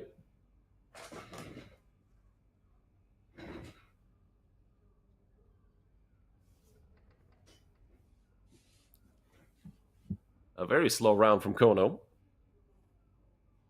Judging by everything I'm seeing, it seems like they're gonna actually go and straight into this stack. But they do have info on A site. They know Owner is out there, and yeah, Saltowski gonna be making the rotation. Although they're still not 100%, they should be being reassured soon. I just hate the fact that Saltowski is kind of completely alone on the bomb site currently, but he is just going to plant for short, and Owner is going to start farming those green dollars. 1,200 already for him. Captain Kurtka, easy kill, boosting that headshot percent. What a shot for Captain Kurtka. This guy has such crispy aim.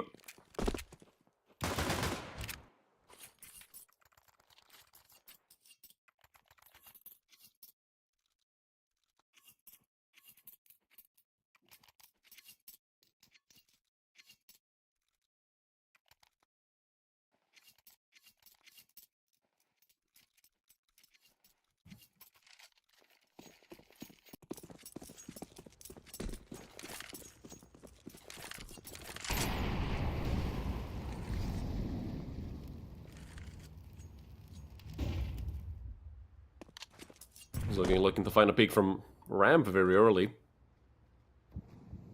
And knowing that the Wolves are gonna be reset if they lose this round, we might even see a bit of a quicker A execute. 3 players coming from Palace, that could be problematic, and I'm not sure if there's a smoke on top of stairs.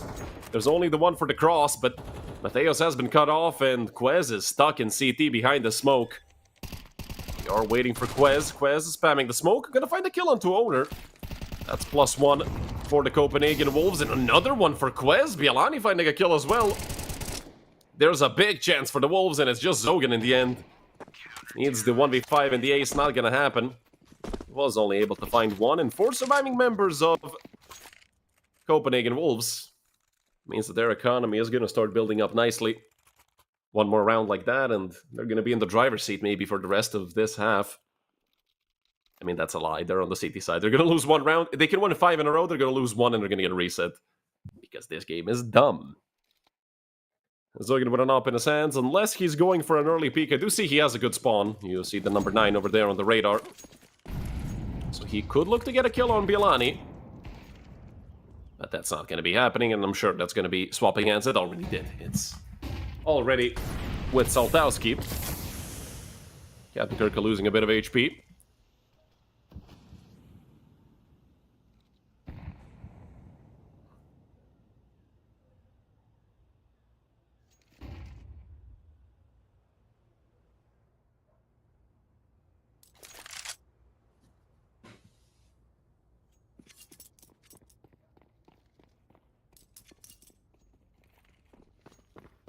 Once again, a slow round from Kono. But it seems like they're going to be choosing the A side once again. I mean, they did get close to taking the previous round. They just got they got reaped on by Quez, who's having a great game. Second only to Captain Kurtka. Same score as Owner, 14-10. And essentially 4 players on the side for the Wolves, but Bialani, as I say that, rotates over into market, so let's just make that 3. This is a very tough position for Chiquinho, and he's just gonna get cleaned out of it. Wait, he's down to 9 HP, never mind. Owner's gonna take him down all the way. Damage being traded, but still no frag. And Captain Kurtka lurking through the smoke, spamming it. He might have jumped the gun right there. Mateos with 2, but it's Amster and Saltowski to answer. A 3-on-2 in the favor of Kono. 15 seconds on the clock. They should get the bomb down.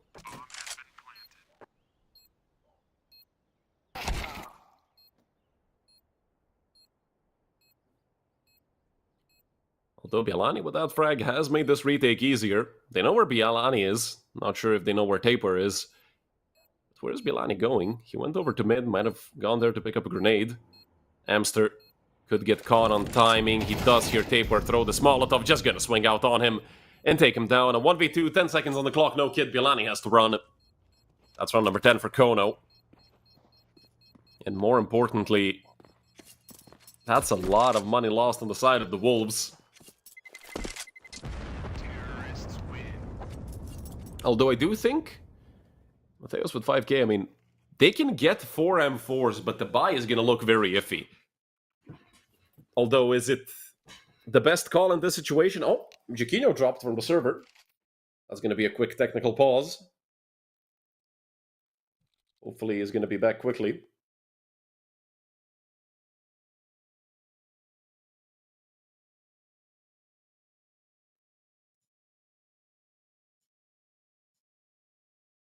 I wish I could predict how long these technicals could be so I could tell you guys in advance and also go grab some ice cream.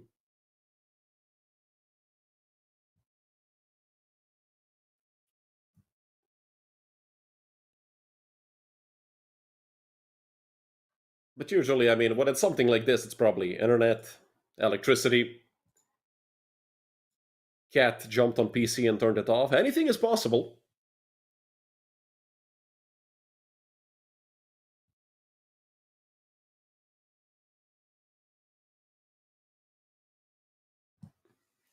There was a case, but it was a local tier tournament, and we were all laughing our butts off. A player's ceiling fan fell. Essentially, it didn't fall on his head; it hit him on the back. But I can just imagine the scene. You're locked in. It was like 7-7, I think, back in CS:GO days. And imagine just, hey, why is the technical pause? Oh, my ceiling fan fell off the ceiling. But judging by Chiquino not being back yet, I do think I have time for my ice cream. Maybe. I'm just gonna grab some water while I still can. The last sip of water in my bottle. Gonna have to get a refill on that. In before this game goes into 7 overtimes and I die of thirst.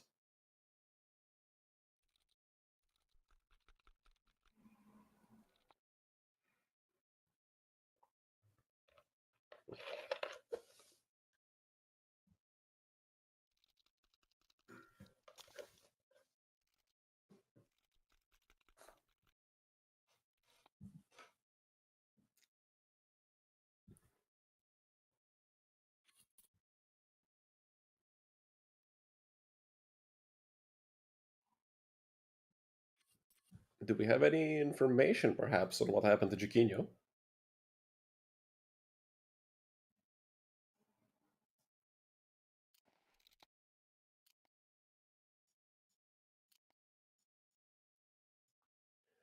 So far, seems like the answer is no.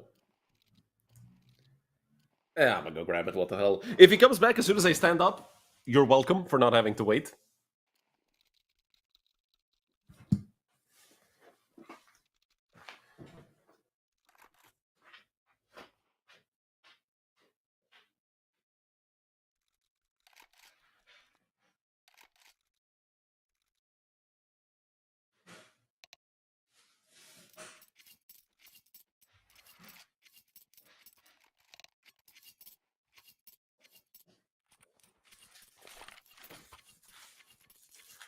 Of course.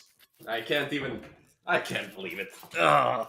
Well, I'll have to toss that back in the freezer when I get the chance. Hopefully, Kono end this quickly so I can not eat melted ice cream. I'll just put it to the side. And if I forget about it, that's going to be interesting. But I told you, as soon as I stand up, he's going to come right back. That's how it works. Whenever you're queuing for something, you go and, hey, I got to go to the bathroom. You stand up and boom, queue pops. That's why we run out of Accept on Faceit. The day they disable auto Accept on Faceit is the day I quit. I mean, I'm already close to quitting. But that's a story for another day. That's when I make a YouTube video. The real reason Faceit is dying or some dumb title. Anyways, the Wolves have an atrocious... Well, not an atrocious buy. There's a 5-7 there. They do have 2 kits, but the utility is really lacking. And that CT side Mirage, you kinda need those smokes to hold off the terrorists.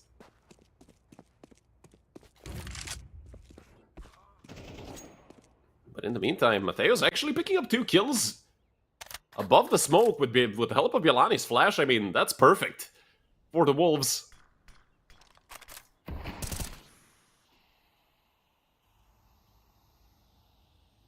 I'll just smoke here into Con. Mateos has a big old gap in it, but he is gonna peek into Owner. Owner reading him perfectly. And now it's Amster, who seems to have caught some timing here through Con. They were not ready for that push to come out immediately. Now it's just Chiquino towards CT. Chiquino having a rough game by his standards. 6 and 10, not something we usually see from him. Amster, if he gets this kill, he might just close out the round. And this was a big advantage for the Wolves, but now it's leaning the way of Kono. Yelani losing 20 HP from that molly, and both of these players are going to be coming out of connector. They only have a single smoke, and they don't have a kit, which means they have 15 seconds to get on the bomb. Otherwise, this round is over, no matter if they kill all of the Opponents are not. Kono, that 11th round is knocking on the door, and look at this. They're not giving them an inch. They're just not going to move. The bomb gets stabbed. Zogan going to spam through the smoke, and it's Amster actually getting traded.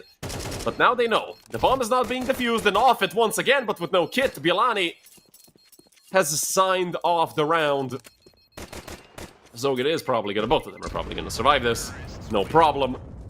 But it doesn't even matter, even if Zogan went down. They have enough money.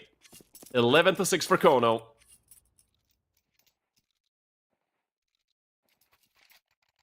And only 2 more rounds away from ending off map number 1. Stealing the pick away from the Copenhagen Wolves.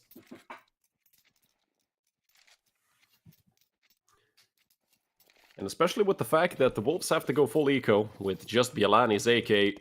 I mean, not full eco, they have 5 7s and Deagles and 1 Kevlar on Mateos, but you know what I meant. Oh, what a shot from Owner.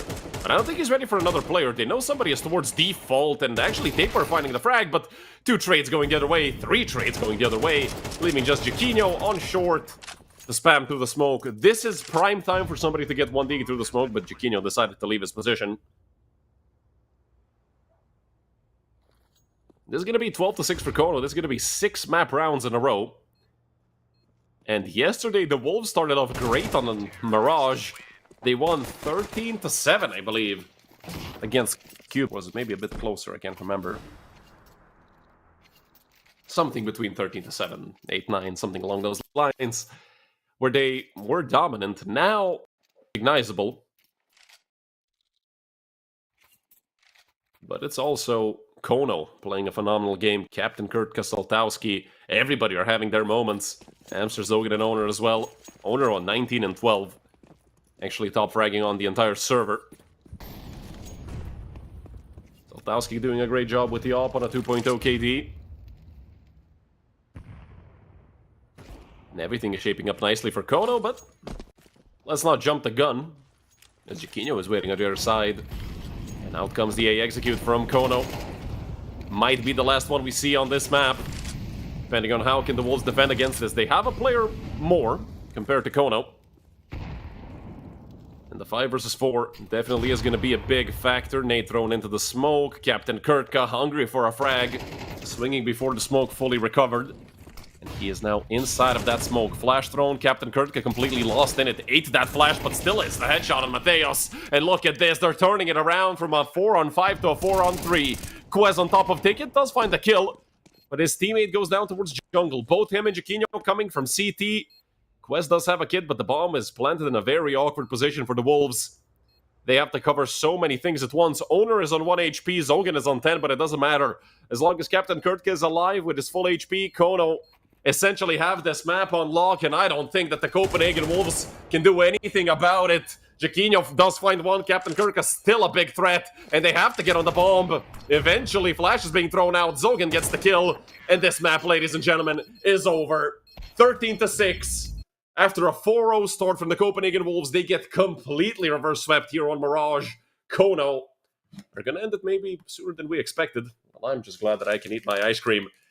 You guys stay right with us, because in about 10 to 15 minutes, we're going to be back with map number 2, which is going to be Inferno, the pick of Kono.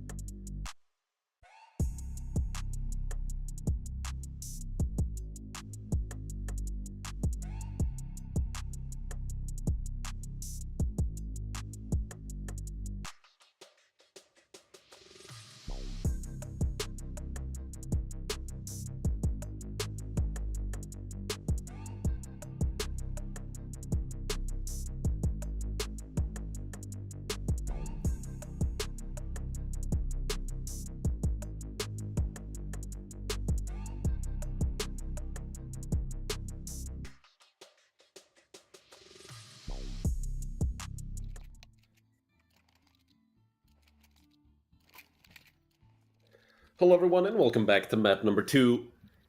In the elimination best of 3 between the Wolves and Kono, Kono dismantled the Copenhagen Wolves on map number 1, even though the Danish team was up to a 4-0 lead. They ended up losing 13-6. A big blow to their confidence. And that was their own map pick. Now here we're at Kono's playground here on Inferno. An 80% win rate on this map, with the Wolves having an exact opposite of 25. 2 wins out of 8 maps played, whereas Kono have 8 wins out of 10 maps played. The numbers point towards a Kono 2-0. But numbers again are just a mid, let's be honest. And I don't know how to count. Gilani gonna get flashed through the smoke, and actually Matthäus is right there to help him out. Zogan does go 1-for-1 with Matthäus. Kurtka and Matthäus both out of the round. Look at how late the rotation is for the Copenhagen Wolves. Bielani. 3 players waiting for him around the corner. This is going to be very rough to peek into without Kevlar. Bielani, not a chance. Tapeware does find 1 while running with the P2K, but it's just the frags going the way of Kono. A great job by Kono here to start off the T side. Losing only 2 players as well, but it's the pistol round, it doesn't matter.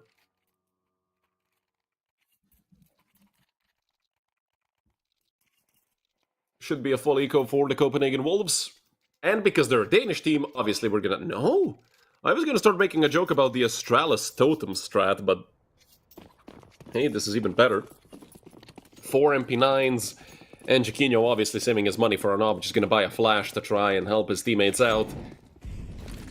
This could be great for the Wolves. I mean, usually they're the ones that win pistol and lose the second round, so... It will be nice for them, man, a good change of pace. To actually win the round after losing pistol. Captain Kurtka taking 40 damage from those 2 nades. 39 from the first and 1 from the second. Gonna keep going forward. 3 players over here on B, but nobody on the site itself. There's only Matthäus who's boosted up. And it's Tapeware and Jaquinho. Ready to pounce. Jaquinho still holding that flash. They're just gonna full shift into this. Look at Captain Kurtka. Look at Captain Kurtka. He has the backstab here. 1 frag is found. Tapeware able to get the trade, and with the flash, Tapeware actually getting a second. Great job done by the players on B, taking a 2-for-1 trade, even though Tapeware took a lot of damage, down to 30.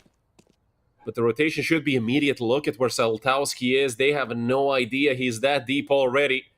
Although the timing could actually favor the CTs, Jaquinho could backstab him from library. And look at this double short setup. They're going to go forward. A headshot from Amster. And Saltowski with the trade. Saltowski with another. Taking down Jaquinho, leaving only Tapeware, who's down on 30 HP. To try and clutch up in the 1v2. Saltowski might have saved the round alongside Amster. Tapeware, not a chance. Let's see if that Mac 10 can maybe be upgraded to a Galil, but it actually doesn't even need to be. I mean, you could just go with multiple Mac 10s into this round. Realistically, the CTs aren't going to be investing almost anything.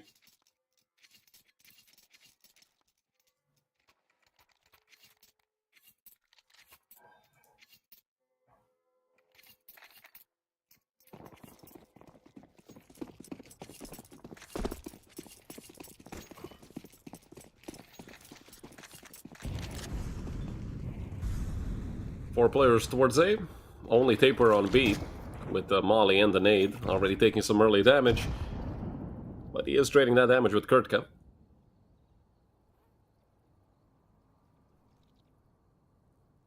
Four players on short. I don't think anybody ever expects that. And with the... The worst thing is, the fact that he filled it so miserably is actually perfect for Kono, because now they're just going to say, okay, well, we either go long or we go B. That is so... Okay, there was a... Okay. This game is absolutely disgusting. Quez, I have no idea how you got those 2 kills.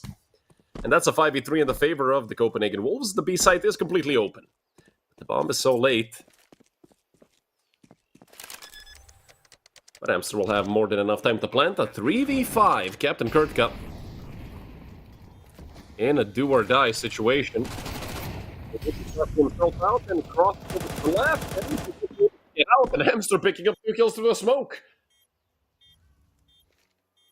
Giving those 2 that Quez found right back. Look at how late Bielani is all the way through Banana. The new and improved widened up Banana. This is going to be a safe call for the Wolves, just hoping to get some exits, but it's against Mac-10s and the Galil. It really doesn't matter. Hamster jumping with a Galil is pretty brave. Bielani, again, finding a kill, and everybody are going down. The bomb should take him down, though. Taper falls. It's an Eki for Mateos, and a Mac-10 for Bielani. Not that bad, actually. Kono losing 5 players. I don't know why everybody hate Inferno. I actually still love it. I mean, it's been my favorite map ever since 1.6. And I stand by the fact that it's still one of the best maps in the game. People are gonna call me crazy. But it's, at least for me, from my perspective, it's so fun to cast, because it's... I mean, Anubis... I would love to go over all the maps, but I can't really make a tier list mid-cast, but... Anubis is predictable, Ancient is also predictable, Dust 2 is boring, Mirage is good, and Nuke is also good. Mateos with the flash. Speaking of good things, a double kill to start off the round for the Copenhagen Wolves. Absolutely phenomenal. 1 frag found by Zogan to try and even it out just a little bit. Still the man advantage on the side of the Copenhagen Wolves.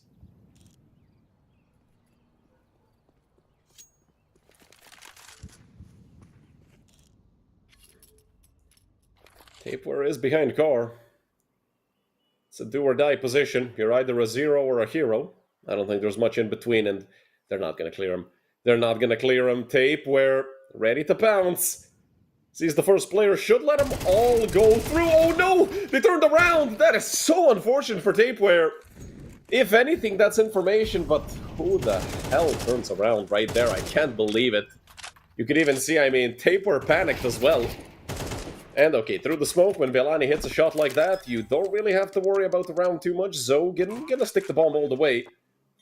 He has an op in his hand, 5 bullets, more than enough to get potentially 3 kills, but Bielani just gonna deck him with the AK.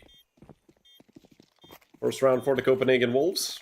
And it's a pretty decent one, a full buy, 3 surviving players. Not bad at all.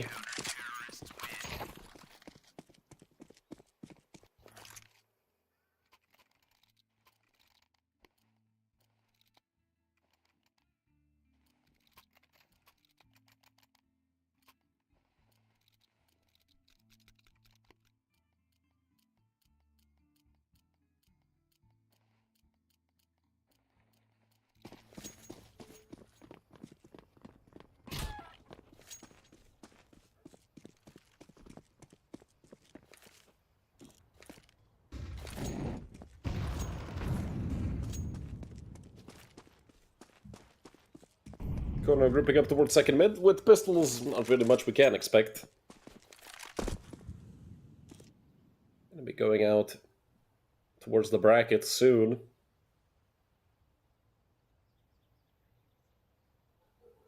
Joined by Mateos, who's rotating through Arch. Jaquinho finds the first, and now it's just gonna be a shooting gallery. That's a collat for Jaquinho as well. It's just Captain Kurtka left. Maybe a 1-dig. Mateos has been pretty unlucky against these pistols, but it's just going to be Bielani to clean up on mid. Second round for the Wolves as expected. Jaquinho with the triple kill, boosting up those statistics. And also, very good for the Wolves' economy.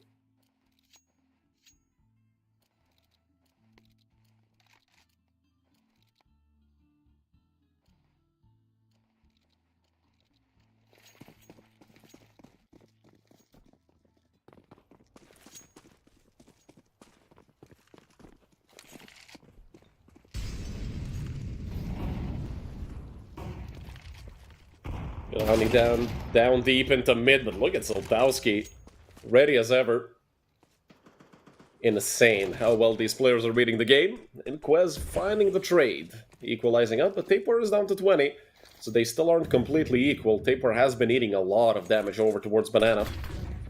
Captain Kurtka Swinging in front of this. Where's the smoke? Where's the smoke for CT? It landed so late. I do believe it was missed. It should have probably landed on the boost, but it didn't.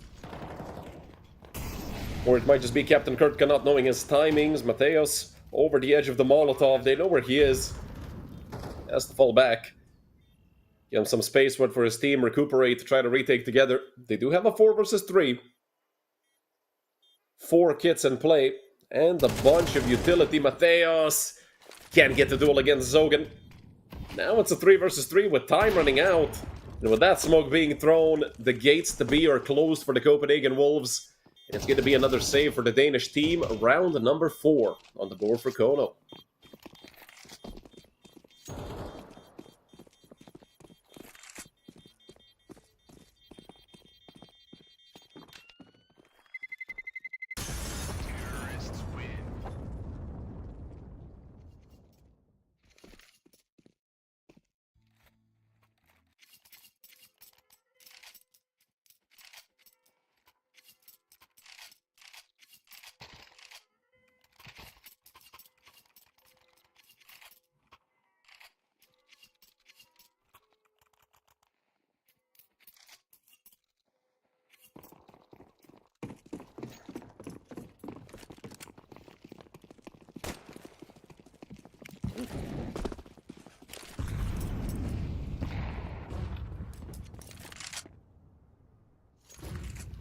Only banana aggression by Kono.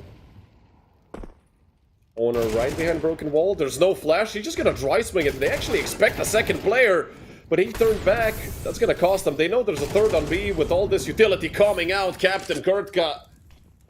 His aim is impeccable, and this might be another save call for the Wolves unless Bialani can find something through the smoke. Quest did kill the lurk, but that just might be a sign. We've been granted an easy road to saving. But Bialani's still poking around through the smoke. Hopefully he doesn't get tapped through it, and, well, he is going to get away safely. Kono exposing the Wolves over towards the B bomb site. And the Wolves are definitely doing something wrong. They've tried everything. But I do think they might be in store for a balls to the wall push down banana. Unfortunately, with the banana being widened up, and the CT Molotov being absolutely useless, you really need a smoke now for bottom banana. That cuts off ramp and bottom mid.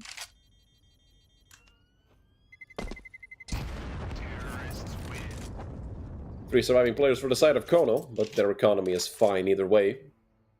Owner should be dropped. Probably by Captain Kurtka. It's actually going to be by Zogan. A 5-2 lead here on the T side for Kono. Kono doing a great job in opening up Inferno.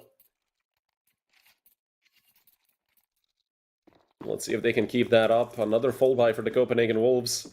2 AKs, 2 M4s and an op. A bunch of utility. Actually fully util. And 3 kits. More than enough. Hamster is going to be taking up a position over towards Squeaky. Molly for banana. Captain Kurtka hesitated. He was expecting somebody to maybe peek or get a nade over top of it. Ran forwards and ran back. Lost him quite a decent chunk of HP. And Mateos, if I'm not mistaken, setting up the retake utility for banana. But it's gonna be too late, because Captain Kurtka is already far ahead of it, and they're just gonna run into B. They saw Mateos on top of first oranges. Mateos is probably a dead man. No, he's actually able to get the kill onto Captain Kurtka, even while falling. Mateos' aim is sharp, and with that smoke being thrown so shallow, it's probably gonna completely stop the offense of Kono. In the meantime, a long smoke has been thrown out by Amster. So that is something that the Wolves have to worry about. But look at how they're keeping Chiquinho in rotation over on Speedway. Another smoke for banana, and they're going to have to wait this one out. That's going to leave Kono with just roughly 20 seconds to get into the bomb site.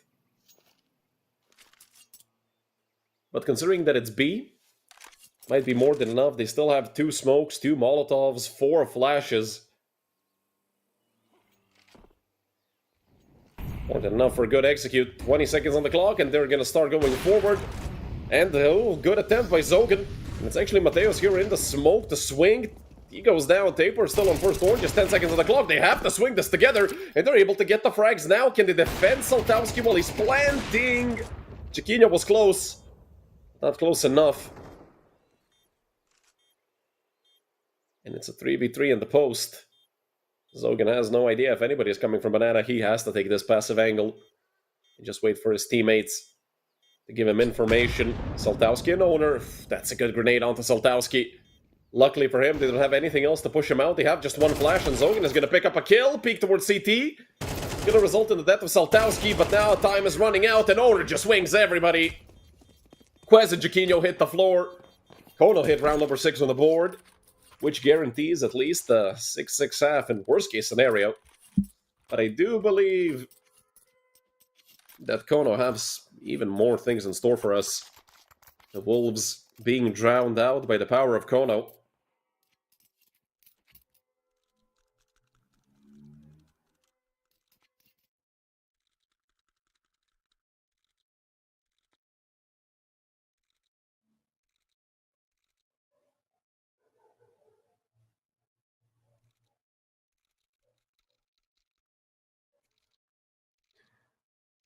A pause called by the Copenhagen Wolves.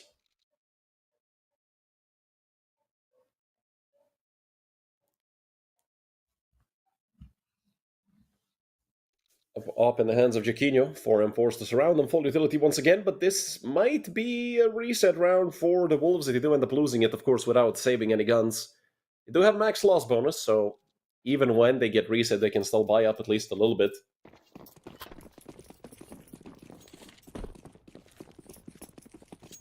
Captain Kurtka's having a surprisingly slow game so far.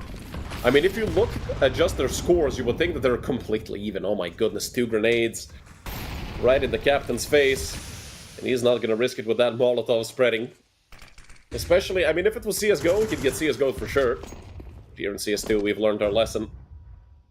Theos losing half HP. A good trade of damage, if anything.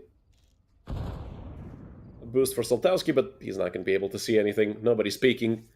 Chiquinho and Tapeware taking up extremely passive angles.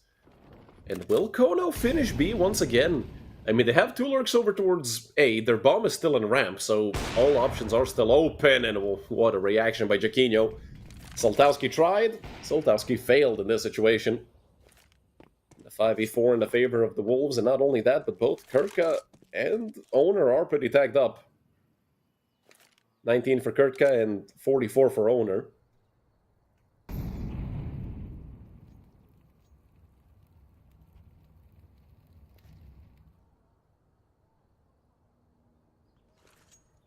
Quez, Mateos, and Bielani over towards the A-bomb site. Don't have to deal with them, but no matter where they go, they're still gonna have the man advantage, technically. I mean, unless the Wolves pull some crazy rotation.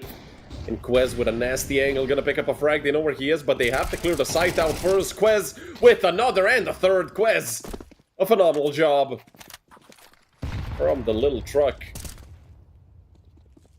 Well, it's the little engine that could. It's Quez saving the tails, literally, of the Copenhagen Wolves. Leaving Captain Kurtka to save.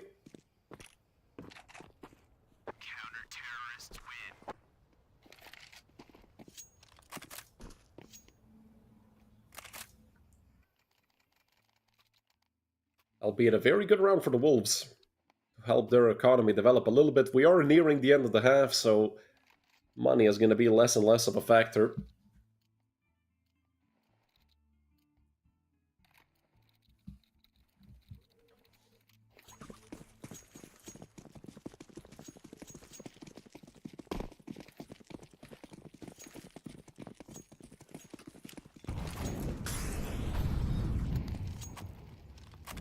The Wolves are very passive when it comes to banana control, though. They give up a lot of it, although with the new update and it being widened up, not really much you can do, especially with the, well, poor performance of the CT Molotov, and Taper gets destroyed. Captain Kurtka is ruthless. What is this? 2 entries, and I pray he doesn't get a third, but that flash was perfect. I mean, he's gonna ruin the Wolves. He gets another one. Defensive smoke from Bielani through the smoke, able to get a kill, but it's just a 1-for-1. That's not enough. Chiquinho does pick up a kill. and maybe makes this a doable situation in the 2v3. But Zogan is just going to jump spot Banana. And with how far Quez is, and the fact Jaquinho has an ob, this is going to have to be a save. Kono going to pick up round number 7.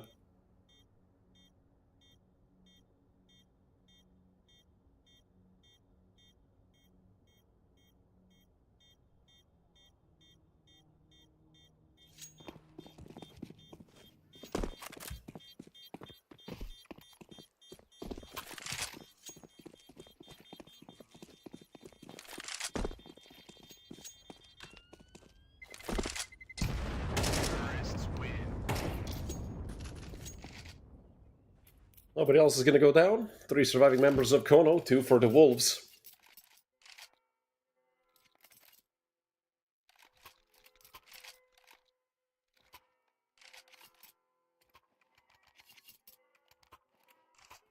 Ancient is the decider if you do end up needing it. I have to check something real quick. Which maps did the Wolves play versus Cubics yesterday?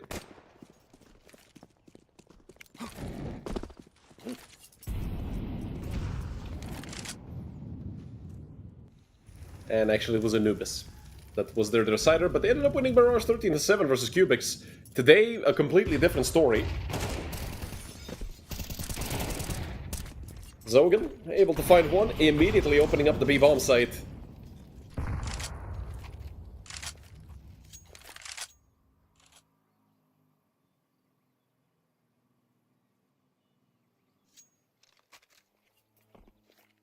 Jaquinho coming up close.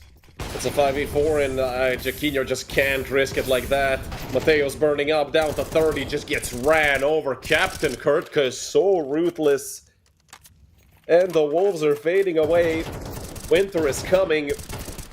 And its name is Kono. Only Quez and Bielani to save their weaponry.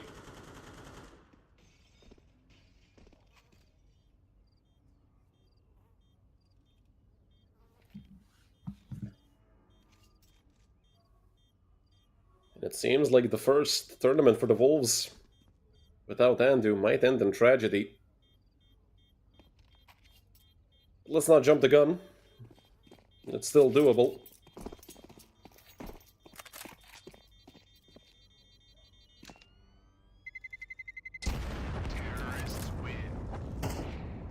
Five surviving members for Kono, but it really doesn't matter. I'm surprised they weren't chasing kills. I mean, they all have at least 4,000. Saltowski and Honor had over 6k.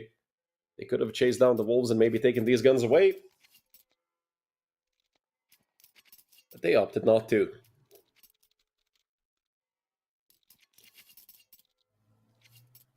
Well, I wouldn't just say that the Wolves are particularly bad at this point. I mean, Captain Kirk is hitting everything. Kono is playing very well today. Compared to what they were yesterday, they look completely unrecognizable.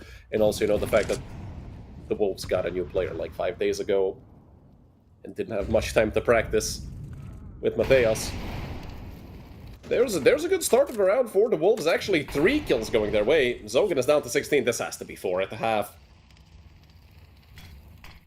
Absolutely is doable on the T side for the Wolves, as long as they don't sell this round, which seems like they won't do.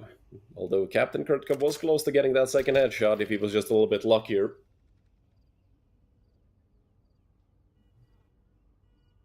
Zogan wasting time a little bit, maybe 16 HP 1v4, I don't really think it's gonna happen. If he does pull it off. Well, I was gonna say I'll shave my head, I already did that.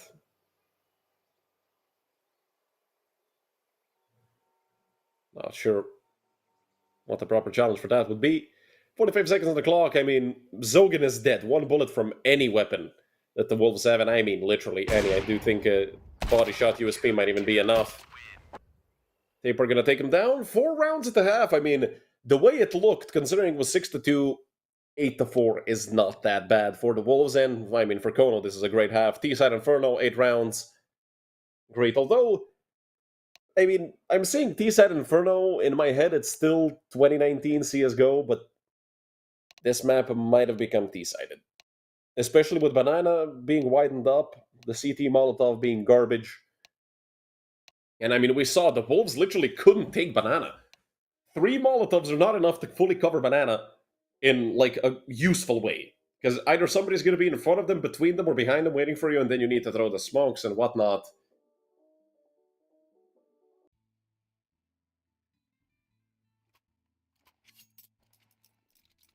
Well, that's why Counter-Strike is so beautiful. Even if your players are better, or rather, let's say even if your opponent is better than you, mechanically, you can still outplay him strategically. And Kono, well, they've been kind of doing both. Because they've been hitting their shots, they've been opening up that B bombs. But look at this, I mean, if you looked at the scoreboard, Captain Kirk has 8 kills, and then from top to bottom, 8-5, 7-5, 6. And the Wolves have similar scores, it's just the fact that they've been saving so much, and look at this from the Wolves, I mean, they're hungry and the Wolf Pack is coming, but opening up A this quickly, they are pissed. Look at this, 5 seconds. And Amster is completely alone. He's dead. Okay, well, who would have guessed that the Wolves have been getting their butts kicked the entire first half, and now it's just pistol round. Oh, I'm sorry if that was too loud. I didn't know that was right in front of my microphone. I'm sorry if I blew your eardrums out. But hey, the Wolves gave themselves a chance. I mean, it's literally only 3 rounds. And Kono has to... Well, I was going to say they have to full eco. No, they're going to force... Okay, so Kono... If they win this round, that might be like 90% of the work they need to do done here on Inferno and in this entire best of 3, considering that they're already up 1-0. And if they lose, that's going to be 6 for the Wolves, then a full eco, 7. Going to be close. But I mean, they have 4, 5, 7s. They know the value of the snapping turtle. I mean, that pistol is so broken.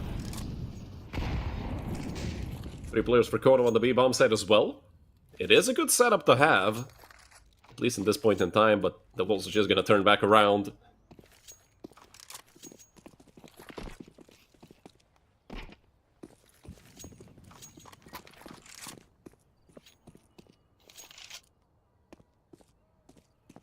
And the Copenhagen Wolves seem to be plotting something towards A. You never really want to risk it with the B-bomb site up against pistols and SMG's owner. He's greedy. He's very greedy. Did not expect the player to be that close, and it's Quest to pick up a double kill. And this might be a call for Kono to save, as sad as it is, saving 357s. 2 of them have helmets, and Soltowski does have Kevlar, and that's an AK for Amster. Although he is going to immediately get taken down. The Wolves are going to start mounting a comeback here on the T side. They should make sure.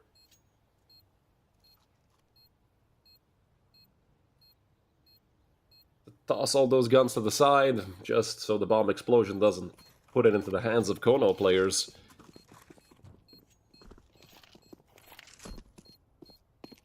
A good idea from Kono, but I do believe it could have been played better, especially the player in Boiler, if I'm not mistaken, that was owner.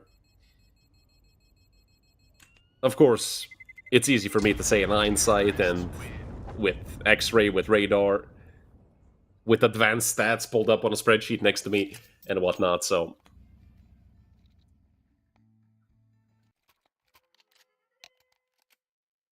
Oh, another technical pause. Hopefully nobody drops from the server.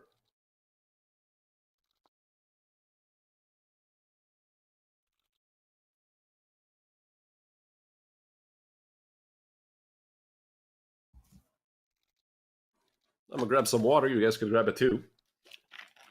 Always gotta stay hydrated, don't forget.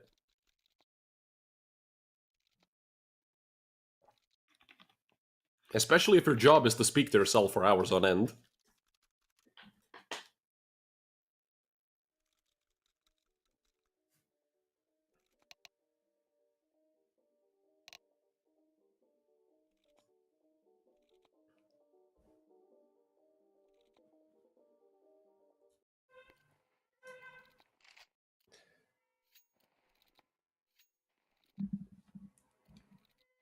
Good thing it was quick. A lot of technical pauses today.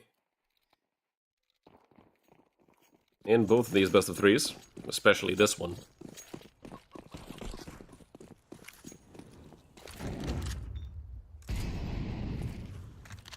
Default setup for the Copenhagen Wolves. Really nothing to risk in this round. 3 players still have Kevlar on the side of Kono. Captain Kirka gets blown to smithereens. Now it's Mateos to lurk around here towards Banana. More utility being thrown into all the cheesy angles, and this time Owner is actually gonna play it smart and get a frag, and then Amster, well, maybe Owner should have peeked first. This gun is so broken, please, Valve! Please nerf the 5-7. I cannot believe what I just saw. Should be Bielani's round, although he did see the player down there. It's Bielani to end it off, a double kill for the Polish player, but oh my goodness, Owner with the 5-7, that is absolutely disgusting. What he just did.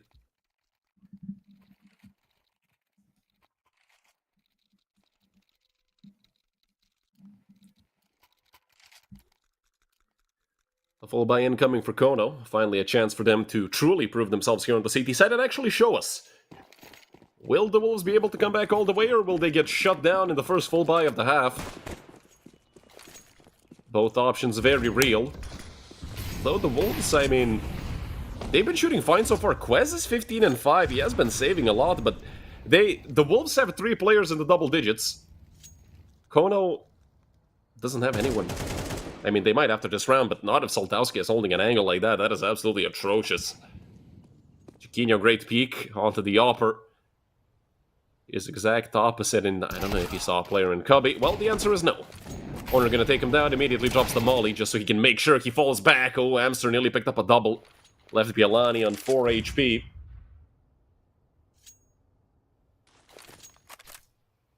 This nade could do some damage, although everybody already fell back. It's a 3 versus 3.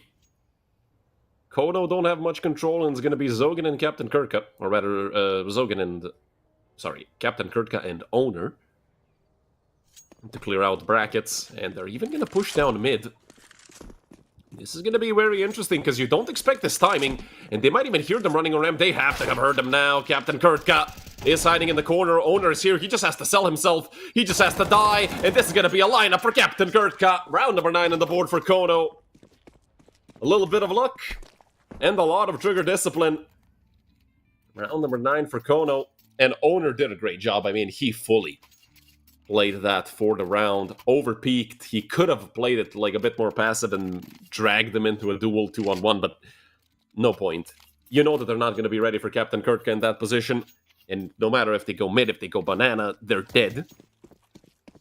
A very good job by Kono. Doubling their lead from 1 to 2 rounds.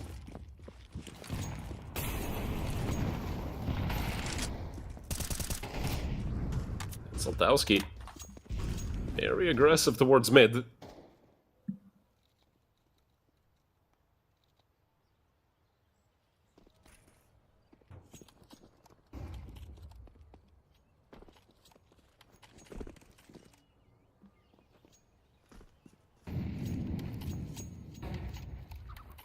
Seems like the Wolves are going to be making a rotation over towards B. 4 players in banana. Mateos is on a tech 9, and so is Tapeware, and look at the nade stack, and they're just gonna run right after it. Oh, a great round for the Wolves. They just have to keep going forward, but they hesitate. They could have ran these 2 players over. Obviously, you don't know if those nades hit. But they do slow it down. That is gonna keep Soltowski over in Speedway.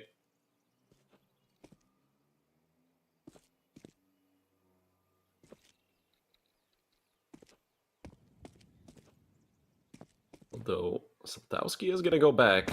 Arch smoke. And he's immediately going to give the molly. This is a good fake by the Copenhagen Wolves, but with 35 seconds, all they have to do is play safe, and they smoked themselves. Did they just miss the CT smoke? Oh my goodness, Mateos has to throw it out of hand. It's a bit wonky, it's awkward, and the flashes are out. Captain Kirka misses everything. And this is falling apart. Zogan's on 5 HP. If they hard clear him, he's dead. Although if he hits the instant headshot, and actually Soltowski through the smoke helping out, it's a 3 versus 3. Maybe some extra damage through the smoke as well. Everybody coming from CT, but look at the flank. Quez has the round at the palm of his hand. Quez can have a double kill easily. Somebody switch over to Quez. He finds one. Has info on the second, and I think they actually have info on both of these players. No chance in hell Kono can win this. And with Jaquinho finding that kill, Owner just going to turn forward. He has to commit somewhere. And he's going to try to play for the round. Bielani should have probably killed him sooner. But that is economic damage that they can't really afford.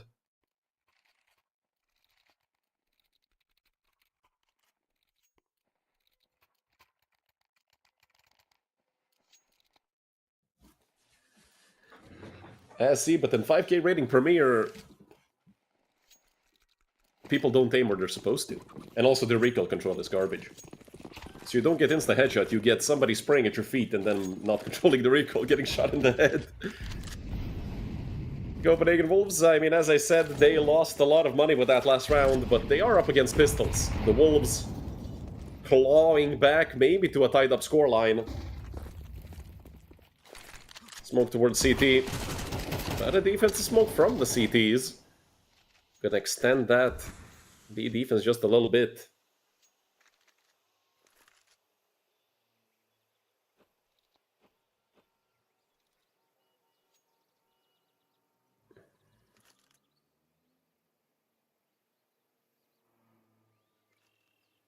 Still the Wolves forcing mostly towards B. And this is that situation where I said either the brick wall breaks or your head breaks when you're going head first. I don't know what the hell that...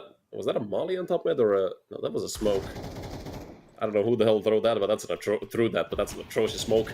And all 5 of the members of the Wolves are going to be grouped up in Banana, walking into a B stack. 4 players here. Utility coming out. The Molotov is missed. My goodness, we're watching Face It.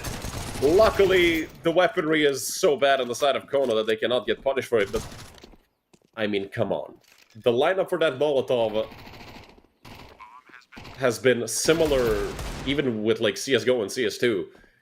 But it's okay, I mean, they know that they missed it, they're gonna fix it for next round. Timeout, CS nades, Inferno. And actually, wait, hold on, Hamster. Don't win the round while I'm yapping about nades, please. That's gonna look really bad. I mean, it's gonna look great, because I'm just talking nonsense and Hamster is hitting headshots, but he does not have enough time. Unfortunately, with 15 seconds, he would already have to be on the bomb site. Quez gonna take him down, 3 kills for Quez. And 9 rounds for the Wolves.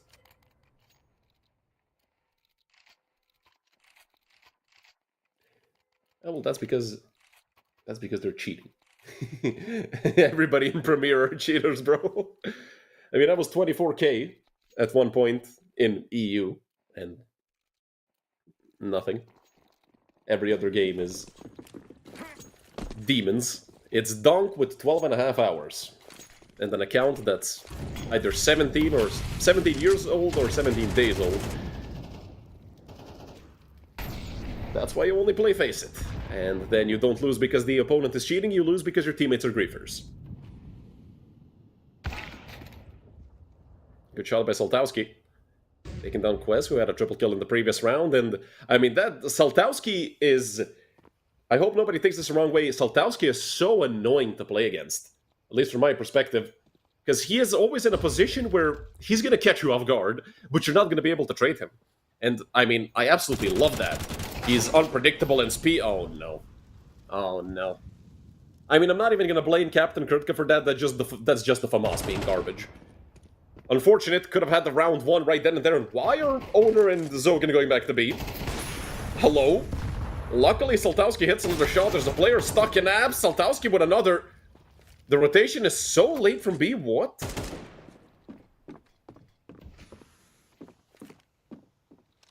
Okay, I mean, it's Mateos and Bielani and a 2v2 against Zogan and Owner, who are a year late to this rotate, but it's good they're already here. They're gonna need 10 seconds to defuse. I don't think there's any kits around. Kono, not really full of money. One player over to Grave, and I do think they might have spotted him out. Bielani turning back over into Avs, and Mateos finding a kill that might have just sealed the round. A double kill in total for the Croatian player. And that's going to be 10 on the board for the Wolves, and we finally see the Copenhagen Wolves in the lead. Kono had their chance, but they decided to keep 2 players on B. I think in that situation, I mean, obviously it's hindsight again. keeping one on B, playing for info. You can play retake. You have the man advantage.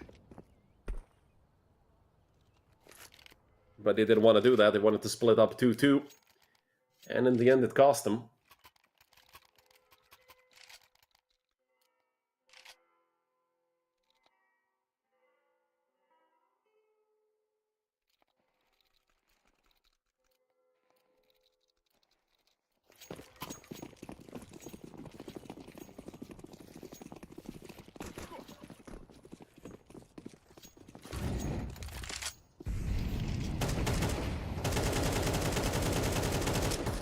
Taper gets spam through the smoke.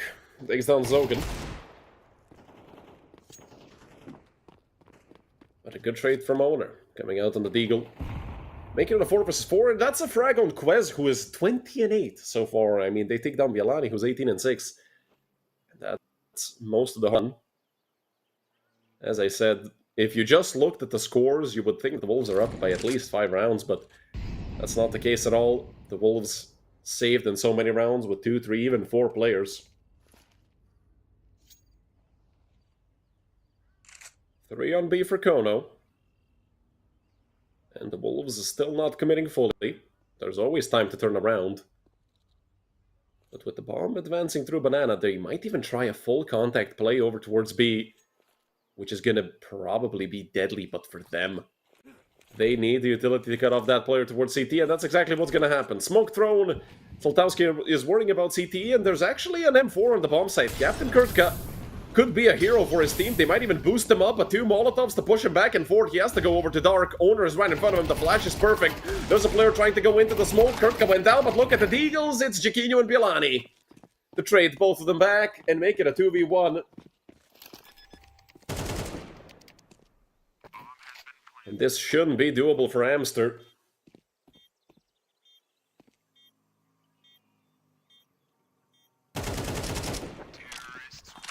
Who gets taken down by Bialani. A double kill for Bialani, who is also up to 20 kills.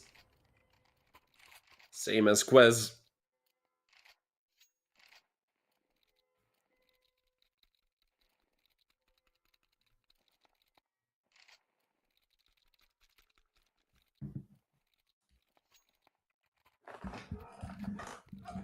(11-9). The Wolves are clawing towards the third map. Kono, on the other hand, seems like they've lost all the fuel in their gas tank. Here on Inferno, this might be the last hurrah, because this is the last full buy they're going to have if they continue losing rounds. Because, well, next one is map point for the Copenhagen Wolves.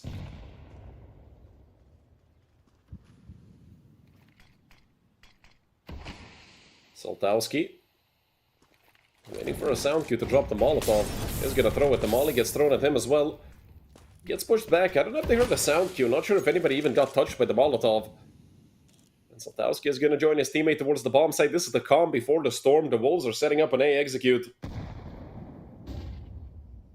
And this is gonna be painful for Soltowski and co. Nobody towards B for the Wolves unless they plan to make a rotation, which might be the case. I mean, they are checking the flank. Definitely hoping to catch out somebody, but this should be just some fake utility over towards Banana. To try and double fake back, yes. The bomb is going back to A. Nade thrown into Banana, but I don't think that's believable enough. I still think Kono are going to keep 3 players over on A. But it's a question of, will that be enough? 30 seconds on the clock. Smoke over towards Library.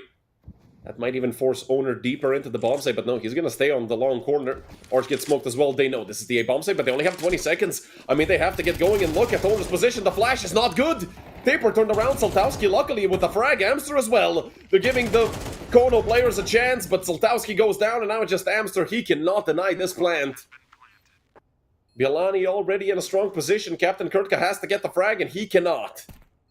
Bialani has a chance for another. Zogan, if he goes down, this round is over, but he is able to get the trade. Amster goes forward, straight into Tapeware's crosshair. Triple kill for Tapeware, and now no chance, essentially, for Zogan. No kit, just a flash. 18 seconds of the bomb. This round is over. All he can do is watch as time runs out, and the Wolves get all the way to 12 and get 3 maps in a row. Kono got the 9 rounds and they shut off.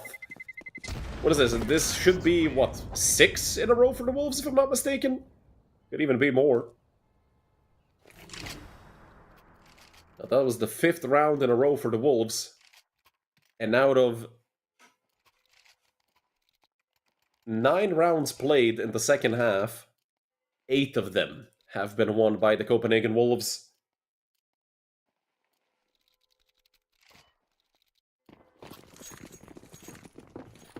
Kono struggling here on the CT side. It felt like they could, after that first full buy that they had, it felt like they would be back in the driver's seat, but Copenhagen Wolves just turning it all around. Taper doing some early damage, spamming a bit towards Banana, but look at Oder. I mean, this is the aggression I wanted to see, and they're gonna just jump through the banana smoke. They don't care. They don't want to respect the Wolves, but the Wolves have earned their respect.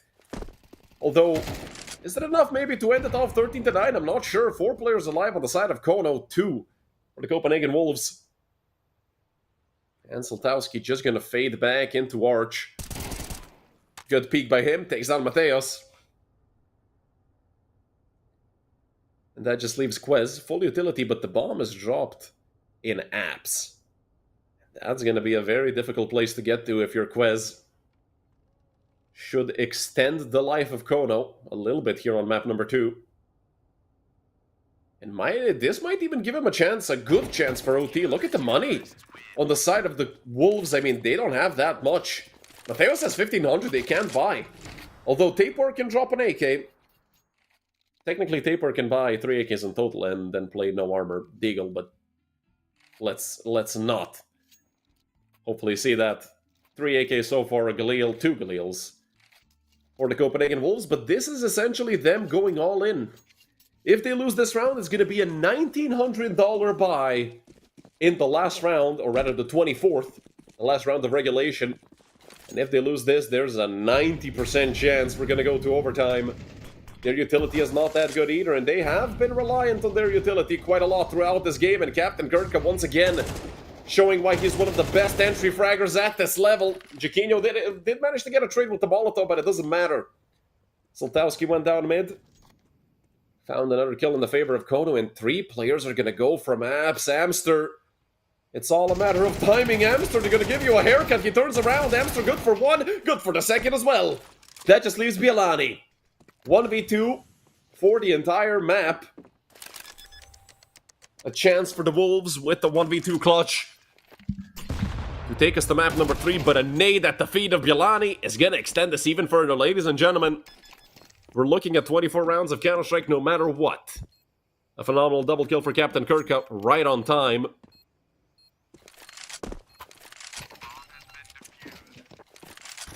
But still, this defense is looking shaky.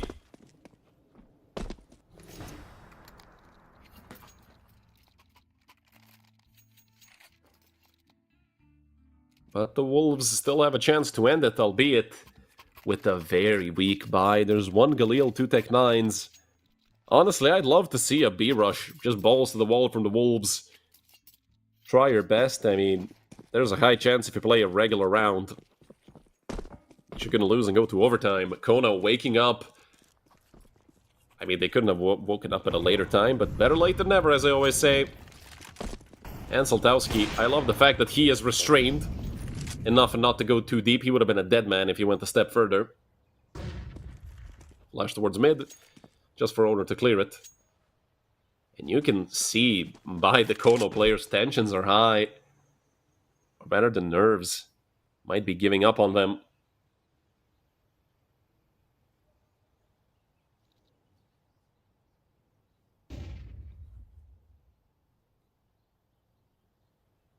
With a minute 10 on the clock. The Wolves are grouping over towards Banana. 3 players here, 2 on second mid. And they don't have that much utility remaining. Although with 5 smokes and 2 Molotovs, if you get to the bomb site, I mean, let's say they use at least 1 to get to the site, but look at this, at 55 seconds, a smoke is dropped at their feet. There's still a smoke in the hands of Captain Kurtka. Not only that, he has a Molotov as well. It does seem like Taper is going to be left here in Banana with all this utility. with the rest of the Wolves. And look at this, the fake is working. It pulled Owner all the way over towards B. They threw even a molly into pool. And now they're going to go forward. Hamster, he might be a dead man. He doesn't even know it. Although with this Molotov coming out, it might even hit him in the face and molly balcony. Oh, so many clownish things can happen here, but let's see. Is it going to be a fiesta? Is it going to be Amster being a hero for his team? He does see the player first. Flash comes out. Amster only good for one. Needs help from the bomb site. Owner with the spray down. Might have just guaranteed overtime for his team. And the third as a cherry on top. Leaves just tapeware. 1v4 converted into a 1v3, but it doesn't matter. Time has run out for the Wolves. Ladies and gentlemen, we're going to overtime.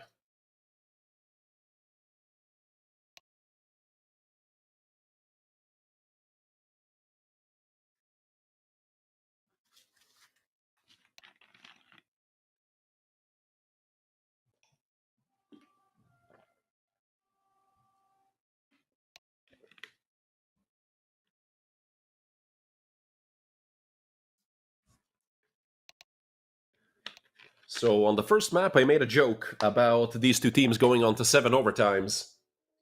I hope I didn't speak it into existence.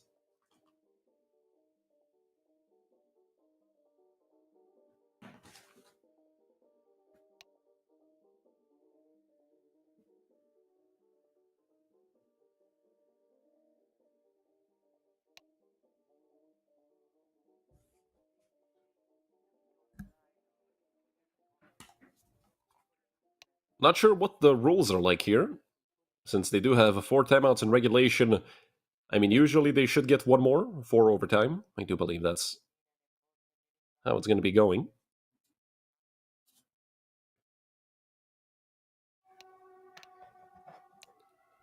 And I do hear everybody typing in chat, so I assume that they're just typing ready.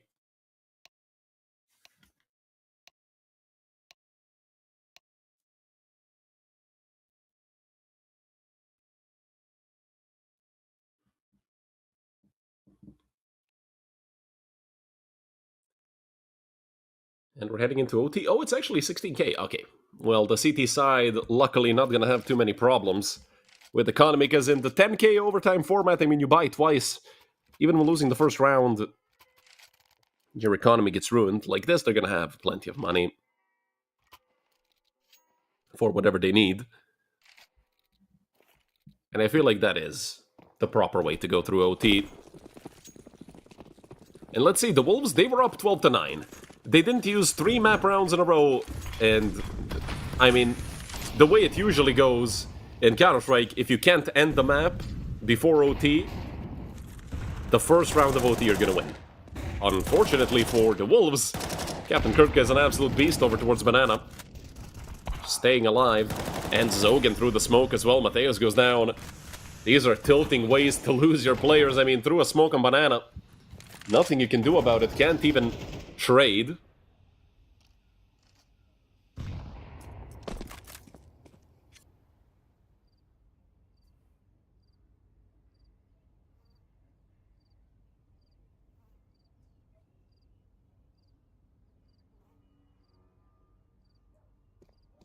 Listen to those crickets in the back. That's usually what you hear when nothing is happening.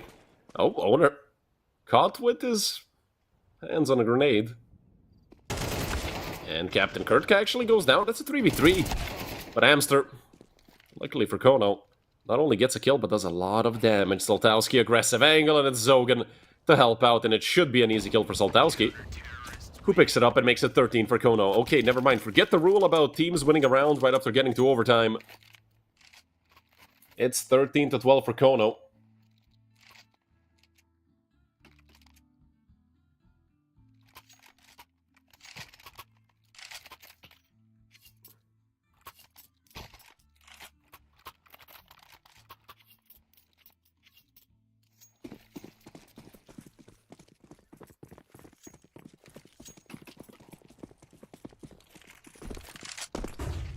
Owner looking to be aggressive down mid immediately. This is the round that actually started off Kono's comeback, but if the Wolves go banana, it's going to be a lot of trouble to actually save it. In the meantime, Owner picking up 2 on mid, and even though they lost the first player, Kono is still up a player in this situation, a 4 versus 3 tape where if Zogan over peaks, he's going to be a dead man. His only help is coming from CT right now.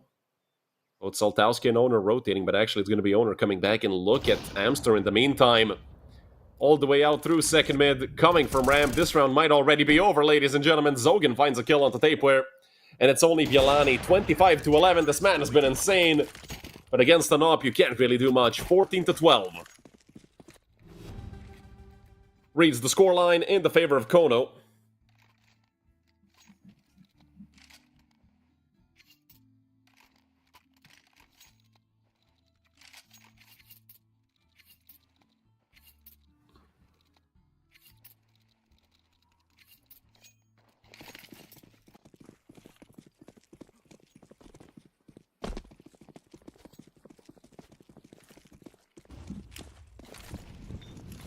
Captain gonna be dropping an A down into Banana.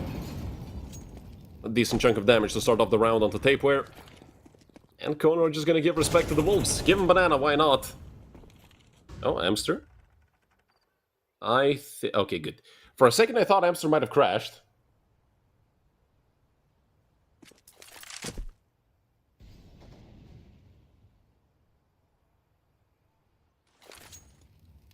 That would have been horrible for Kono, because the round couldn't be reset because, well, damage has been done to both sides. But Saltowski finding a kill onto Quez. Now, even if a player does disconnect, they're still at least going to have a 4v4.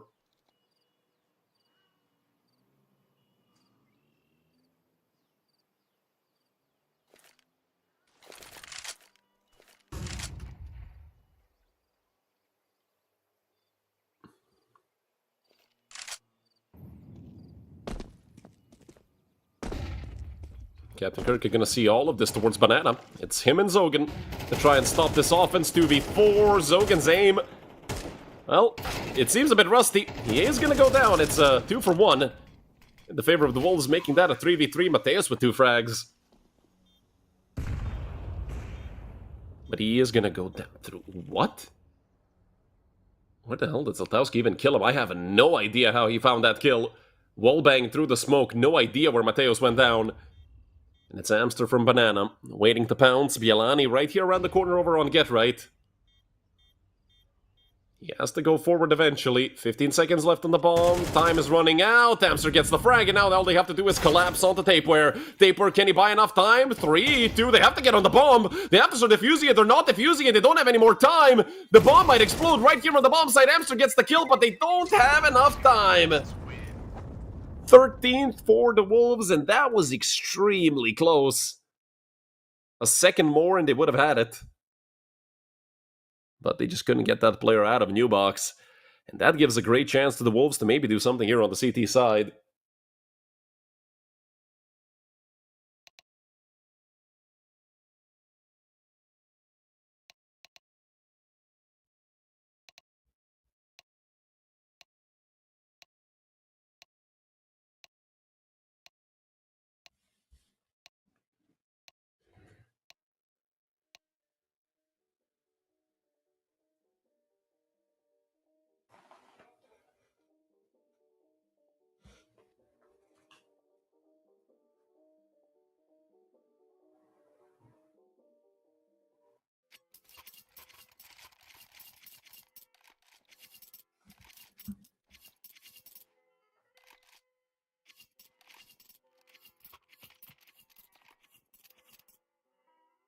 Kono up by a round. Up in the hands of Jaquinho. Haven't really seen that much from him on this map. 11-18. Stuck at the bottom of the scoreboard for the Copenhagen Wolves. Jaquinho. It would be God's gift to the Wolves that he could activate out of nowhere. And I mean, even just play one good round, that might be enough. And Tapeware, easy kill onto Owner. And there's more players coming. Mateus and Tapeware shutting down the round on Banana. 5v2 for the Copenhagen Wolves.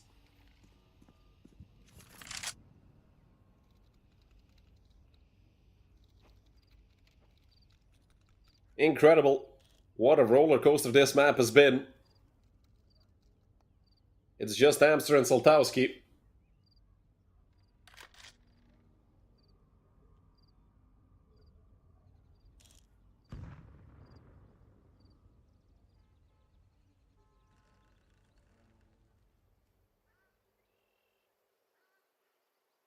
And a very difficult situation here in front of the two remaining members of Kono.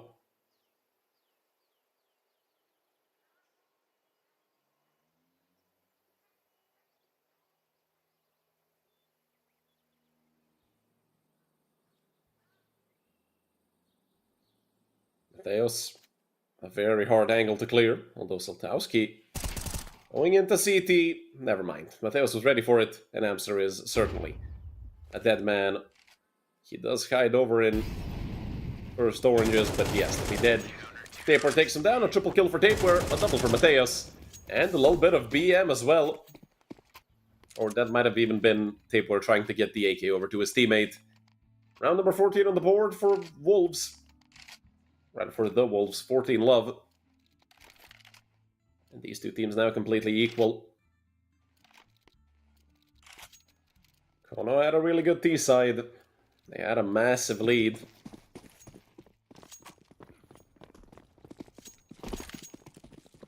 Eight to 4 at half, if I'm not mistaken, so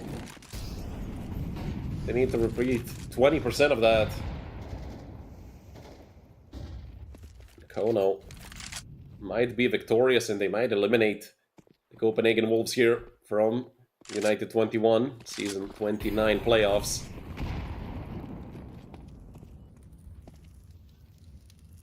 Kono fully grouped into Banana, only with one lurk, and another Molly's going to be thrown. A flash on the right click. That's actually going to do a decent chunk of damage onto Captain Kurtka, down to half HP. But he is still just going to keep going forward. 3 players here on the B-bomb side for the Copenhagen Wolves. No utility coming out from the side of Kono. I don't know where Saltowski's Molotov is, but they are just going to get put in the meat grinder. Kono. What an absolute tragedy. Saltowski died with 4 grenades. You have the flashes, you have a smoke, you have a Molotov. You decide not to throw anything. And another technical pause.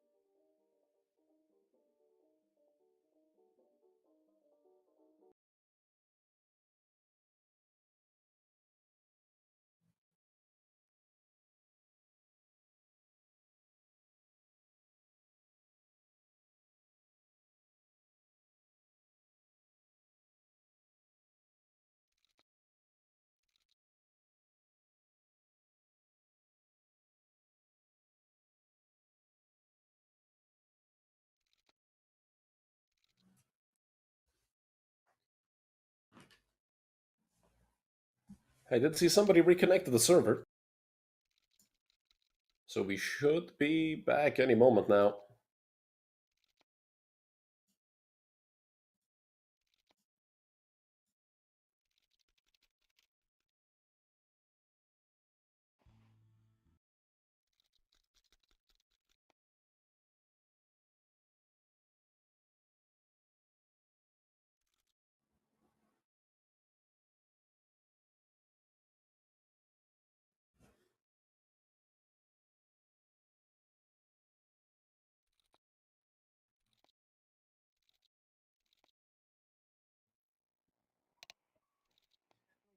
Seems like the teams are ready. I do hear typing in chat. Matthias with a great round. The MVP graphic there just to remind us.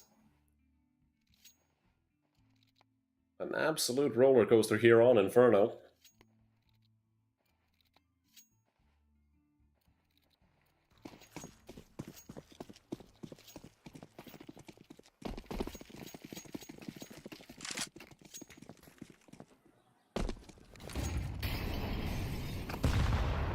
A good nade onto Taper. If anything, a decent start for Kono, both Taper and Jaquinho. down to half HP. A very good nade thrown by one of the Kodo FC members. He couldn't pick up who that was. Good answer, Captain Kurtka down to 50. And he gets wallbanged by Jaquinho. That's a very big kill to find for the Copenhagen Wolves. Captain Kurtka was a very big piece to Kono's puzzle. Now in the 5v4, the Wolves, all they have to do is chill out. Minute 10 on the clock. The pressure is all on Kono.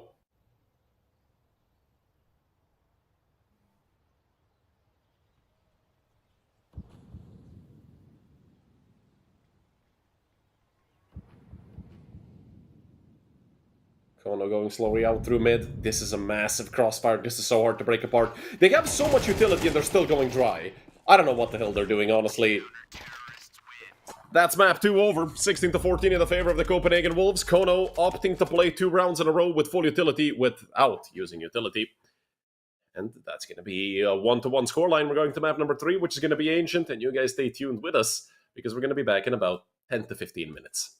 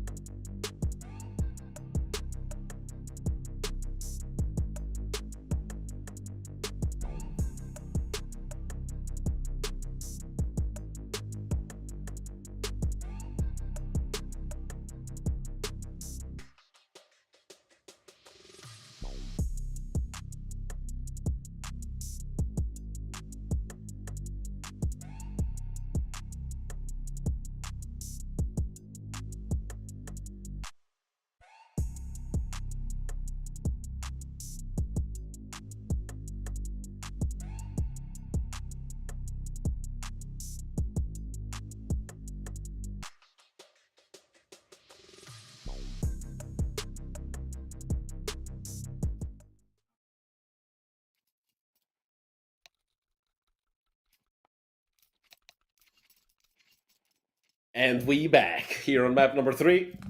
Ancient gonna be the decider. See who gets sent home. Here from the jungle, straight to the airport. I mean, not because it's an online tournament. And I'm in my favorite viewing position for the knife round, i.e.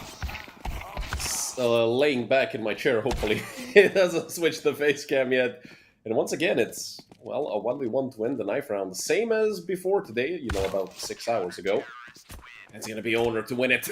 So Kono get to choose, and I assume that they're probably going to pick the CT side, as teams have been doing that quite often. Could be that they also pick, you know, maybe T side, because Ancient T side is surprisingly strong, and actually, I think recently that Ancient T side has been better than the CT side. I mean, I know it sounds crazy with all the nade timings and everything, and when you're in solo queue trying to run through banana, you get 5 nades dropped on your head. But these teams are not solo queue. Although, if you ask me, those last few rounds of Inferno were absolutely embarrassing. Kono having 10 grenades in their pockets and choosing not to throw anything 2 rounds in a row. Unfortunate, they maybe could have even sent it to another overtime. But hey, it's even better if we get a third map. The Wolves, it was iffy throughout that first map, but or rather the second. The same can be said about Kono, so neither of these teams really left a lasting impression on me. But let's see which one of them are gonna give the better one at the end. Even if it's 1% better, if it's enough to win, it's a win, who cares? But the Copenhagen Wolves have not had much practice, considering they have, well, they got a new player like 5 days ago.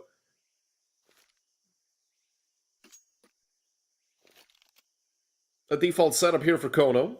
Not really much to write home about. It's 2 players in Donut, 3 towards B. Although with nothing happening on B, we do see the rotation being made by Owner. Utility coming out, smoke for CT and for Donut. It's a little bit deep. Zogan can play around this, and Captain Kurtka can help him out as well, but they are going to go out with the flash. Kurtka picking up 2, Owner with 1 as well, but they do both get traded. Actually, no, it's Zogan going down instead of Owner. And the 3v2 currently in the favor of Kono. Perfect flank by Soltowski, who picks up 1, but gets traded. Tapeware opting not to pick up the dual Berettas. Stays with the P2K. Gonna be going all the way around. But they should be reading into this. I mean, it might even be better for them to stay together and to not rotate one player. Because then that does give Tapeware a chance for 2 1v1s. Which is definitely not something you want to give him, especially in such a big round as, you know, the pistol round. It is the first pistol round. It's not going to be game-changing, but certainly you'd rather have those 2 or 3 rounds than not, as we could see on the first map. If Kono, you know, got a few extra rounds, they would have won this series 2-0. And Tapeware, I don't know if they heard him. You should hear the player on the bomb site. Oh, they have no idea where he is. Tapeware playing this to perfection. It's a 1v1 and there's no time left for Hamster. All Tapeware has to do is stay alive, and he does something even better. He picks up a 4K and wins the pistol round for the Copenhagen Wolves. Amazing. From Tapeware, who has been around all day long. I mean, it feels like Tapeware, every single map that the Wolves have played, he's had at least a few moments, such as this. Although, with the way the Wolves have been dealing with these post-pistol round anti-forces and anti-ecos, I wouldn't be surprised if the scoreline ends up reading 1-1. Surprisingly, Kono opted not to force. They forced an Inferno. I feel like Ancient is also a pretty decent map for forcing on the CT side. They decide not to, which is perfectly fine. Owner over there in the back lines with a flashbang. This should be a B round from the Wolves, and oh, look at the timing. Zogan doing a full 360. Mateo's going to drop the Molotov and actually going to take down Zogan. Now it's Bielani coming forward, and it's just Mateos cleaning house on mid, the 4K. Or Mateos. It's not going to be an ace. I believe Owner is going to die to somebody else. And it's going to be Jaquinho picking up the last try, but it's okay. Jaquinho is the sniper.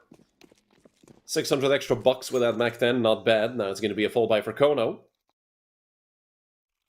Although, the problem for them is that they really should be buying helmets here. They still are up against the Mac 10. But it's only 1, so it shouldn't be that big of a problem. No kits to speak of. I don't know why Captain Kurtka doesn't just sell one flash and have a kit. I feel like the value between having a flash, having an extra flash on a full buy versus having the only kit. But I feel that if they play a bit more of an aggressive round, that won't be needed, and that's a team kill for Bielani. He has to get the trade. He's in his own Molotov. It's a fiesta towards Cave.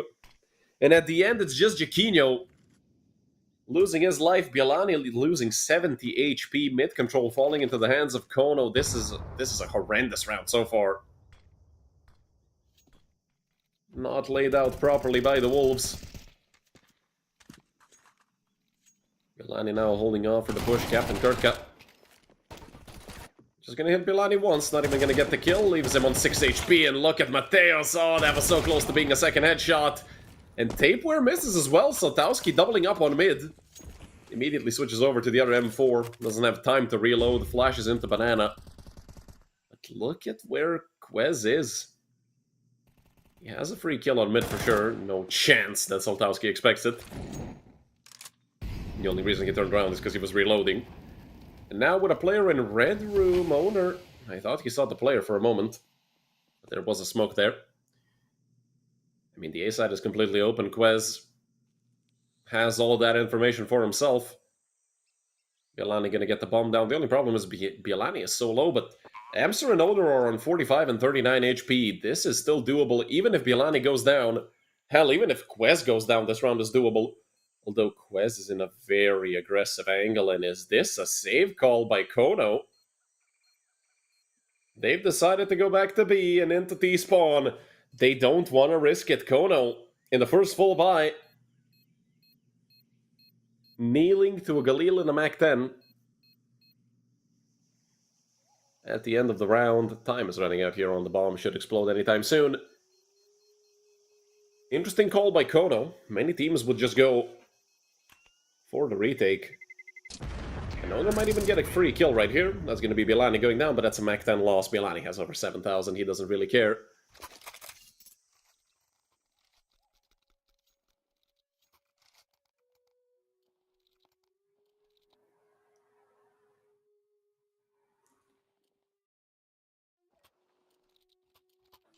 With the 2 saved guns, I do still think that Kono should go for the half buy, and that's what they're doing. Picking up 2 deagles and a 5-7. Of course, the Wolves on a full buy. Multiple rounds in a row.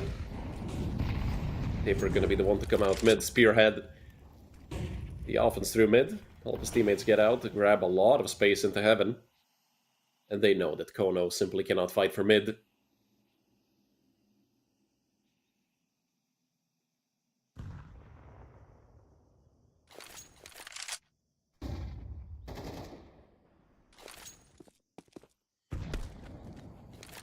Nade thrown by Bielani. He's actually left on 2 HP.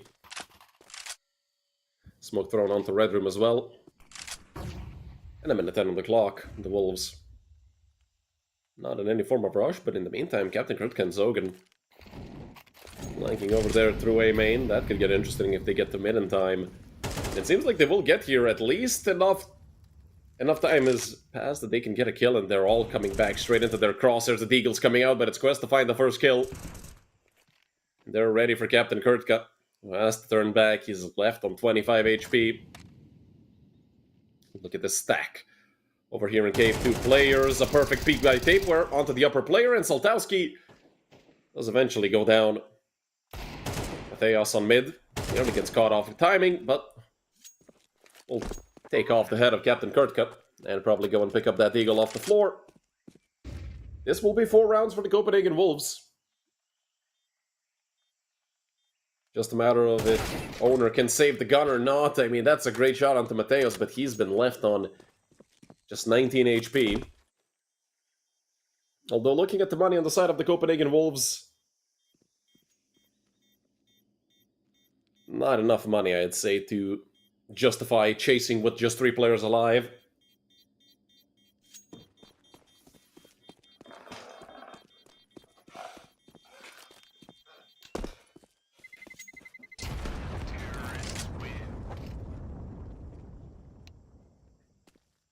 Should be seeing a timeout from Kono anytime soon. The Wolves up 4-0. Kono have yet to put a round here in this CT half, but they are going to be on a full buy. This is going to be another good chance for Kono to get their seed legs out from under them and get that first round. The first one is always the hardest, if we're being realistic. Deep smoke into the doors. Kono have something planned, but are the Wolves going to respect it? Some of them yes, some of them no. It's just Biolani going full W through the smoke and getting wallbanged a little bit. Down to 52 HP, 2 players into heaven. There's 5 people on B. For Kono, this is going to be a 5v5 on the B-bomb side. I've never seen this ever happen. Biolani not able to get that kill immediately. It's actually Amster to pick up one owner and Saltowski as well. With Jaquinho getting a trade, it's a 2v4 in a situation that's nearly impossible for the Wolves. There's Jaquinho looking at the flank, but it's Mateus and Jaquinho to pick up 2 unanswered kills, and now it's a 2v2, and now it's actually doable. Especially with the fact that Amster is in a bad position. Never mind. I thought they were gonna try to bang him out since Saltowski couldn't help him. And that is not what happens. 2 guns saved on the side of Kono. Still not in the clear. The Wolves have enough money for at least one more full buy.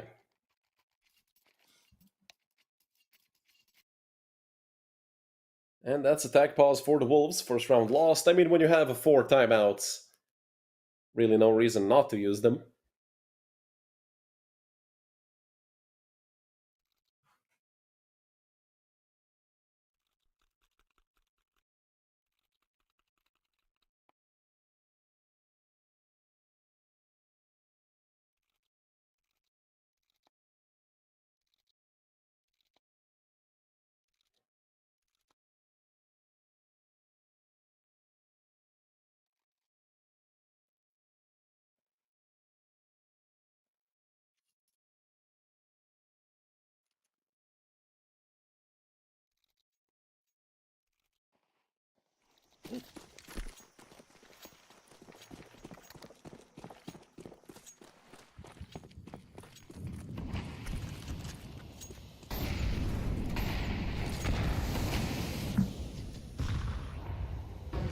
Once again, heavy mid presence from Kono. I mean, hey, if it works once, why not attempt it again?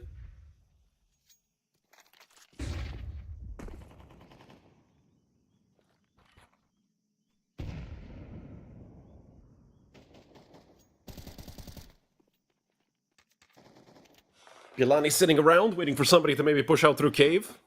But no such things will be happening from the side of Kono just yet. And as I say that, Captain Kurtka fully goes forward. A 1-for-1 trade, but it's Captain Kurtka to double up and pick up another.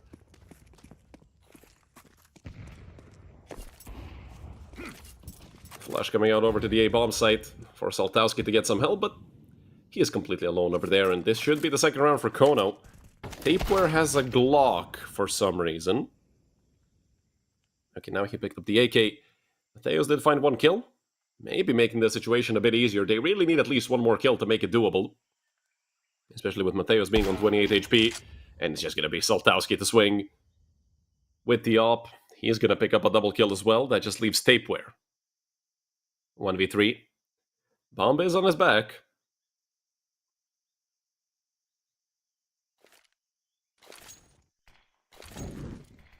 Well, the short. Along with the smoke, he is just trying to bait somebody out, but he's going to get pushed from long, and they know exactly where he is. Tapeware actually with a headshot. They do have 2 Molotovs. One should be landing at his feet anytime soon. Tapeware just falling backwards. Flashing over towards long, and CT maybe giving himself a chance to escape. He jumps over the bullet, but there's a player right behind him. Tapeware, he's a dead man. Zogan waiting and taking that frag, but it's just 2 surviving players for Kono once again. Not good for their economy.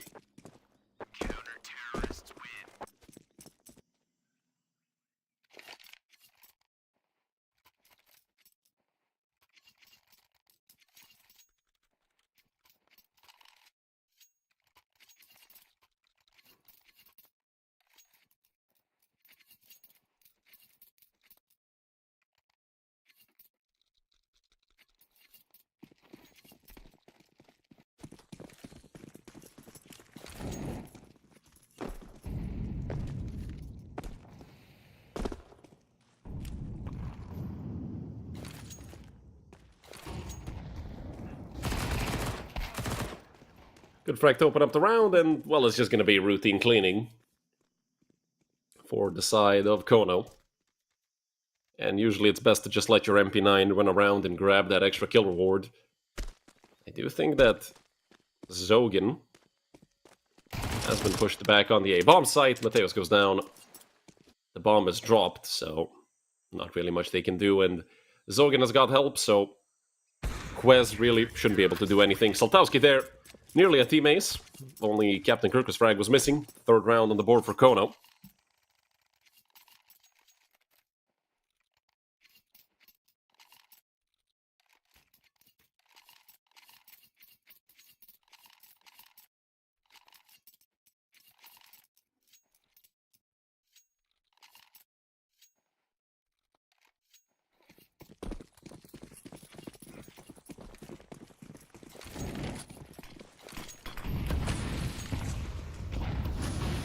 Captain Kirk going to be aggressive towards mid. Right through the smoke. Completely fearless. Gonna drop a smoke of his own to cut off elbow. Hiding behind it, there are two players coming out, and Captain Kirk can't see a thing. Mateos able to find a kill. It's Quez and Taper as well. A 4v2 in a split second in the favor of the Copenhagen Wolves.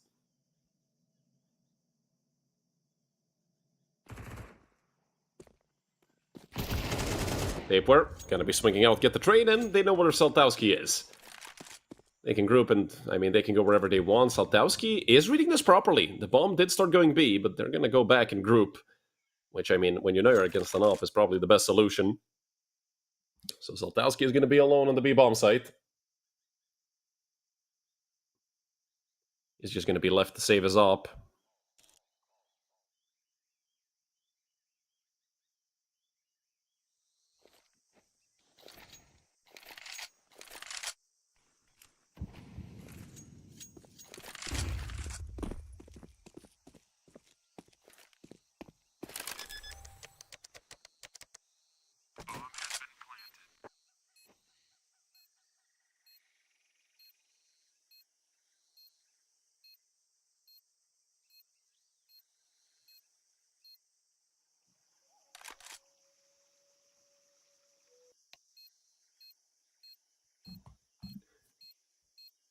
That's going to be the 5th round for the Copenhagen Wolves. Saltowski far, far away in T-spawn. Nobody's going to be reaching him anytime soon. Double kill for Quez. Bielani off to a slow start. They've just checked and he's on a 1-6 score.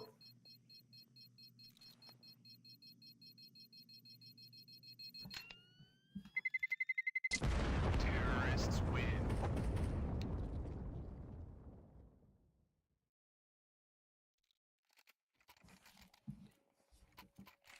But Kono do have enough money to buy up again.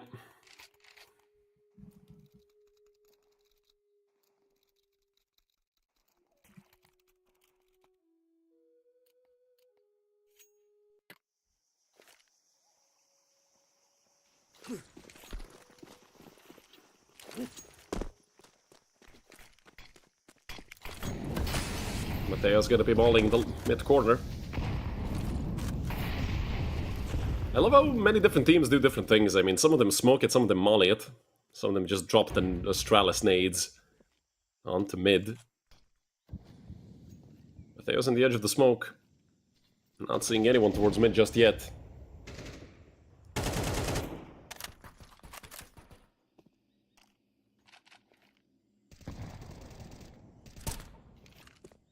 Owner trying to find a wallbang, not successful so far. Has given his position away. They might try to swing him, but nobody really being too aggressive towards Cave. It's just Owner shoulder peeking, not much happening. Shoulder peeks all around, essentially. It's Zogan to get flashed off the angle. A perfect flash from the Copenhagen Wolves. Molly for the back of Donut. And Jaquinho's gonna have his hands full. Zogan gets destroyed. Jaquinho goes 1 for 1. That's good enough. There's a player still in Banana. Captain Kurtka couldn't see him. It's Bielani coming up close to him. It also might be Quez going down. He turns around, but not in time. Owner picking up a second one as well, making it a 2v2, but look at where Mateos is. I don't think Salt ever checks this, and even if he does, Mateos is sharp as a razor. Lobs his head off, makes it a 2v1. 20 seconds on the clock. Bielani should be switching to his knife anytime soon. They know that the owner was towards cave. Although there is a chance for some timing to be missed. He picks up an op, 12 HP, kind of has his hand forced into doing that. This should be Mateos holding this. Owner has to be a dead man. Mateos with the double kill. A phenomenal round for the Wolves, a 6-3 lead.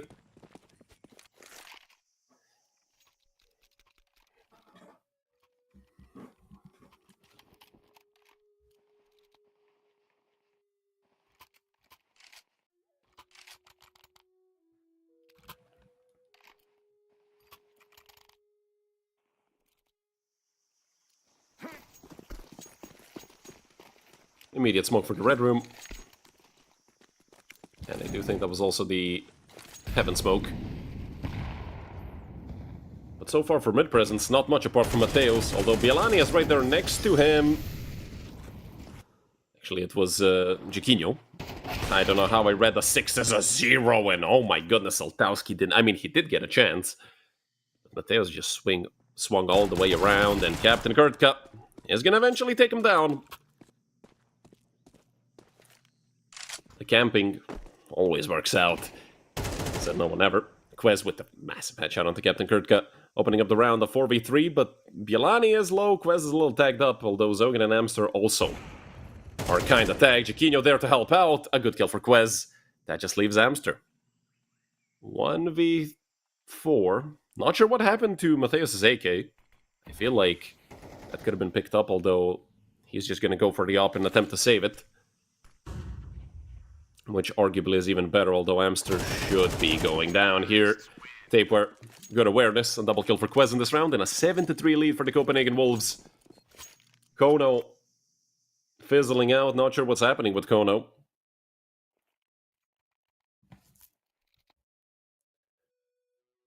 Although, losing your own map pick, 16-14, it was a very tough loss.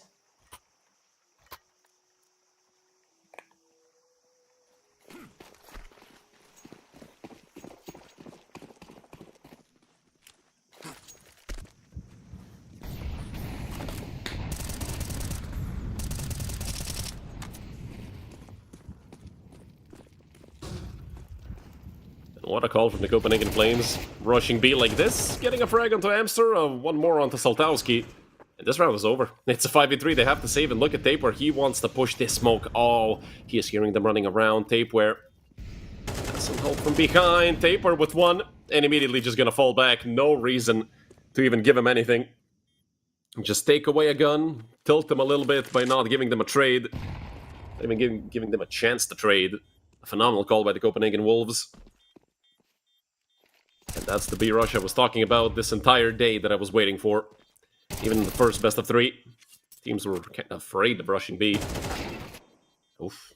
Here's some good exits by Zogan and Captain Kurtka, but in the end it really doesn't matter.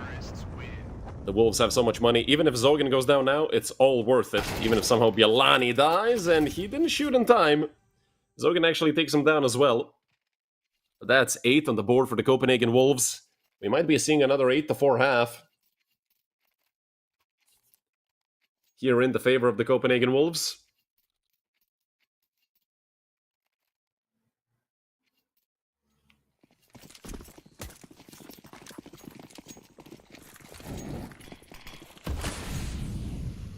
Utility over towards mid from Captain Kurtka. Of course, Mateos there behind the elbow smoke, and actually Captain stepped through the Molotov. Did Mateos hear that? I'm not sure. And Bielani coming up from heaven. They're not covering this properly. Bielani gonna get an easy kill onto Captain Kurtka. And now Zogan simply either has to fall back or get up close and personal. He's forced back into Kenny S. With 3 players here towards Banana. And look at the lurk in the means of Quez. If he just walks out into the A bomb side, he's gonna have so much information. Mateos wasn't ready for Zogan. That's the equalizing frag. They have 2 FAMASs, an AK, and an M4. Still a very possible round for Kono. Swing into red room. Just missed the timing, Tapeware. I love the fact that Quez hasn't moved. Tapeware. Gonna get dropped to smoke. Both long and short. Gonna get smoked to flash into ramp as well, just to clear if anybody was close. Utility coming out into the bomb site, and they're all going to be forced back here behind these smokes. We might see a creative boost or something, and in the meantime, Quez has gotten his move on over towards the A bomb site. Tape, where are they going to see the players boosted over? They have to get to the bomb site eventually. But look at this, they're going to try to go back. Quez, the lurk was perfect, but can they get past Saltowski? Oh, are they going to clear him? Oh, they're not going to clear him. Saltowski won, not the third. And now Quez in a very good position, doesn't get insta-cleared. And it's Tape where, at the end of the half in a 1v2, he's going to be allowed to plant the bomb. One player coming from Temple, the other coming from CT. Neither of them is full HP. Owner is close. Samster goes forward, he gets taken down, but a good trade by Owner. And at the end of the day, rather at the end of the half, it is going to be an 8-4 half in the favor of the Copenhagen Wolves.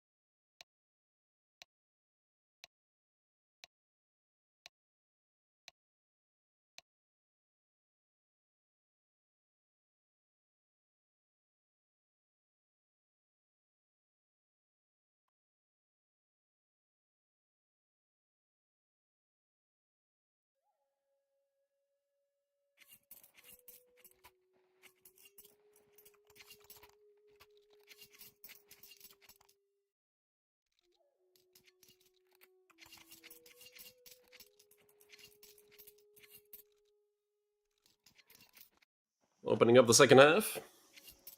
It's really Kono's move at this point, because they are the ones that are 4 rounds down. And the Copenhagen Wolves, if they win this pistol round, they're going to be a step away, a few steps away, from winning this whole best of 3 and eliminating Kono from the playoffs here at Season 29 of United21. Captain Kurtka not going to be the one to allow it. Going forward, another frag. Actually, that's for Saltowski, but look at Mateos on the bomb site with the dual Berettas, not able to pick up the triple kill.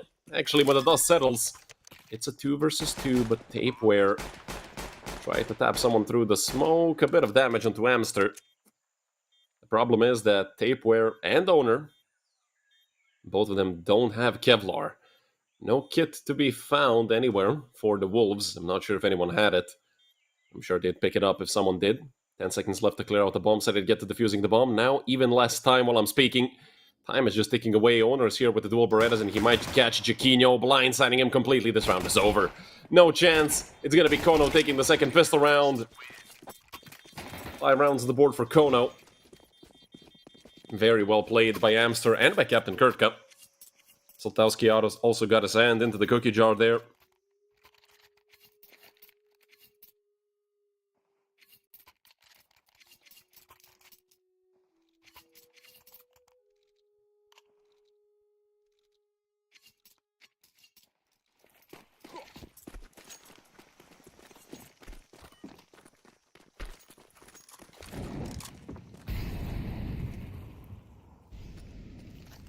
Three players bunched up over towards Red Room. 2 are going to be pushing Cave, and this is going to be a very simple round. The Wolves try to kill him. Just go together, and I mean, Saltowski and oh my goodness, that's like a 1 second clean. They didn't hit a single bullet. Everybody are 100 HP on the side of Kono.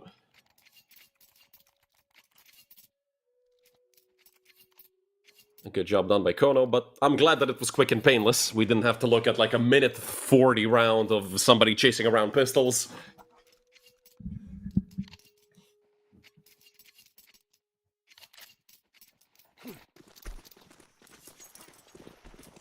This utility coming out from both sides, and Kono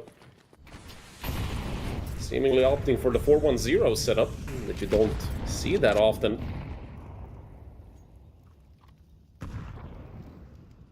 And Taper, once again, we're seeing players going fully aggressive over towards Cave.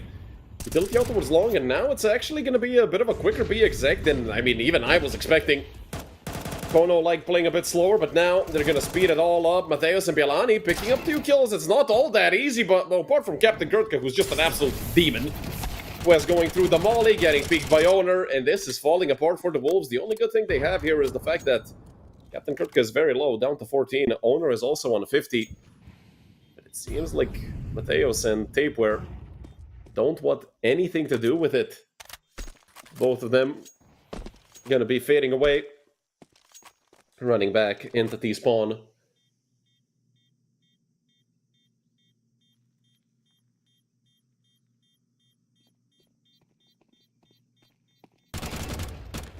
Good peek by Tapeware, and he saw actually both of those players going to be smoking them off. They're going to push him right through that.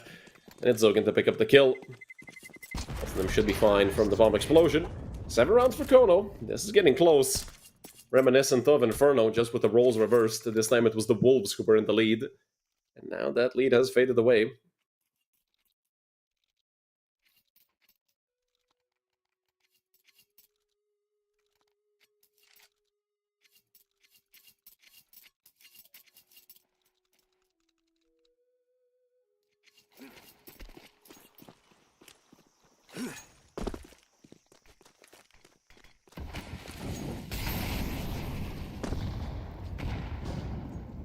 Once again, an interesting setup for Kono.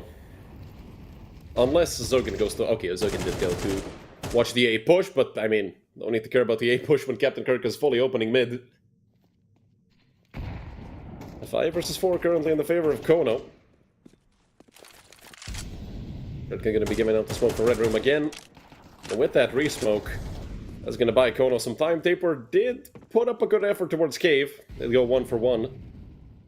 Trading himself for Owner. That is a gun that they might be able to pick up. Mateo swinging 2 kills in the M4. The hero rifle in the hands of the Croatian.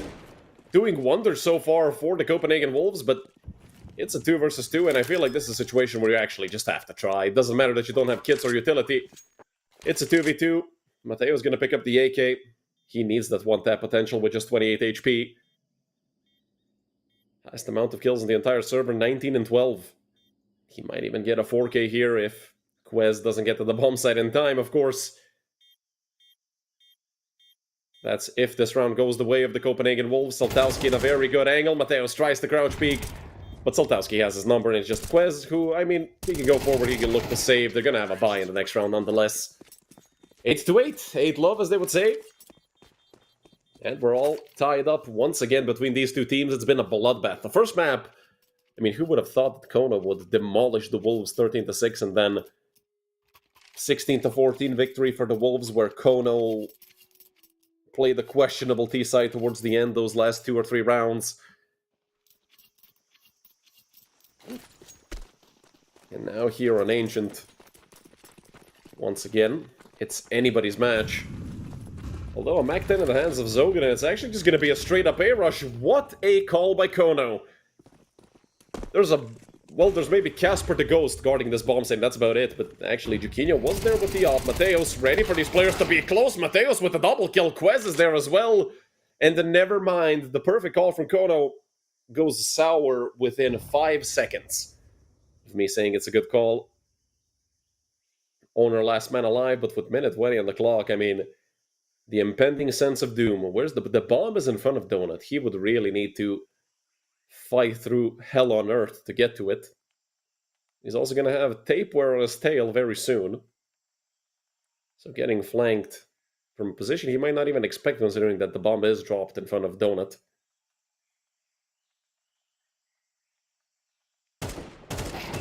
On the spot 1 player, he gets dinked up and swung on by Bielani. A phenomenal round for the Copenhagen Wolves. That could have been the turning point for Kono, where they could run away with the scoreline. But the Wolves are still holding on. A double kill for Matthäus, who's once again showing us a phenomenal map. He was pretty decent on Inferno. Was a big factor in the victory of the Wolves.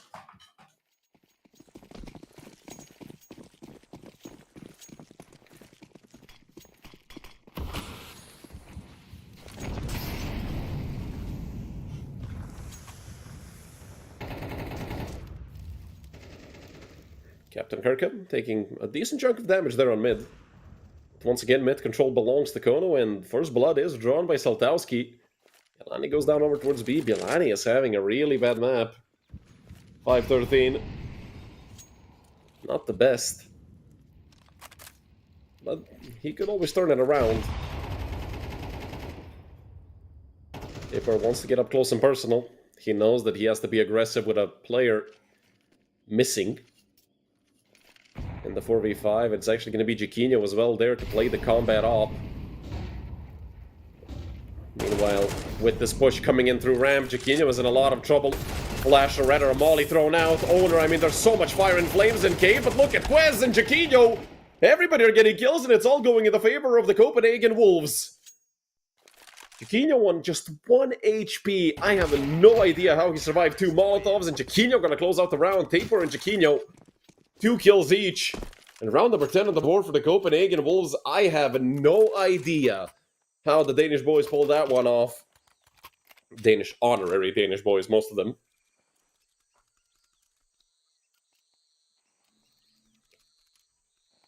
And Kono are shell-shocked, and they don't even call the timeout. Did Kono even use a single timeout? I am really not sure.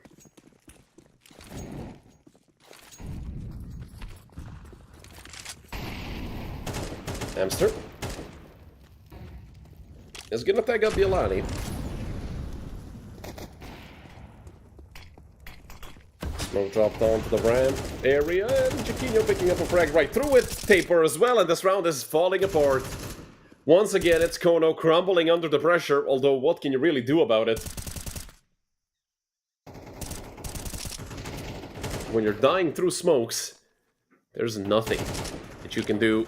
Minute 15 on the clock, the Wolves. Although, it's a 5v3, and the amount of 5v3s that have been lost today is astronomically high. So, unless the Wolves are careful, they can still lose this round. Although to a Glock and a Deagle, with Zogan going down, I highly doubt it. Bielani and Taper cleaning out everyone. A triple kill for Taper, who's nearing Matthäus. Matthäus on 21.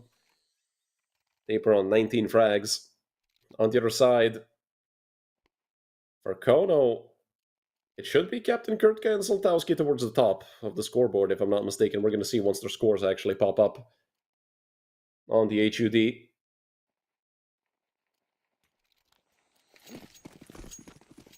Yep, 15 and 16. Hamster and Owner both on 12, and Zogan having a relatively weak map so far, 7-14.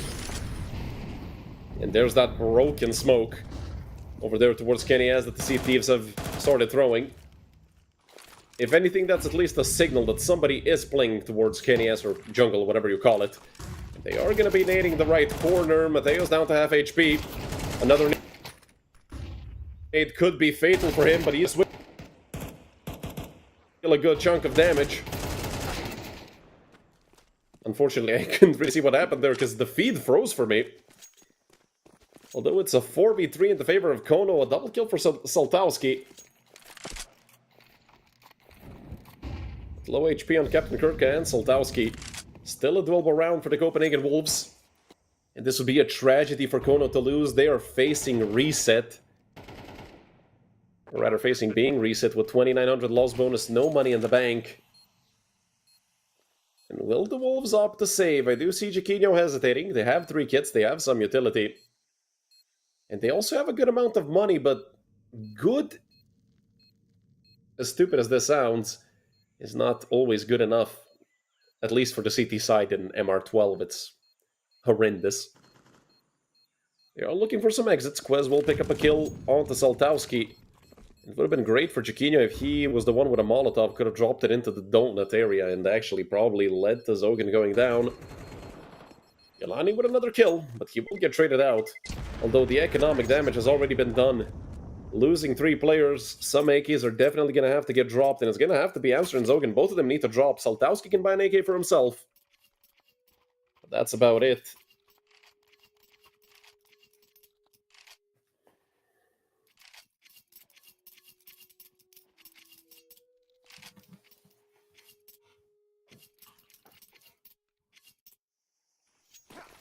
And it's only a 2-round difference. I mean, just yesterday, we saw Kono lose an 11-7 lead on this map, and I'm pretty sure that is looming over them. They wouldn't even probably be in the lower bracket if that hadn't happened.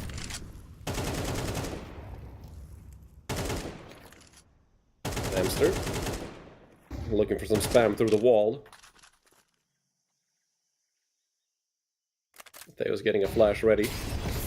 And with this utility coming out, Kono, they want to explode onto B, but Bielani not giving them a chance. Owner, with the great trade, even fully blinded, finds the head of Mateos.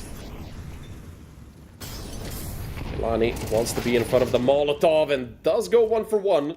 Thinning out the numbers, especially with the amount of utility that the Copenhagen Wolves still have. I wonder if those trades are actually good for them. They might be. There is a player trying to push that CT smoke. There's a molly behind Saltowski. Flash thrown, Taper fully blinded, but nobody peeks with it. One player towards Ninja, one around the bomb site, and one towards Long. That's all the angles that the Wolves have to clear. Owner, is he going to get spotted over the smoke? He's been seen, and there's another player peeking, but there's Taper on the other side. Quez is there as well, and they just need to take care of Saltowski. And they're going to have 3 match points in a row, but Saltowski not going down easily. Saltowski still fighting. Time is running out. 8 seconds on the bomb. Saltowski is not dying. I can't believe it. He just won it. Chiquinho is thinking at Saltowski, going with the Glock, but I think Chiquinho has time, and maybe, no, yes! It's 12 for the Copenhagen Wolves and Saltowski! I can't believe it! Saltowski is going to be unable to sleep for the next 3 days.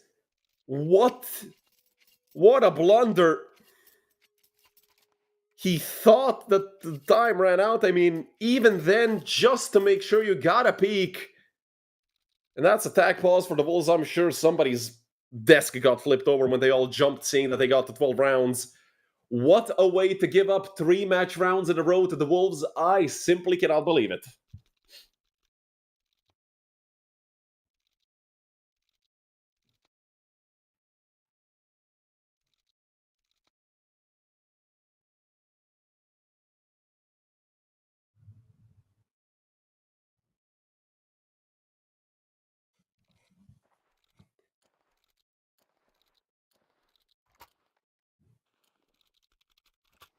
I'm not sure what's more quiet, me or Kono's TeamSpeak currently. What an absolute tragedy. Not only that, but the Wolves have started running out of money. If Kono wins that last round, there's a good chance the Wolves have to make a, half and half buy with some M4s, FAMASas, and MP9s, and then they get reset. And that, well, would have been tragic for the Danish team. Luckily for them, Saltowski just forgot that somebody was defusing, I guess.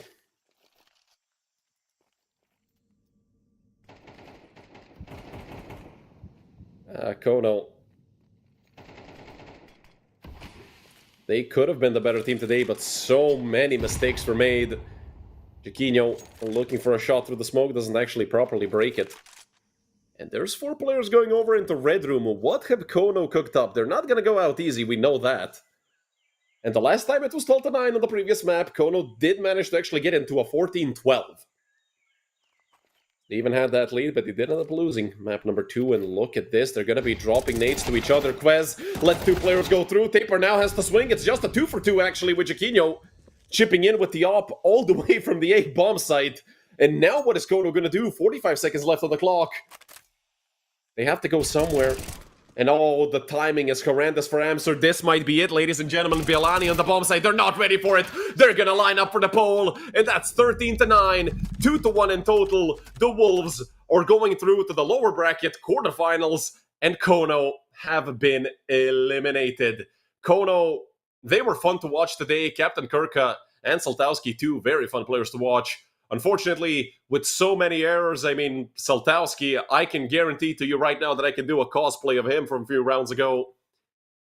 Unbelievable. What a roller coaster match. Best of 3 day, round, map, whatever you want to say. All I know is that was some great Counter-Strike. And I want to thank you guys for watching. My name is Redul, and from the entire United21 crew, I wish you a pleasant rest of your day.